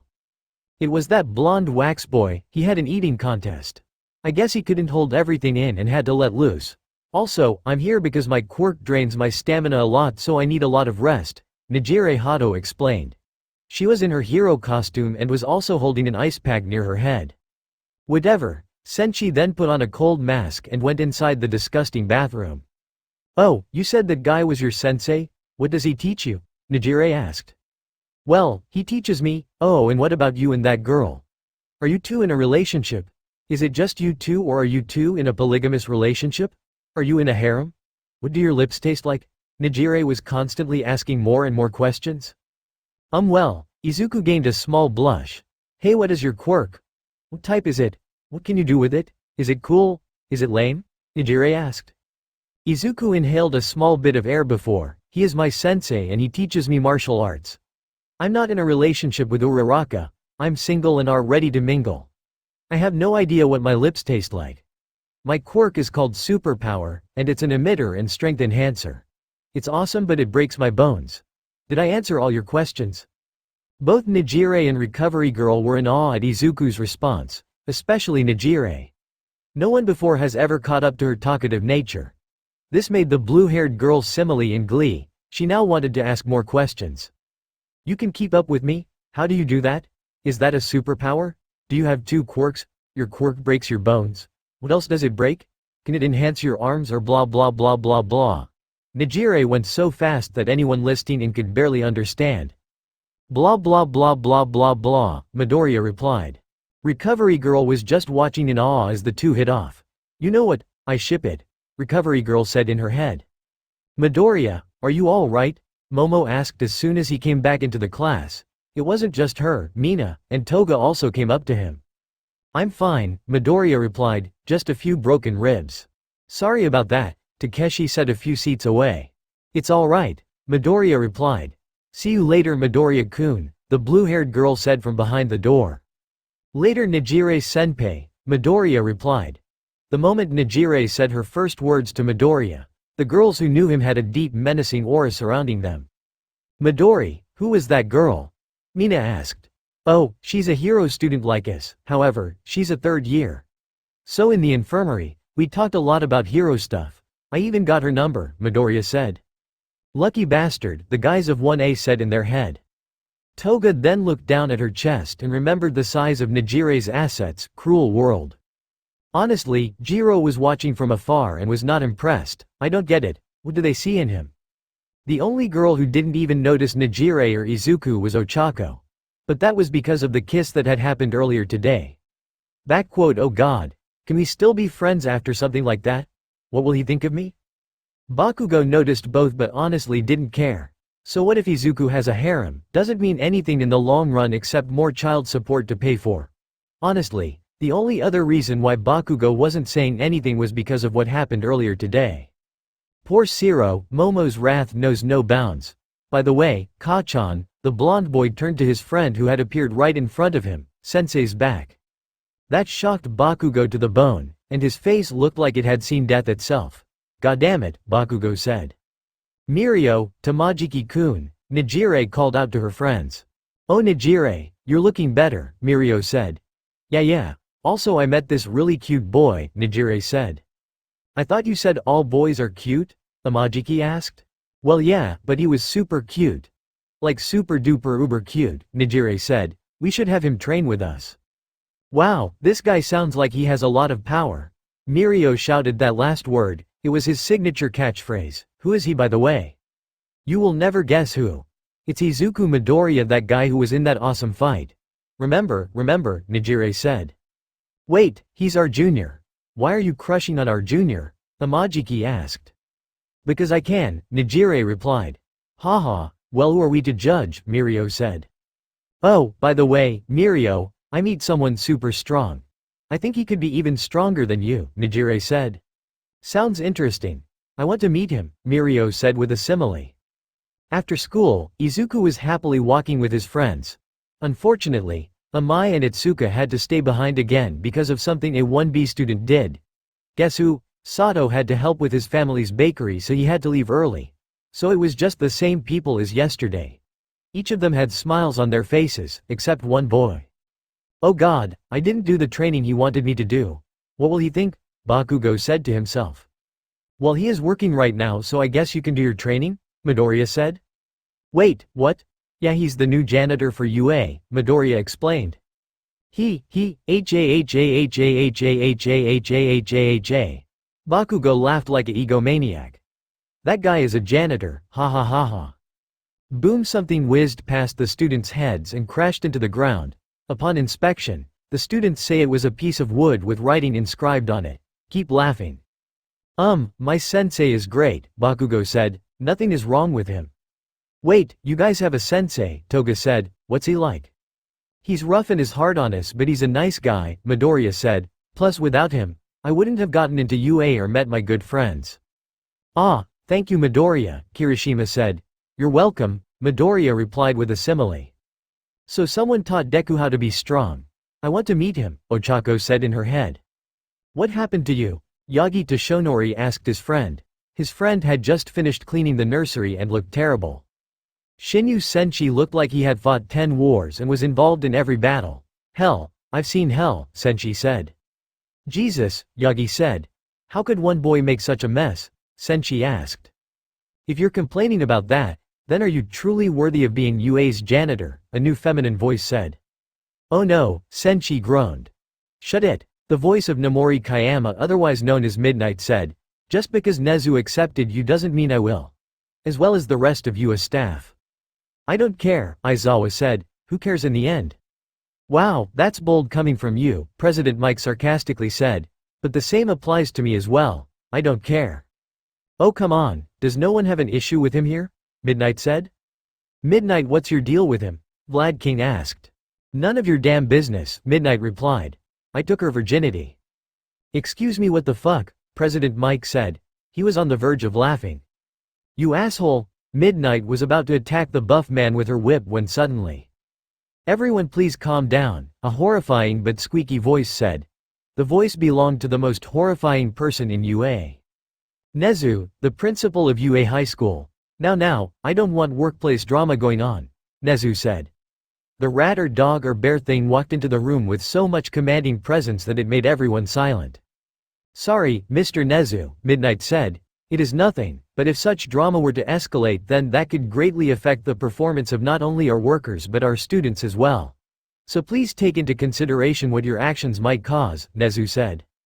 Yes sir, Midnight said. The same goes to you Senshi. You may be a simple janitor in UA. But outside you are an important man, Nezu explained. So make sure any potential drama you must be reported to me. I will, sir, Senshi said. Good, now where is my tea? Nezu commanded. That's when he noticed something peculiar. Senshi, what happened to the mop? Let's just say I had to give a lesson on respect, Senshi replied. Inko, I'm back, the voice of Yagi Toshinori said. Yagi, Inko went to the door and hugged her beloved boyfriend. How was your first day teaching? Surprisingly great, Yagi replied. He then gave a quick peck on Inko's lips. Izuku did well today. Now are you saying that because he's my son or because he's your student? Inko asked. Neither, he was just that good, Yagi said. Speaking of which, where is young Midoriya? Oh, he's in his room doing homework. Would you like some dinner? Inko asked. Yes, please, Yagi replied. Inko placed the plate down on the table and all might be ready to feast. Itadakimasu, he said before eating his meal. So, anything interesting happened at school today? Inko asked. Well, there was this massive food competition that results in one student eating over 100 meals, Yagi said, and Izuku teamed up with 2 girls. 2? Oh my, I never knew Izuku had it in him, Inko said. Yeah, not only that but he saw a little action if you know what I mean, Yagi sarcastically said. Despite him telling a joke, it caused Inko to tear up. Yagi instantly noticed this and comforted her. Inko, what's wrong? Was it something I said? No, it's Sniff, I can't believe I'm going to have grandbabies, Inko said. Izuku.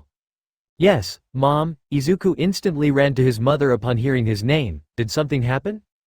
I'm so proud of you, Inko said as she hugged her son. I was always scared you would never get along with girls, but I'm happy you're finally getting along with them.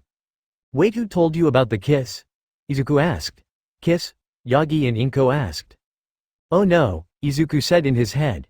Boom, the Midoriya apartment was then destroyed by the power of Inko's tears. Deku, you're, oh my god, what happened to you? Bakugo asked. Izuku Midoriya was a mess of a man.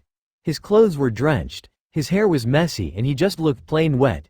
It's been sunny all day, how the hell did you get so drenched? Bakugo asked. Never underestimate the power of a mother, Izuku said as he sat down. Suddenly a towel was plopped down on his head. Here, dry yourself, Izuku, Momo said. Oh, thank you, Momo, Izuku said as he rubbed his face with the towel. And your hair's all messed, Mina said as she put her hands in her hair. Let me make it all fluffy again. She then took out a hair comb and started to make Midoriya's hair the same as before. And let me help you with your clothes, Ochako said. Oh thank you, Izuku said as the girls helped him out. As the girls helped Midoriya out, the boys watched from a distance, their jealousy growing by the second. Must be nice having so many girls helping you out, Sato said. Whatever happened to bros before hoes? Kirishima asked. Puberty, that's what happened, Bakugo responded. Get in your seats, a sleepy Aizawa said. He crawled into the classroom with the enthusiasm of a dying cat. Today we will be picking your class representatives. Normal stuff, the class of 1A yell. Calm down, Aizawa said. I don't care how you do it, but make sure it's done before class is over. I appoint myself as president. I am the shiniest one here, Aoyama said as he did a pose on his desk. Wait, that makes no sense. It does to me, Aoyama responded. The class continued to indulge in chaos until, gentlemen, we have a solution for our crisis. Democracy. We each vote on a classmate and the one with the most votes is our class president, Iida suggested. That's surprisingly a good idea, Takeshi said. What do you mean by surprisingly? So the class of 1A, all 21 of them, voted on who would be the best candidate to lead the classroom. Izuku Midoriya was the class president and Momo Yaoyorozu was vice president. So here you go, your class president and vice president, Aizawa said as Izuku and Momo stood before the classroom. Izuku looked a little nervous and shocked at the moment. I honestly didn't expect this to happen. I didn't think 4 people would vote for me. I didn't even vote for myself, he said in his head. Momo, on the other hand, was thrilled to get such a position. Thank you all for voting me. I will make sure that I am the best vice president for this class, Momo said. Same here, I will strive to make this class the best I can, Izuku said. Lunchtime. So Izuku, I heard you became class president, Itsuka said as she entered the lunch line with the 1A gang. This included Izuku, Momo, Toga, Ochako, and Mina. Itsuka had with her the same 2 as yesterday, Abara and Yui. Oh yeah, I did, though I still can't believe it, Izuku said. As a fellow class president, I will encourage you with all my might, Itsuka said. "Oh, Itsuka," a loud powerful voice called out. "Oh, Takeshi," Itsuka replied. "Can I get your number?" "No, you pervert," Itsuka replied. PFFT, Ochako laughed at Itsuka's response. "I knew you were a pervert," Toga said, which made Momo chuckle. "Wait, how do you two know each other?" Izuku asked. "Oh, he goes to my father's dojo and is very infamous for his pervert acts," Itsuka said. "If it wasn't for his strength then my dad would have kicked him out a long time ago." "Hey, it's not my fault women with GI are hot. I'm just a man of culture," Takeshi said. Itsuka then grabbed him by the ear and pulled his head down. "Listen here, perv, if I wasn't at school I would kick your ass here and now." "Ow, I'm sorry," Takeshi said. Itsuka then let him go. "You know God forgives sinners but not us," Obara said, "so please don't be a sinner." Obara then went to get her lunch. "Midoriya, help," Takeshi whispered.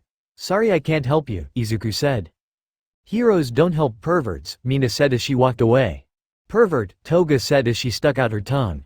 "Do I not have one alley of justice in this school?" A sudden tug caused Takeshi to look down. "My friend," a certain purple ball-haired boy said, "I am also a man of culture." "I see," Takeshi had made a new friend. "So Izuku, as a fellow class representative, just ask me any questions if you have any questions. Understood?" Itsuka said. "Sure," Izuku said as he sat down on the lunch table. "Midoriya, is something wrong?" "Well, I'm just trying to get used to being class president," Izuku said. "I'm not even used to being in such a position." "Izuku, I didn't vote for you for no reason," Toga said. "I voted for you because I knew how good of a hero you can be. And I know how kind you could be. I truly believe you were the best choice for class president."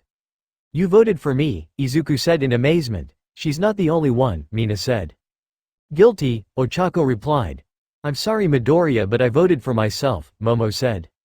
"It's alright. So that's 3 of you. Who's the 4th?" Izuku asked. They then felt a depressing aura from behind them. "That would be me," Iida said from behind Midoriya. "What's wrong, Iida?" Izuku asked. "Nothing, just, no one voted for me," Iida said in dismay. "Don't cry, robot boy," Toga said, trying to uplift Iida's feelings. "Midoriya, I came from a prestigious family. I've seen natural-born leaders as well as people who have risen from nothing. I would like to reach the same level as you, but as I am now I am small. So until I reach your level, I am fine with the way I am," Iida explained. "Wow, thanks Iida," Izuku said. Despite living this life for so long, he was never used to the amount of praise he received. "What are we waiting for? Let's eat," Mina shouted as she grabbed her chopsticks. "Hold on, before we eat we need to pray to the Lord," Obara said. "But I'm hungry," Mina replied. "You can wait," Obara said in a commanding voice. "Now let's hold hands." Everyone just went along with Obara, not wanting to make her upset, but they didn't complain. "I never want to get this," Izuku said as he ate his meal. Somewhere else in the school, in an empty office, a dark purple portal opened and a ninja came out with an Oni mask. "I'm inside, Shigaraki, now you do your part," the ninja said in an earpiece. He then closed the office door and locked it from the inside. "Sure thing, just get the info we need," Shigaraki replied. The portal disappeared and the ninja went searching through the file cabinets. "VREEEE, security level 3 has been broken. All students, please evacuate in an orderly fashion." Despite the alarm and the number of kids running down in halls in fear, the ninja paid no attention. He searched through the file cabinets until he found what he was looking for. It was a single piece of paper. "Got you." The ninja then took a picture with his phone of the paper. Boom, the door behind him came crashing down. "You know, I was shocked to see that someone breached the barrier. But I then noticed that someone had accessed the principal's office and I got suspicious." The ninja turned around to see his opponent. "Who are you and what are you doing here?" "The number 10 hero in the world and head of security at UA, the Wild Tiger, Wakatsuki Takeshi." The ninja answered by throwing the knife at Wakatsuki.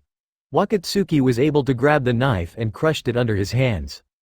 The ninja realized the situation he was in and knew he had to escape. He grabbed the file cabinet and threw it at the hero. Wakatsuki easily brushed the file cabinet off and dashed towards the ninja. To escape the hero, the ninja jumped through the office window. Wakatsuki looked out the window to see nothing, not even the glass from the shattered window. Wakatsuki then pressed an ear device. "Nezu, we have a problem." "So can anyone explain to me what has happened?" Nezu asked. He and the other teachers were in a boardroom. Yes, as we all know the front gate was destroyed which caused multiple reporters to rush in, but that wasn't why I called you here today. As you know, a villain got inside in UA and was able to look through our files. Wakatsuki clicked a button on a remote. It then showed the picture of the villain. I engaged him but before I could get any answers he escaped. We don't even know what information he got or anything about besides this. Wakatsuki then held up a plastic bag containing broken pieces of a knife. It's high quality and very expansive, so we know that either he has a lot of wealth or is working for someone with that wealth. So we have a powerful enemy against us. If they were always able to get into UA, why attack now? Midnight asked. I think we all know that answer. Eraserhead then turned his head towards his coworker. Are you saying I am responsible for this? Yagi Toshonori asked. No, but you do have a large number of enemies both publicly and in the underworld, Eraserhead explained. Even if that's true I would never have wanted like this to happen to this school. Especially if that means hurting the students, Yagi said. Enough, Nezu said. His one word ended the argument. Now the fact remains that someone got into this school. This is a major security issue. We must increase security in every regard. What about the USJ training tomorrow? Should we cancel it? 13 asked. No, there is a way that we can continue training without adding distress, Nezu said. Please don't tell me, Midnight growled. I'm sorry Midnight but this is the way, Nezu said. Somewhere far away. A man sat alone in a room with only a computer monitor and a photo to accompany him. Tubes of life support were all over his damaged face and body. The photo he held in his hand was one from long ago. It was a photo of a man and his family. A green-haired woman holding her green-haired son standing next to a man white hair. It's been so long, Inko, I wish I could see you and our son again, All For One said in his head. The ancient villain then heard a door open behind him. All For One quickly hid the photo before the guest could notice. Ah, Doctor All For One then felt a gun being pressed against his head. Not the doctor, a demonic voice said. Hey, Jack, you should have me, you were coming, All For One said. Sorry, I just wanted to mess with my old friend, Jack Blade said. He then walked over to All For One's oxygen tanks. So it's true, you did fight All Might. I'm surprised you knew, but then again nothing escapes you. Especially my hiding spot, All For One said. Well, you couldn't hide from me forever. I've killed Slayers of Doom, Lords of the Undead, and even a God of War. Don't think I couldn't find one man, Jack said. He then began to observe the room. You know it's funny. Despite your kingdom crumbling you still have this much power. You should know well not to underestimate me. All For One smiled under his oxygen mask. So why have you gone to me? Jack threw a newspaper to the desk near All For One. It said, new teacher of UA, All Might himself. Not only that but there was an incident at UA Day where the reporters breached the front gate, but that would be a total coincidence, right? Jack said. What do you want? All For One asked. You remember our deal, the one we made 70 years ago, Jack said. How could the villain forget? He remembered the first time he met Jack. The American came to the villain's hideout with the corpse of the fourth One For All user. Of course, Jack didn't know about One For All, but he did know about All For One's enemies. Yes, I stay in Japan and you stay from me, All For One replied. Good, just making sure you remembered our deal. Jack then turned his back towards All For One. All For One then raised his hand. Jack's quirk was too great to take. All For One knew about Jack's quirk for a long time ago. Honestly, All For One always wanted Jack's quirk. Why not? It was literal immortality. The fountain of youth. The ability to never die and to heal from any wound. The only reason why All For One never took it before was the fear that Jack's quirk had a downside that All For One never knew about. But that fear was long gone with his new injuries. With Jack's quirk, he would never have to fear anything again. Not All Might, not the King of Fighting, not even the entire United States could stop him. He would be a god again. I wonder, how Inko and Izuku are doing? That one sentence stopped the great villain in his tracks. What did you say? Your son, Izuku Midoriya, and your wife Inko Midoriya, you two are still married, right? How's he doing? After all, we don't want anything bad to happen to them, do we? Jack was up close to All For One. Their faces right in front of each other. If All For One had eyes, he would be given Jack the look of death. If you lay one finger on them I will. Oh relax, I'm going to do anything. After all, we don't want your quirkless son to get hurt, do we? Jack then walked away from his so-called friend. I'll leave you to your war with UA and I'll also leave Shigaraki alone. Just remember our deal, okay? Wait, Jack turned around to see All for One in a distressed state. Why are you doing this? You know I'm attacking the biggest hero schools in the world and you're doing nothing about it? Why? Well, I just don't care. For most of my life, I just haven't cared. You'll understand one day. But that's a story for another time. After all, our good author can't reveal everything yet, Jack said. Author? Who is he talking about? See you later, Hisashi Midoriya, Jack said as he disappeared without a sound. All for One grabbed the hand rests on the wheelchair and broke them in sheer anger. From the shadows, Jack smiled to himself. I wonder why All for One had a quirkless son and didn't give him a single quirk? Oh, this is a rabbit hole I love exploring. The next day, the entire class of 1A was on a bus waiting to arrive at the newly constructed USJ. So Toga, your hero costume still isn't done yet? Izuku asked. Nope, but our PE clothes aren't bad. It does make me look cute, Toga said. She does like cute things, Ochako said in her head. She then remembered the events of the other day. Stop thinking of that. I mean, she is cute. Her and Midoriya, but what am I thinking? Ochako did her best to hide her blush under her helmet. So Midoriya, I usually say what's on my mind, Tsuyu said, so there is something I need to ask. Oh, go ahead Asui, Midoriya said. Call me Tsuyu. Anyways, what is your relationship with All Might? Tsuyu asked. What are you talking about? Midoriya replied, oh no, did someone already find me out? Well, you two do spend a lot of time together and your quirk greatly resembles him. So what's your relationship? Tsuyu asked. Oh well, now hold on a second Tsuyu. Sure, All Might's and Izuku's quirks are similar, but they are different in many ways. For one thing, All Might's quirk doesn't emit green lighting or break his bones, Kirishima said. Thank you Kirishima, Izuku gave his good friend a thumbs up. If only I had your gifts, Kirishima said. Hey, don't be Kirishima. Your quirk is great for a hero. It not only protects yourself but also increases your attacks greatly, Midoriya said. Well, pros do have to worry about how well the public thinks about their quirks, Aoyama said. Fortunately for me, my quirk is both flashy and applicable. As long as you don't blow up your stomach, Mina replied. She then received the French stare of death. But not as good as Bakugo or Todoroki. They have the best quirks.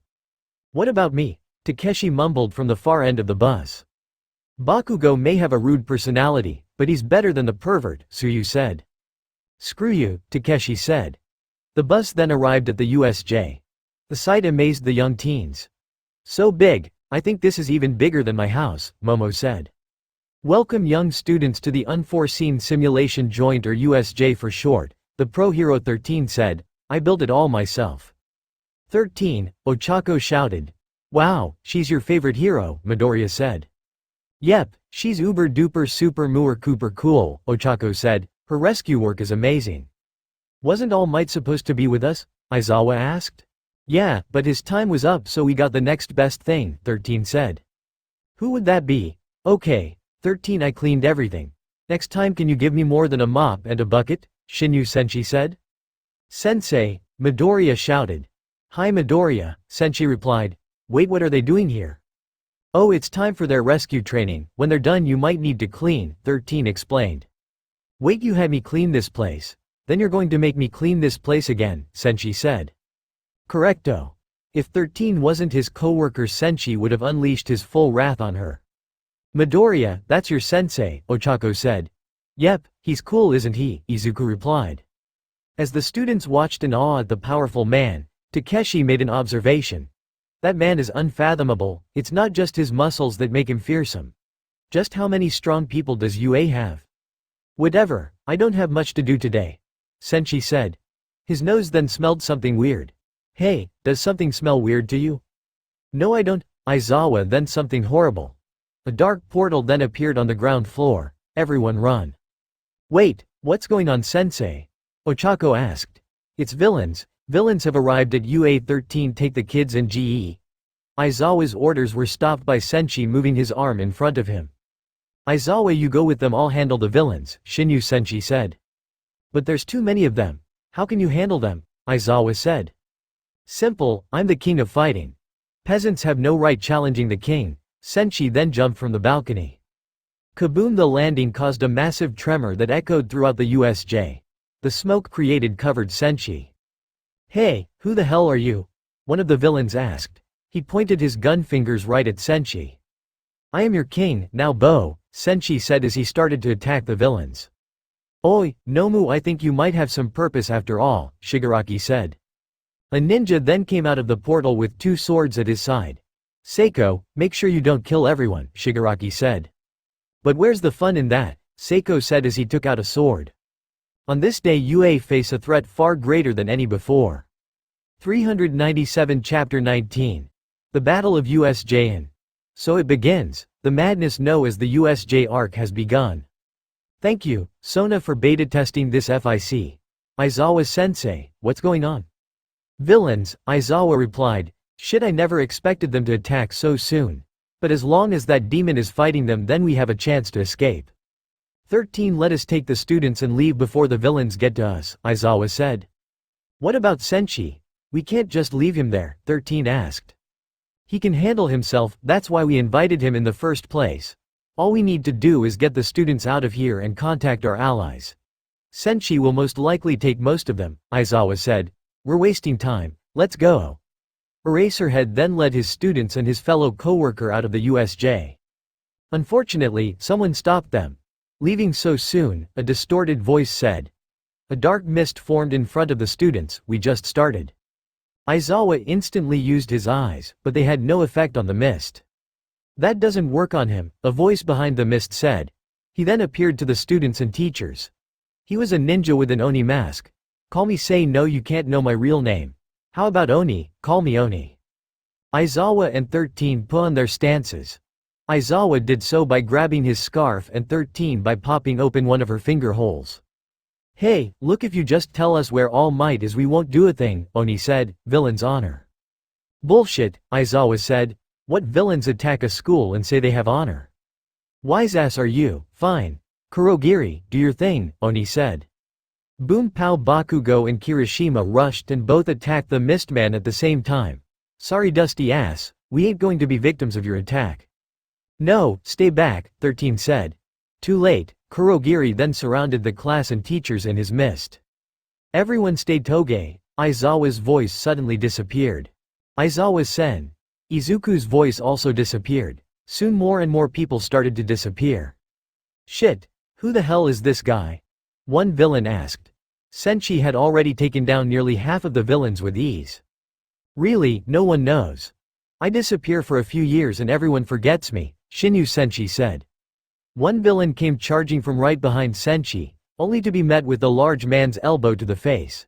"Seriously, this is a low blow even for me." Senshi then felt something touch his back and responded by throwing a powerful chop towards the neck. Only to realize that it was his co-worker Aizawa, who had a confused look on his face. "Aizawa, what the hell are you doing here? Shouldn't you be with the kids?" Senshi asked. Aizawa looked around. "Wait, what happened?" "Sorry, that was my quirk." The Mistman appeared a few feet away from the duo. "We can't have anyone escaping just yet. We want to leave All Might a present for his absence."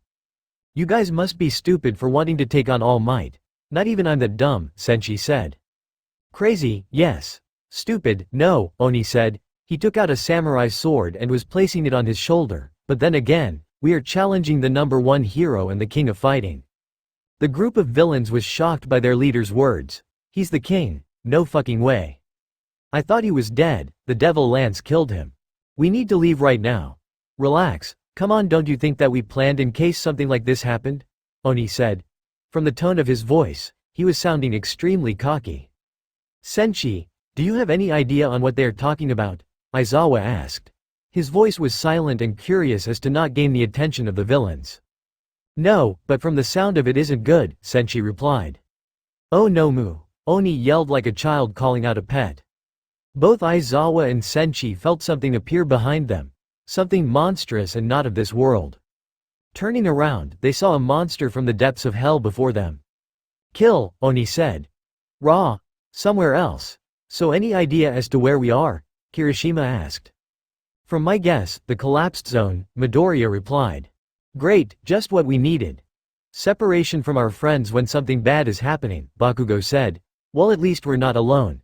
The trio was currently in a room with broken windows and open doors.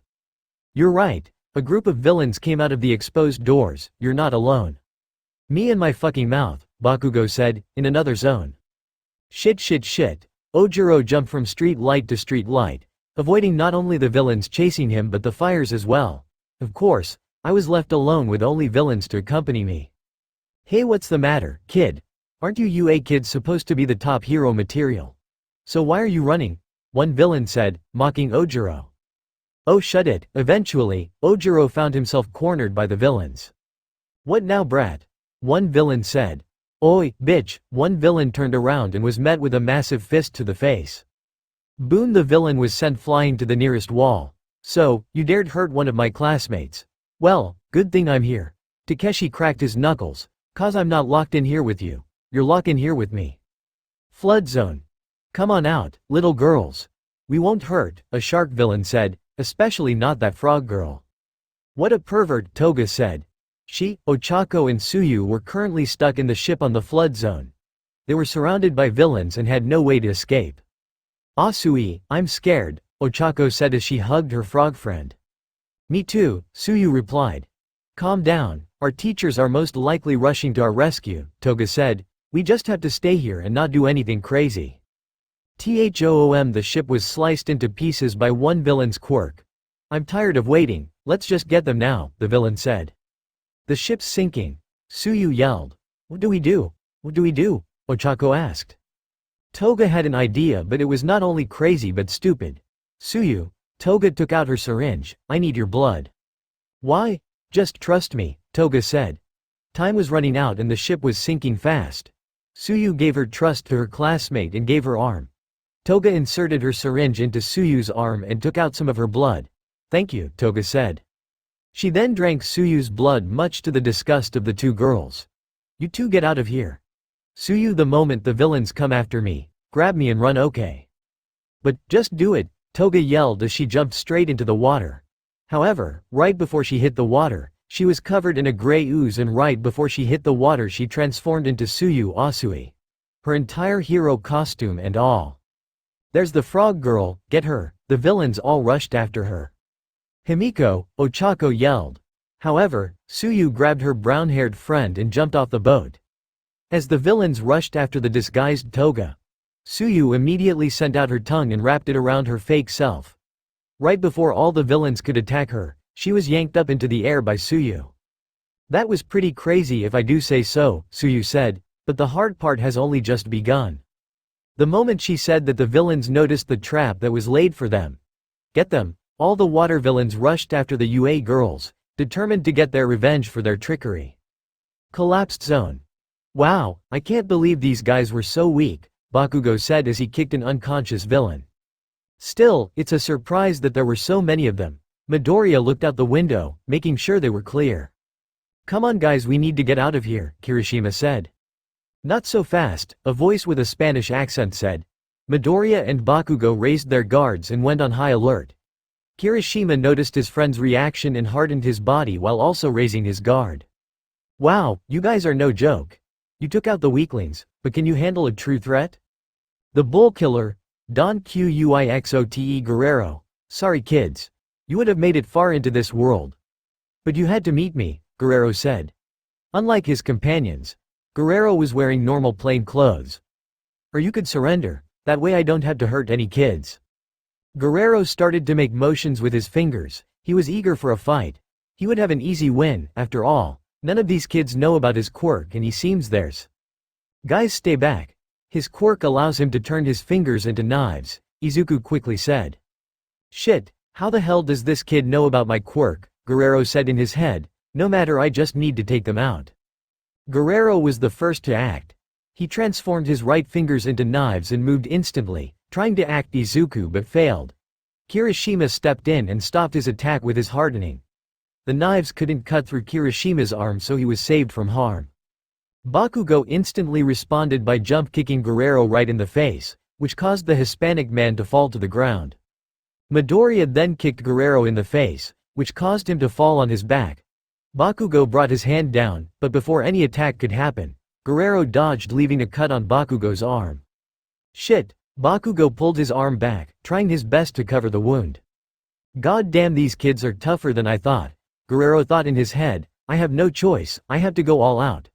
Both of Guerrero's hands turned into knives and ran at the trio. Kirishima put both of his arms up and dashed straight towards Guerrero. Instead of a slash, Guerrero threw a right kick towards Kirishima's hips. Unfortunately, Kirishima's hardening made the attack effortless. Yet, Guerrero continued his assault with a flurry of powerful punches.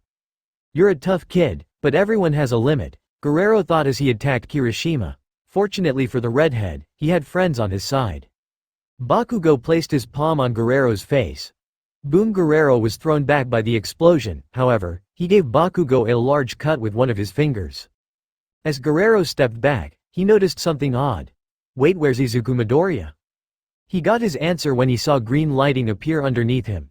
Midoriya was in a crouching position, with his arm surrendered by One for All. Oh shit. Kaboom! Izuku unleashed a massive right uppercut towards Guerrero's jaw. It was so powerful it sent the older and heavier man up to the ceiling. His head was stuck with his body hanging out like a cartoon character. My punch was that strong, I was only using 10%, Izuku thought. But still, he placed his left hand on his right arm. The pain is insane. I guess I should raise it a little more until my body can handle it. Oi Deku, next time don't let us do all the damn work, Bakugo shouted. We were lucky that guy was weak as fuck. Hey, at least we won, Kirishima said. But more importantly, Bakugo, how are your wounds? I'm good, that guy didn't cut too deep. Bakugo then ripped off a piece of his uniform and wrapped it around his wounds. There's also another matter, Izuku said. While he may be weak, the other villains are most stronger and could most likely kill us easily if we're not careful. There's also the mist guy who can teleport us away in an instant. If I'm honest, then I think we need to take him out first, Bakugo said. Why do you say that, Bakugo? Simple, he's the reason the villains got in here in the first place. So it's possible that he's their way out. If we take him out, then the villains are left here until the other teachers come, Bakugo explained. That's not a bad idea, but you two attacked him before to no avail.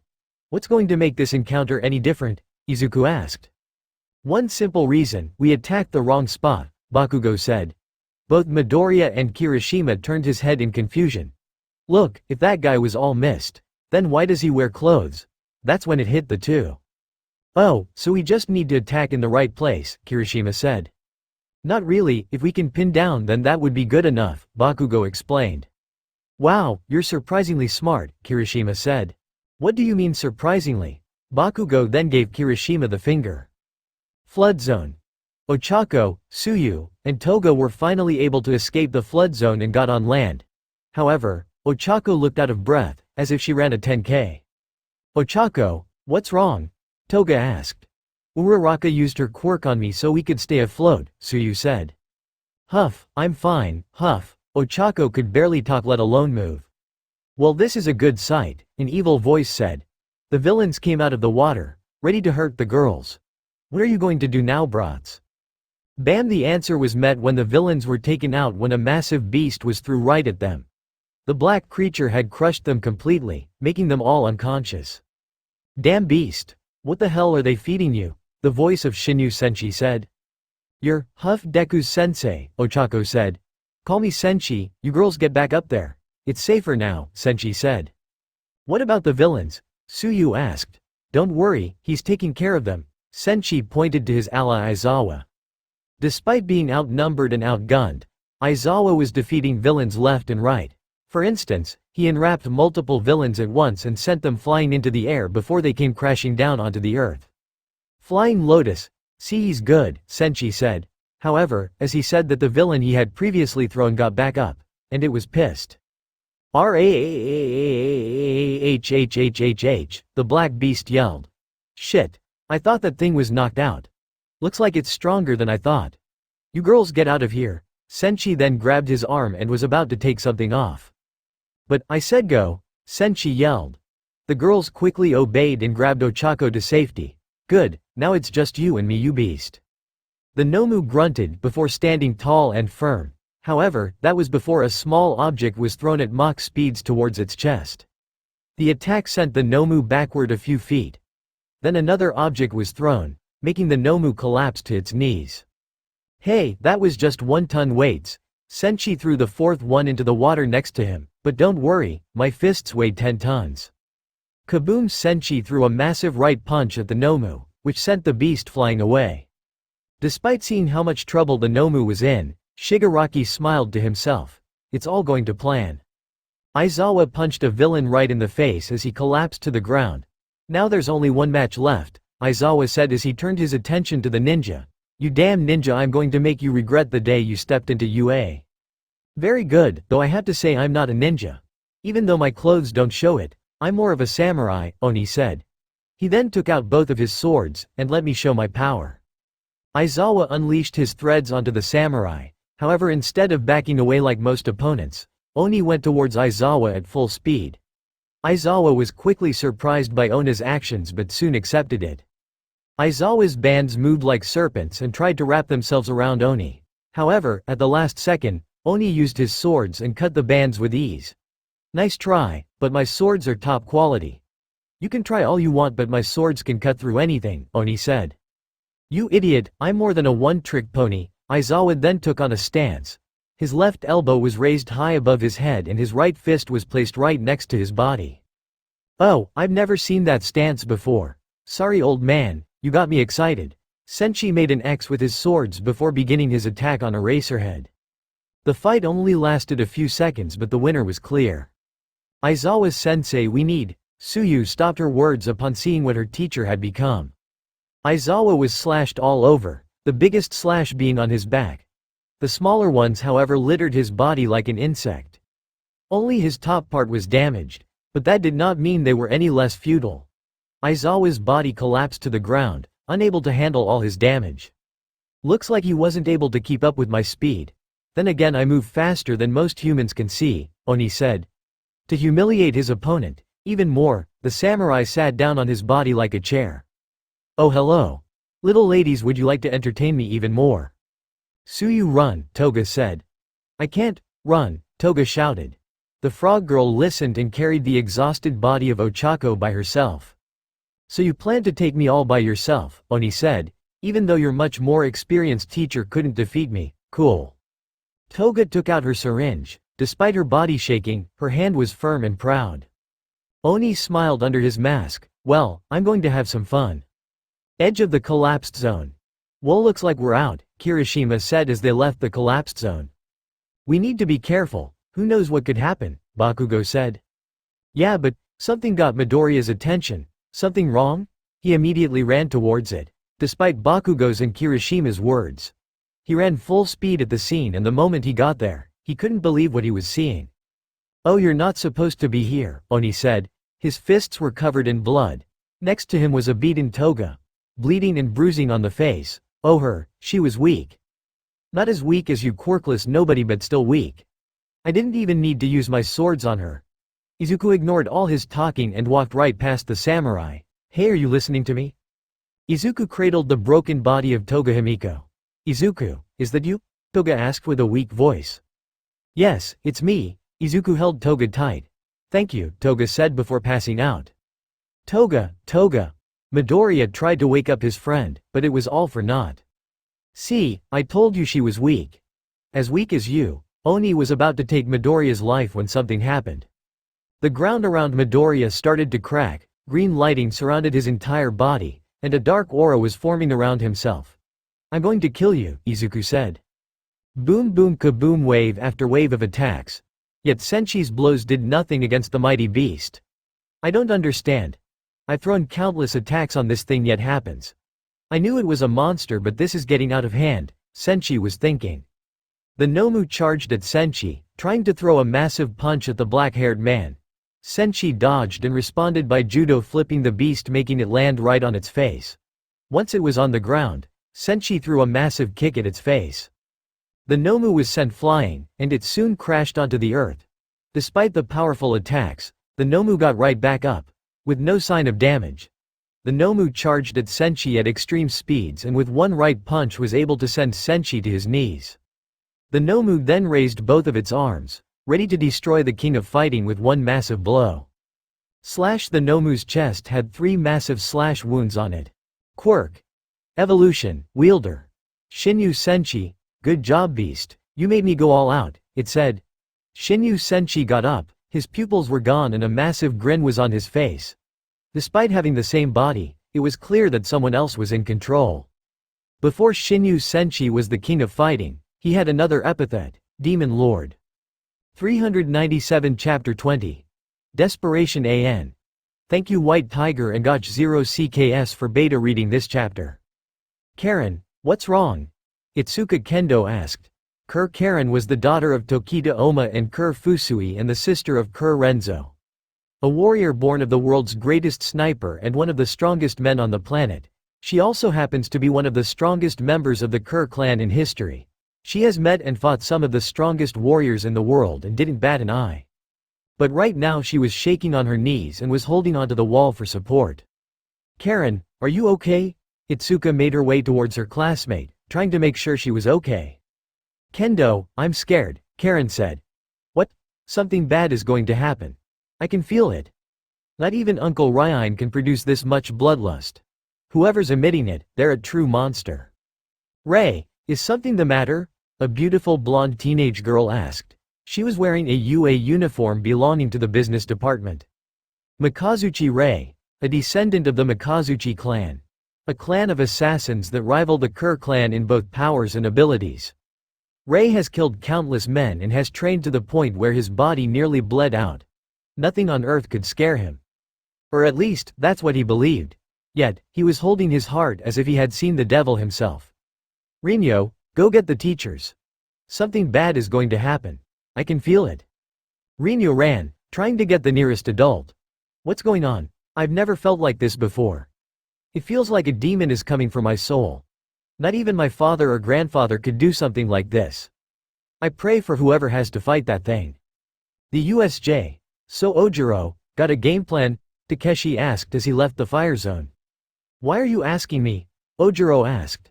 The two of them had successfully defeated all the villains in the fire zone and were now making their way back to the entrance.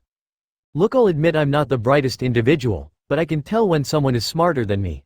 So what are we going to do? Takeshi asked again. Ojiro was shocked. But you did everything. You beat all of the villains while I just watched. I'm nothing compared to you. Suddenly, a feeling came to both of them. Ojiro collapsed to his knees. What is that? Takeshi grasped his heart, however, instead of being scared. A massive smile appeared on his face. What is that? I hope it's a villain because I am so damn excited. Be glad I'm showing you mercy, a chilly voice said. I'm training to be a hero, so I can't kill any of you. Everything around the boy known as Shoto Todoroki was frozen in ice. It looked like a frozen wasteland and it was all created in 2 seconds. Villains were trapped inside the ice, most couldn't even move their fingers. Todoroki walked down the frozen landscape not caring for any of the villains who were trapped in his ice. That was until he saw a familiar individual. Toru Hagakure, whose legs were trapped under the ice, was desperately trying to get out. Oh hello. Todoroki, can you help me? The invisible girl asked. Todoroki sighed as he crouched down and started to burn the ice. Thank you, Toru said. I'm glad I got teleported here with you. You took out every villain all at once. I didn't take them all out, Todoroki replied. What? Stupid kids. A villain emerged from the ground, wielding a rather large knife. Ah! Toru screamed in fear. Throom! Without even turning around, Todoroki froze the villain with his ice. The villain was immobilized instantly and could barely move at all. Now I got them all. Amazing, Toru said. She was now free from Todoroki's ice and was able to walk freely. Come on, let's get out of here, Todoroki coldly said. He was in the lead with Toru falling behind him. Are you scared? Todoroki asked. Yeah, but I'm more worried about our classmates. I don't know if they can handle the villains. Not all of them are as strong as you, Toru answered. I wouldn't worry too much. Our teachers and classmates are strong enough to handle these weak thugs, Todoroki replied. But they said they were here for All Might. If they were willing to take him on, then they must be strong, Toru said. It's most likely a ruse. I imagine they were probably going to swarm him all at once. With these numbers, it could be possible. Unfortunately, they met us first, Todoroki replied. But if that wasn't their plan, then what was? Suddenly a chilling and terrifying aura reached Todoroki. Despite the boy's endless training to handle extremely cold temperatures, it sent endless shivers down his spine. What is this? Todoroki, is that you? Toru asked. It had to be him. No one else could make something feel so cold and unfeeling. No, Todoroki replied in fear. His bloodlust radiated throughout the entire USJ. Anyone could feel it, as it was that powerful. But the one who truly was a victim of the bloodlust was the Nomu itself. Born from a lab, its body was the twisted result of science and a mind similar to that of an obedient lapdog. A true abomination of nature. Emotions were as alien to it as small green men are to us. Yet, for the first time in its life, it felt its first emotion, fear. That was the power the king of fighting, Shinyu-sensei, had. What's wrong, you beast? Are you afraid? Senshi slowly made his way to the monster. The Nomu started to back away in fear. Come on, fight me. Senshi charged full speed at the Nomu. Right before Senshi attacked, the Nomu sidestepped backward. However, that was all according to Senshi's plan. Senshi threw a powerful and fast right slash at the Nomu's chest. The Nomu was lucky enough to dodge at the last second, or at least that's what it thought. Slash. Despite its attempts at dodging earlier, 3 large cuts appeared on its chest with blood oozing out. As if 3 swords had slashed the mighty beast. Shigaraki, who was currently watching the fight, had no idea what just happened. What the hell just happened? The king didn't even have a blade on him, so how did the Nomu get cut? Was it his quirk? Boom boom boom boom. Senshi then punched the Nomu at supersonic speeds, which made the Nomu flinch backward. It got back up and was about to attack Senshi when suddenly. Boom boom boom boom. The Nomu's body was forced backward. It was like Senshi's attacks earlier, but this time nothing touched the Nomu. What? But the Nomu wasn't even touched. How the hell was it attacked? If things go like this, then our plan will fail, Shigaraki wondered. Nomu, get back up and kill that man. The Nomu got back up and forced itself to Senshi. It rushed at extreme speeds and was about to attack Senshi. In response, Senshi put both arms backward. Senshi watched as the Nomu charged at him at full speed, allowing the beast to approach him. The Nomu kept charging and charging until the last second a strange sound was heard. What is that noise? It sounds like jet engines, Shigaraki thought. Then the Nomu was right about to attack until vroom. Nomu's attack hit nothing but air. What just happened? Did the king just teleport? Up here, monster! A voice shouted from up above. Both Shigaraki and the Nomu looked up to see Senshi on the ceiling kneeling. Here I go. Boom! Senshi launched himself like a missile at the Nomu. His speed was so great that the Nomu couldn't even react. Senshi spun around midair and had his right leg coming down with full force. Kaboom! The Nomu's head was smashed into the concrete below with the power of Senshi's attack. The Nomu's eyes lost color and its arms gave out. From an outsider's perspective, the Nomu looked dead. What is this? What the hell did he do? Shigaraki was wondering. Shinyu Senshi quirk. Evolution type. Transformation. Description. When the user is in a dangerous situation, they will gain a new ability. This ability will supposedly help them depending on the situation they are in. Sometimes the user won't even gain a new ability, and instead will only gain a boost in physical performance. However, while this quirk may seem invincible, there are 3 main weaknesses to this quirk. If the abilities are not used enough, then they will be gone forever. That means the user must use all their abilities or else. This effect only happens once a day. So don't expect it to happen constantly. The third and most effective weakness. Every time a new ability is gained, the user will lose 1 year of their life. So far, Senshi has lost 35 years of his life.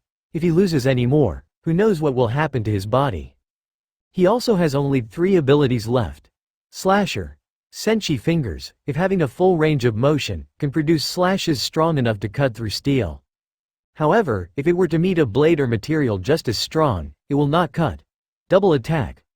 Once the user makes an attack, the same impact the attack left will happen again if the user allows it.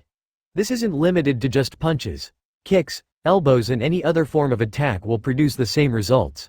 Siphon. The user inhales air and can then exhale it for a powerful boost. Just like an octopus siphon. Where the name comes from. These are the 3 quirk-like abilities Senshi has left, but they are more than enough to conquer the world. If things go like this, then we would stand no chance against All Might. That's it, I'm sorry master but I have to use it. Nomu advance, Shigaraki yelled. Suddenly, despite being down for the count, the Nomu began to change. Vroom, its skin turned red, and its veins began to show. Vroom, the mighty Nomu started to get back up even with the heavy senshi on its back. No way, it knows that technique. Vroom, the Nomu got right back up and threw the mighty senshi off its back. Possessing spirit. Advance, Rahhhhhhhhhh. The Nomu roared once more, this time more powerful than ever before. However, instead of fear, Senshi only smiled. Who cares what techniques you use? Just try and beat me. The King of Fighting versus the anti-symbol of peace round 2 start. Earlier. I'm going to kill you. Izuku Midoriya said as green lighting surrounded his entire body, making it glow. Oni was frozen in fear. What the hell? He is a quirkless loser, how the hell does he have a quirk? Only the master can give others quirks and wait, that's not possible. Izuku laid Toga down and stood up with his fists clenched.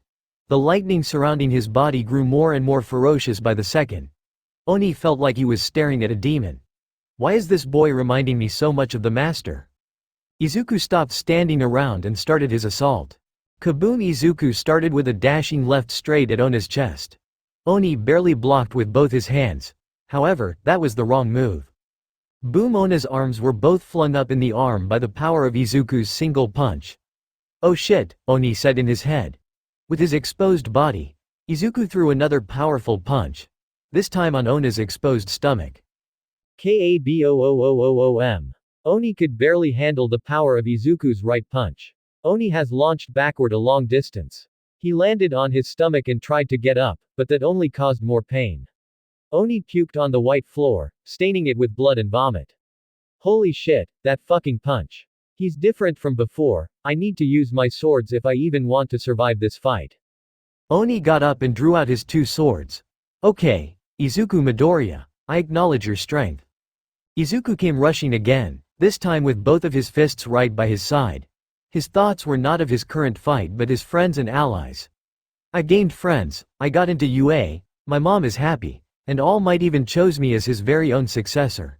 Everything I have now, I won't let you take it all away. Izuku came charging in with a powerful left hook, only for it to be parried by Ona's long sword. Izuku then threw a right, but that was also parried, this time by Ona's short sword. Nico style, adamantine and water kata, swimming swallow. More and more of Izuku's punches came at Oni, each with enough power to destroy concrete blocks. Oni successfully parried all of them, however, it was not an easy task. Shit, this kid is making go all out. If this goes on, I have to use that, but I can't accept that a quirkless loser is doing this. Oni finally attacked, his long sword coming down fast and powerful on Izuku's head. Though, Izuku saw the attack coming. He grabbed the long sword with his left hand and crushed it with one hand. Oni responded by using his short side to stab Midoriya by the side. Yet Midoriya saw that one as well. He grabbed Oni by the arm, and using his amazing strength, broke his entire hand. Despite all of that, Oni smiled. I got you. Psycho codename, Oni. Quirk. Imagination type. Emitter: the user can create anything they want from their mind. The item is also invisible to everyone but the user. They cannot make a complex item like a gun, because it will drain the user of their stamina. Instead, the user makes simpler items like blades and arrows. The user cannot make any living things as well. Oni imagined a brass knuckle with spikes on his free hand. With Izuku's face now exposed, Oni unleashed his attack. Bam! Ona's punch left a powerful impact on Izuku's face. 3 holes now exposed his cheek. From an outsider's perspective, it looked like the holes came out of nowhere. How's that feel, loser? Stay the fuck down. Instead of falling, Izuku glanced at Oni with terrifying eyes.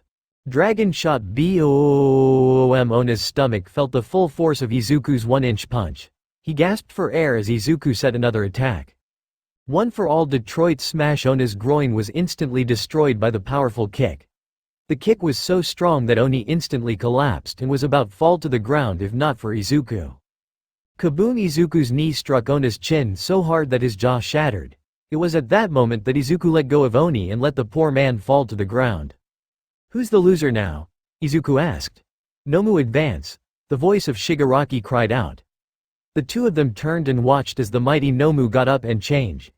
Shigaraki then turned to face the fallen Oni. Oni, use the advance as well, Shigaraki said. Oni smiled underneath his mask, got it. Izuku put up his guard, even in his angered state he still sensed danger. Vroom, well kid, only the real pros have made me go this far, Oni said, but don't worry, I'll make sure to kill you quickly. His skin turned red and his veins started to appear all over his body. Tell me, can your inner rage beat the tiger's vessel? Her eyes were now open. What happened? Ochako asked herself. Ochako, you're awake, Tsuyu said. Ochako then noticed that Tsuyu was carrying her on her shoulder and that they were on a staircase. What's going on? Where's Toga? Ochako asked. Calm down, get your strength first. We're almost at the exit, Kiro, Tsuyu said. The pair of girls climbed the stairs, desperate for hope, only to find ruin. Is this the best UA has to offer? The mist being known as Kurogiri said. How disappointing. On the ground was 13's damaged and destroyed hero suit, containing a body broken beyond belief. 13 Sensei, Mina Ishido said. Even the sturdy Iida wasn't moving, that's how terrified they were. What's wrong heroes, scared? Kurogiri asked, intimidating the young heroes in training. Yes, Iida said, much to the surprise of everyone there, even Kurogiri. However, I met someone who's faced countless perils and he's still standing. As long as he stands, you pose no threat to me, villain. Kurogiri remained silent before he roared with laughter. Ha ha ha ha ha. I must admit you young heroes are bold. I like that. Unfortunately for you, I must obey my boss. Vroom Kurogiri narrowly dodged the kick towards his head. Iida grunted at his missed attack. That's weird, isn't a hero supposed to yell out a super move before attacking? There's no rule against it, Iida said, besides I'm not the only one attacking. Kurogiri was confused until he felt a powerful attack coming right behind him. He barely dodged Sato's dropkick by an inch. Even though his face was covered in mist, Kurogiri began to sweat. You know, I wonder, Iida said. If you are covered in mist, then why are dodging our attacks? The other 1A students present realized Iida's words were true and they started to grin. They all got into attack positions and were ready to attack the Mistman. That's when Kurogiri realized something, these kids are more dangerous than the teacher. I'm sorry Shigaraki, but I must run. And with that, Kurogiri disappeared. He's gone, Shoji said. Did we win? Iida gasped for air. No, we just managed to scare him. Wait, so we would have lost? Shiro asked. Damn, and today couldn't get any worse. At least we're safe, for now, Iida said.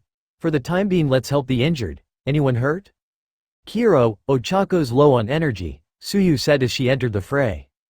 Uraraka, Asui. You two are back. But how? Mina asked as she helped Tsuyu carry Ochako. All thanks to Toga, Tsuyu replied. Where is she? Ochako asked. Forget about that, Tsuyu replied. Somehow, despite being so far away, everyone heard the sound of a sword cutting flesh. Everyone turned to the sound and saw Midoriya on his knees. In front of him was a demon. Is something wrong, brat? Oni said, scared. Mountain zone. Jesus Christ, how many of these losers are there? Jiru said as she kicked a villain down a sloppy cliff.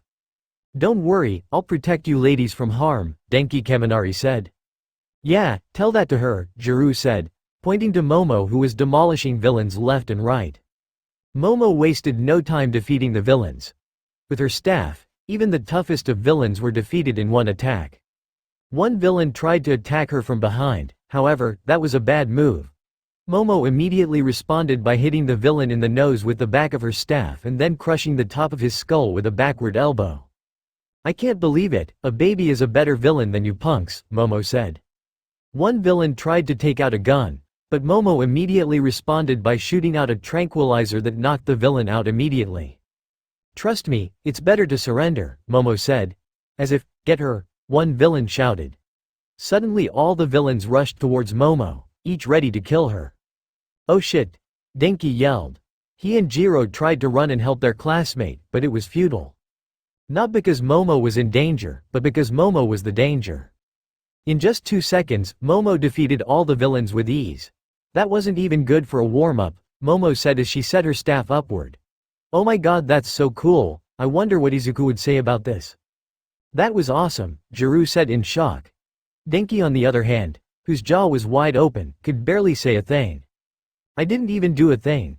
Denki was depressed. So much so, that he didn't even notice the villain right behind him.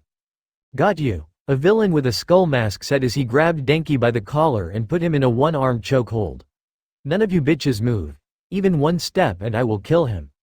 Both Jiro and Momo were in shock. None of them even sensed his presence. Denki tried escaping his grasp with his pure strength but to no avail. Sorry kid, that won't work. I'm a black belt in jujitsu and don't try your quirk either. It would be ineffective. The skull villain then showed off electricity emerging from his free hand. Momo and Jiro agreed to his demands and put both arms up in the air, signaling their defeat. Good, now you two stay there until I say so, the skull villain said. But don't worry, you two would have no chance of defeating me no matter what you do. Well, what about me moi? Someone with a French accent called out. Out of nowhere, a laser beam shot out and hit the skull villain on the back of his head. Son of a bitch! The villain yelled out. He let go of Denki to comfort the back of his head. Seeing her chance, Momo rushed and kicked him multiple in the face. Despite his strong mask, it was nothing compared to Momo's kicks. The skull villain collapsed to the floor, his face covered in bruises. Denki, are you alright? Jiro asked as she examined her blonde friend. I'm alright, but who did that? Denki asked. It was me, moi, Aoyama said as he appeared out of nowhere and flashed right in front of the group. Your Prince Charming has arrived. Thanks, Denki replied. You're very welcome, Aoyama responded. Well, I guess that's all of them, Jiro said. What now? We get out of here, Momo said. Denki, are you now able to contact the school? Denki checked the radio on his head and was shocked to see that it was working. Yeah, it's working. Denki yelled out in relief. Mayday, alert, or whatever you say. There are villains at the USJ. I repeat, there are villains at the USJ. We did it, Yao Momo, we're getting out of here, Jiro happily said. Well, what should we do now, moi? Aoyama asked. I believe we should make our way to the exit, that way when the heroes arrive we're already safe. We should also duck and cover as to avoid any remaining villains, Momo explained. The heroes in training agreed. The group of teenagers laid low, which was hard to do with Aoyama's shiny costume. And eventually they neared the entrance. We're almost there, stay. The group of teenagers was shocked to hear the sound of flesh being cut. They immediately checked one another to see who was hurt. They were even more shocked to discover that none of them were hurt. What just happened? Jiro asked. Is that Midoriya? Denki said as he pointed to Midoriya fighting Oni. There was blood staining his costume, coming from a massive cut on his chest. The wounds on his cheek were becoming worse by the second.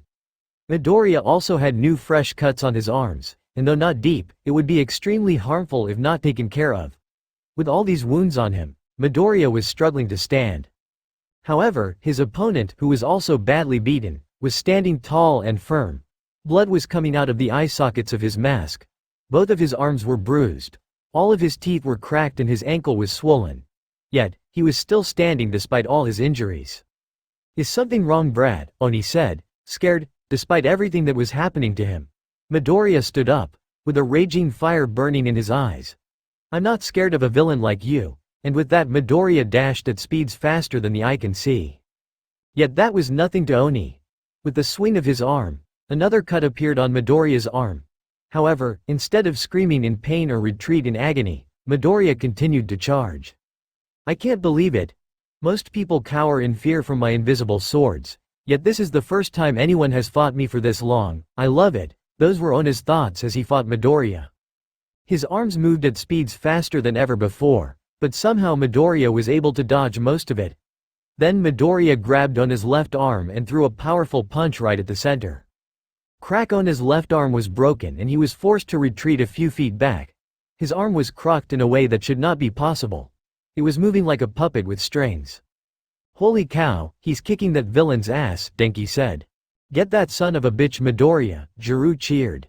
However, while his classmates cheered Midoriya on, Momo noticed something. Why does he look so much like him? Momo's thoughts then turned to the horrifying day where she met the monster known as Jackblade. Midoriya didn't stop his assault on the samurai. He rushed in again, this time aiming for Ona's right arm, but was quickly met with a sword slash to the head. Midoriya dodged at the last minute, but not before throwing a powerful kick towards Ona's ribs. Crack! The sound of ribs breaking filled the air. Oni threw a desperate slash towards Midoriya, however, it also missed Midoriya. Despite throwing all these powerful punches, Oni was still standing. "Hey kid, want to see a magic trick? Like a machine?" Ona's left arm then fixed itself instantaneously. "That fucking hurts, but hey, it helps when fighting someone like you." Quirk. Berserker Armor Type. Transformation Description.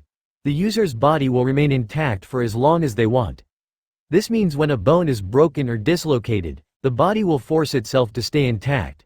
However, this comes at the price of immense pain and damage internally. Another weakness is that if nerve damage were to happen, then it will be unable to heal the broken bones. Basically it's the Berserk armor from Berserk. Midoriya was shocked before putting his guard up once more. Oni saw Midoriya's confusion before laughing. Haha. What, never fought someone with more than one quirk before? This time, Oni started his assault of indivisible sword slashes. His arms moved like whips as he tried to kill Midoriya. Slash after slash after slash, each attack with the full intention to kill. Midoriya successfully dodged most of them, however, some left painful and lethal cuts on his body. Izuku then grabbed both of Ona's arms and locked them in place. "What now, brat?" Ona's answer came when Izuku placed his head backward and threw it at full force at the samurai. Boom! The powerful headbutt cracked on his skull. Midoriya also took some damage. He fell to the floor due to a concussion. While Midoriya was on his knees, Oni got up with ease. "Sorry kid, but I was just stronger. Though I have to admit, your quirk is powerful." Midoriya struggled to stand. The lighting that once surrounded his entire body was now gone. "One for all is hurting me the more I use it. Not only that, but my injuries are also slowing me down." Still, Midoriya stood with only his right fist protecting him. "I won't let him win." Oni smiled as he shut off the advance. "A shame you fall so easily. If only you were stronger, but like they say, born weak, die weak." Oni started to walk to Midoriya with the full intent to kill. "We can't let this happen, we've got to do something," Denki whispered. "Yaoyorozu, what should we do?" Jiru asked. Momo was freaking out on what to do. A bunch of ideas swarmed her head, but none could stop the situation at hand. As Oni walked towards Midoriya, he imagined a spear in his hand. Oni was ready to kill Midoriya. He was about to do it until someone grabbed Ona's hand and raised it to the air. "Oi, that's my friend you're trying to kill," Bakugo Katsuki said. His grip was powerful and gave Oni no chance to escape. Oni immediately responded with an attack aimed at Bakugo's neck. Bakugo responded by using his quirk. Kaboom! Oni was sent backward by the full might of Bakugo's explosion. His shirt now had a burn mark and exposed his chest. "That fucking hurt," Oni said. "Good, we're going to do a lot worse to you now," Bakugo said. Kirishima ran right behind Bakugo and helped the injured Midoriya. "I'm so sorry we're late," Kirishima said. "Can you stand?" Kirishima. Midoriya fell in his arms. "I can still." "No, rest for now," Kirishima said. Soon the other 1A students reached Kirishima. "Here, take him." Kirishima handed the injured Izuku over to Iida and Ochako. "Deku," Ochako said. She didn't want to see him like this, so beaten and broken. Iida and Ochako took Izuku to where the injured Toga was resting. Koda and Tokiyami were the ones watching her and making sure she was safe. "You two make sure they're safe," Iida said. The two of them nodded as Iida ran towards his other classmates. Ochako stayed behind for a few seconds, observing her damaged classmates. She hadn't known Toga and Izuku for long, but this shouldn't have happened to them. She then turned to Oni. "You did this." Oni was now surrounded by the 1A students, all who were ready to fight the injured samurai. "You fucks believe you stand a chance?" Blood was coming out of his mouth. "You won't even last a second against me?" "If that was true," Bakugo said, "then why are you shaking?" It was true, both of Ona's hands were shaking. "Shit. My brain took too much damage. I can't wait for long." Bakugo smiled. "So I'm right." Oni then noticed Ochako Uraraka standing right behind him. "Did you hurt them?" "What?" Boom! Ochako punched Oni right in the nose, creating a stream of blood. Oni stumbled backward, holding his broken nose. "You bitch, that her." Oni never got to finish his sentence, as Bakugo grabbed him by the head and performed another explosion to the face. Kaboom! If Oni wasn't hurting before, he was now. His brain was rocking all over in his head, making it harder for him to fight back. But that wasn't the end of their assault. Aoyama shot a naval laser right towards the back of the head, which felt like a metal baseball bat being swung at full force. It was followed up by Kirishima punching him square in the jaw and Momo bashing him on the head with her staff. Oni fell to the ground and tried to crawl away. Unfortunately, he was met with a powerful kick by Sato to the face. Oni grabbed a kunai from his belt and threw it towards his Sato, who barely dodged it and got a cut on his face. Oni tried to get away again, but he was then met with a fully charged Recipo burst kick towards the face. Kabam! Ona's entire body spun in the air before falling on his back. Oni coughed up blood before resorting to his final resource. Oni pulled out what appeared to be a grenade, which caused all the 1A students to dash away from him at the mere sight. With a quick ping pull, a bright and deafening flash filled the area. Shit, it was a flash grenade, Bakugo Katsuki said in his head. His eyes and ears were now useless due to the flash grenade. Oni was now able to escape due to the flash grenade.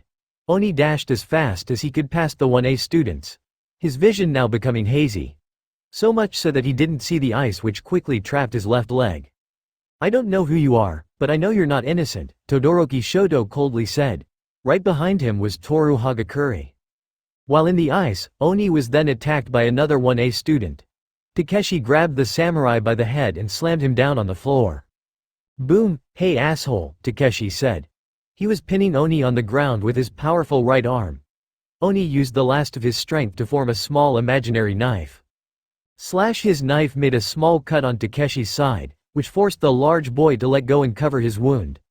Oni got up and dashed backward, but soon realized that was a bad mistake.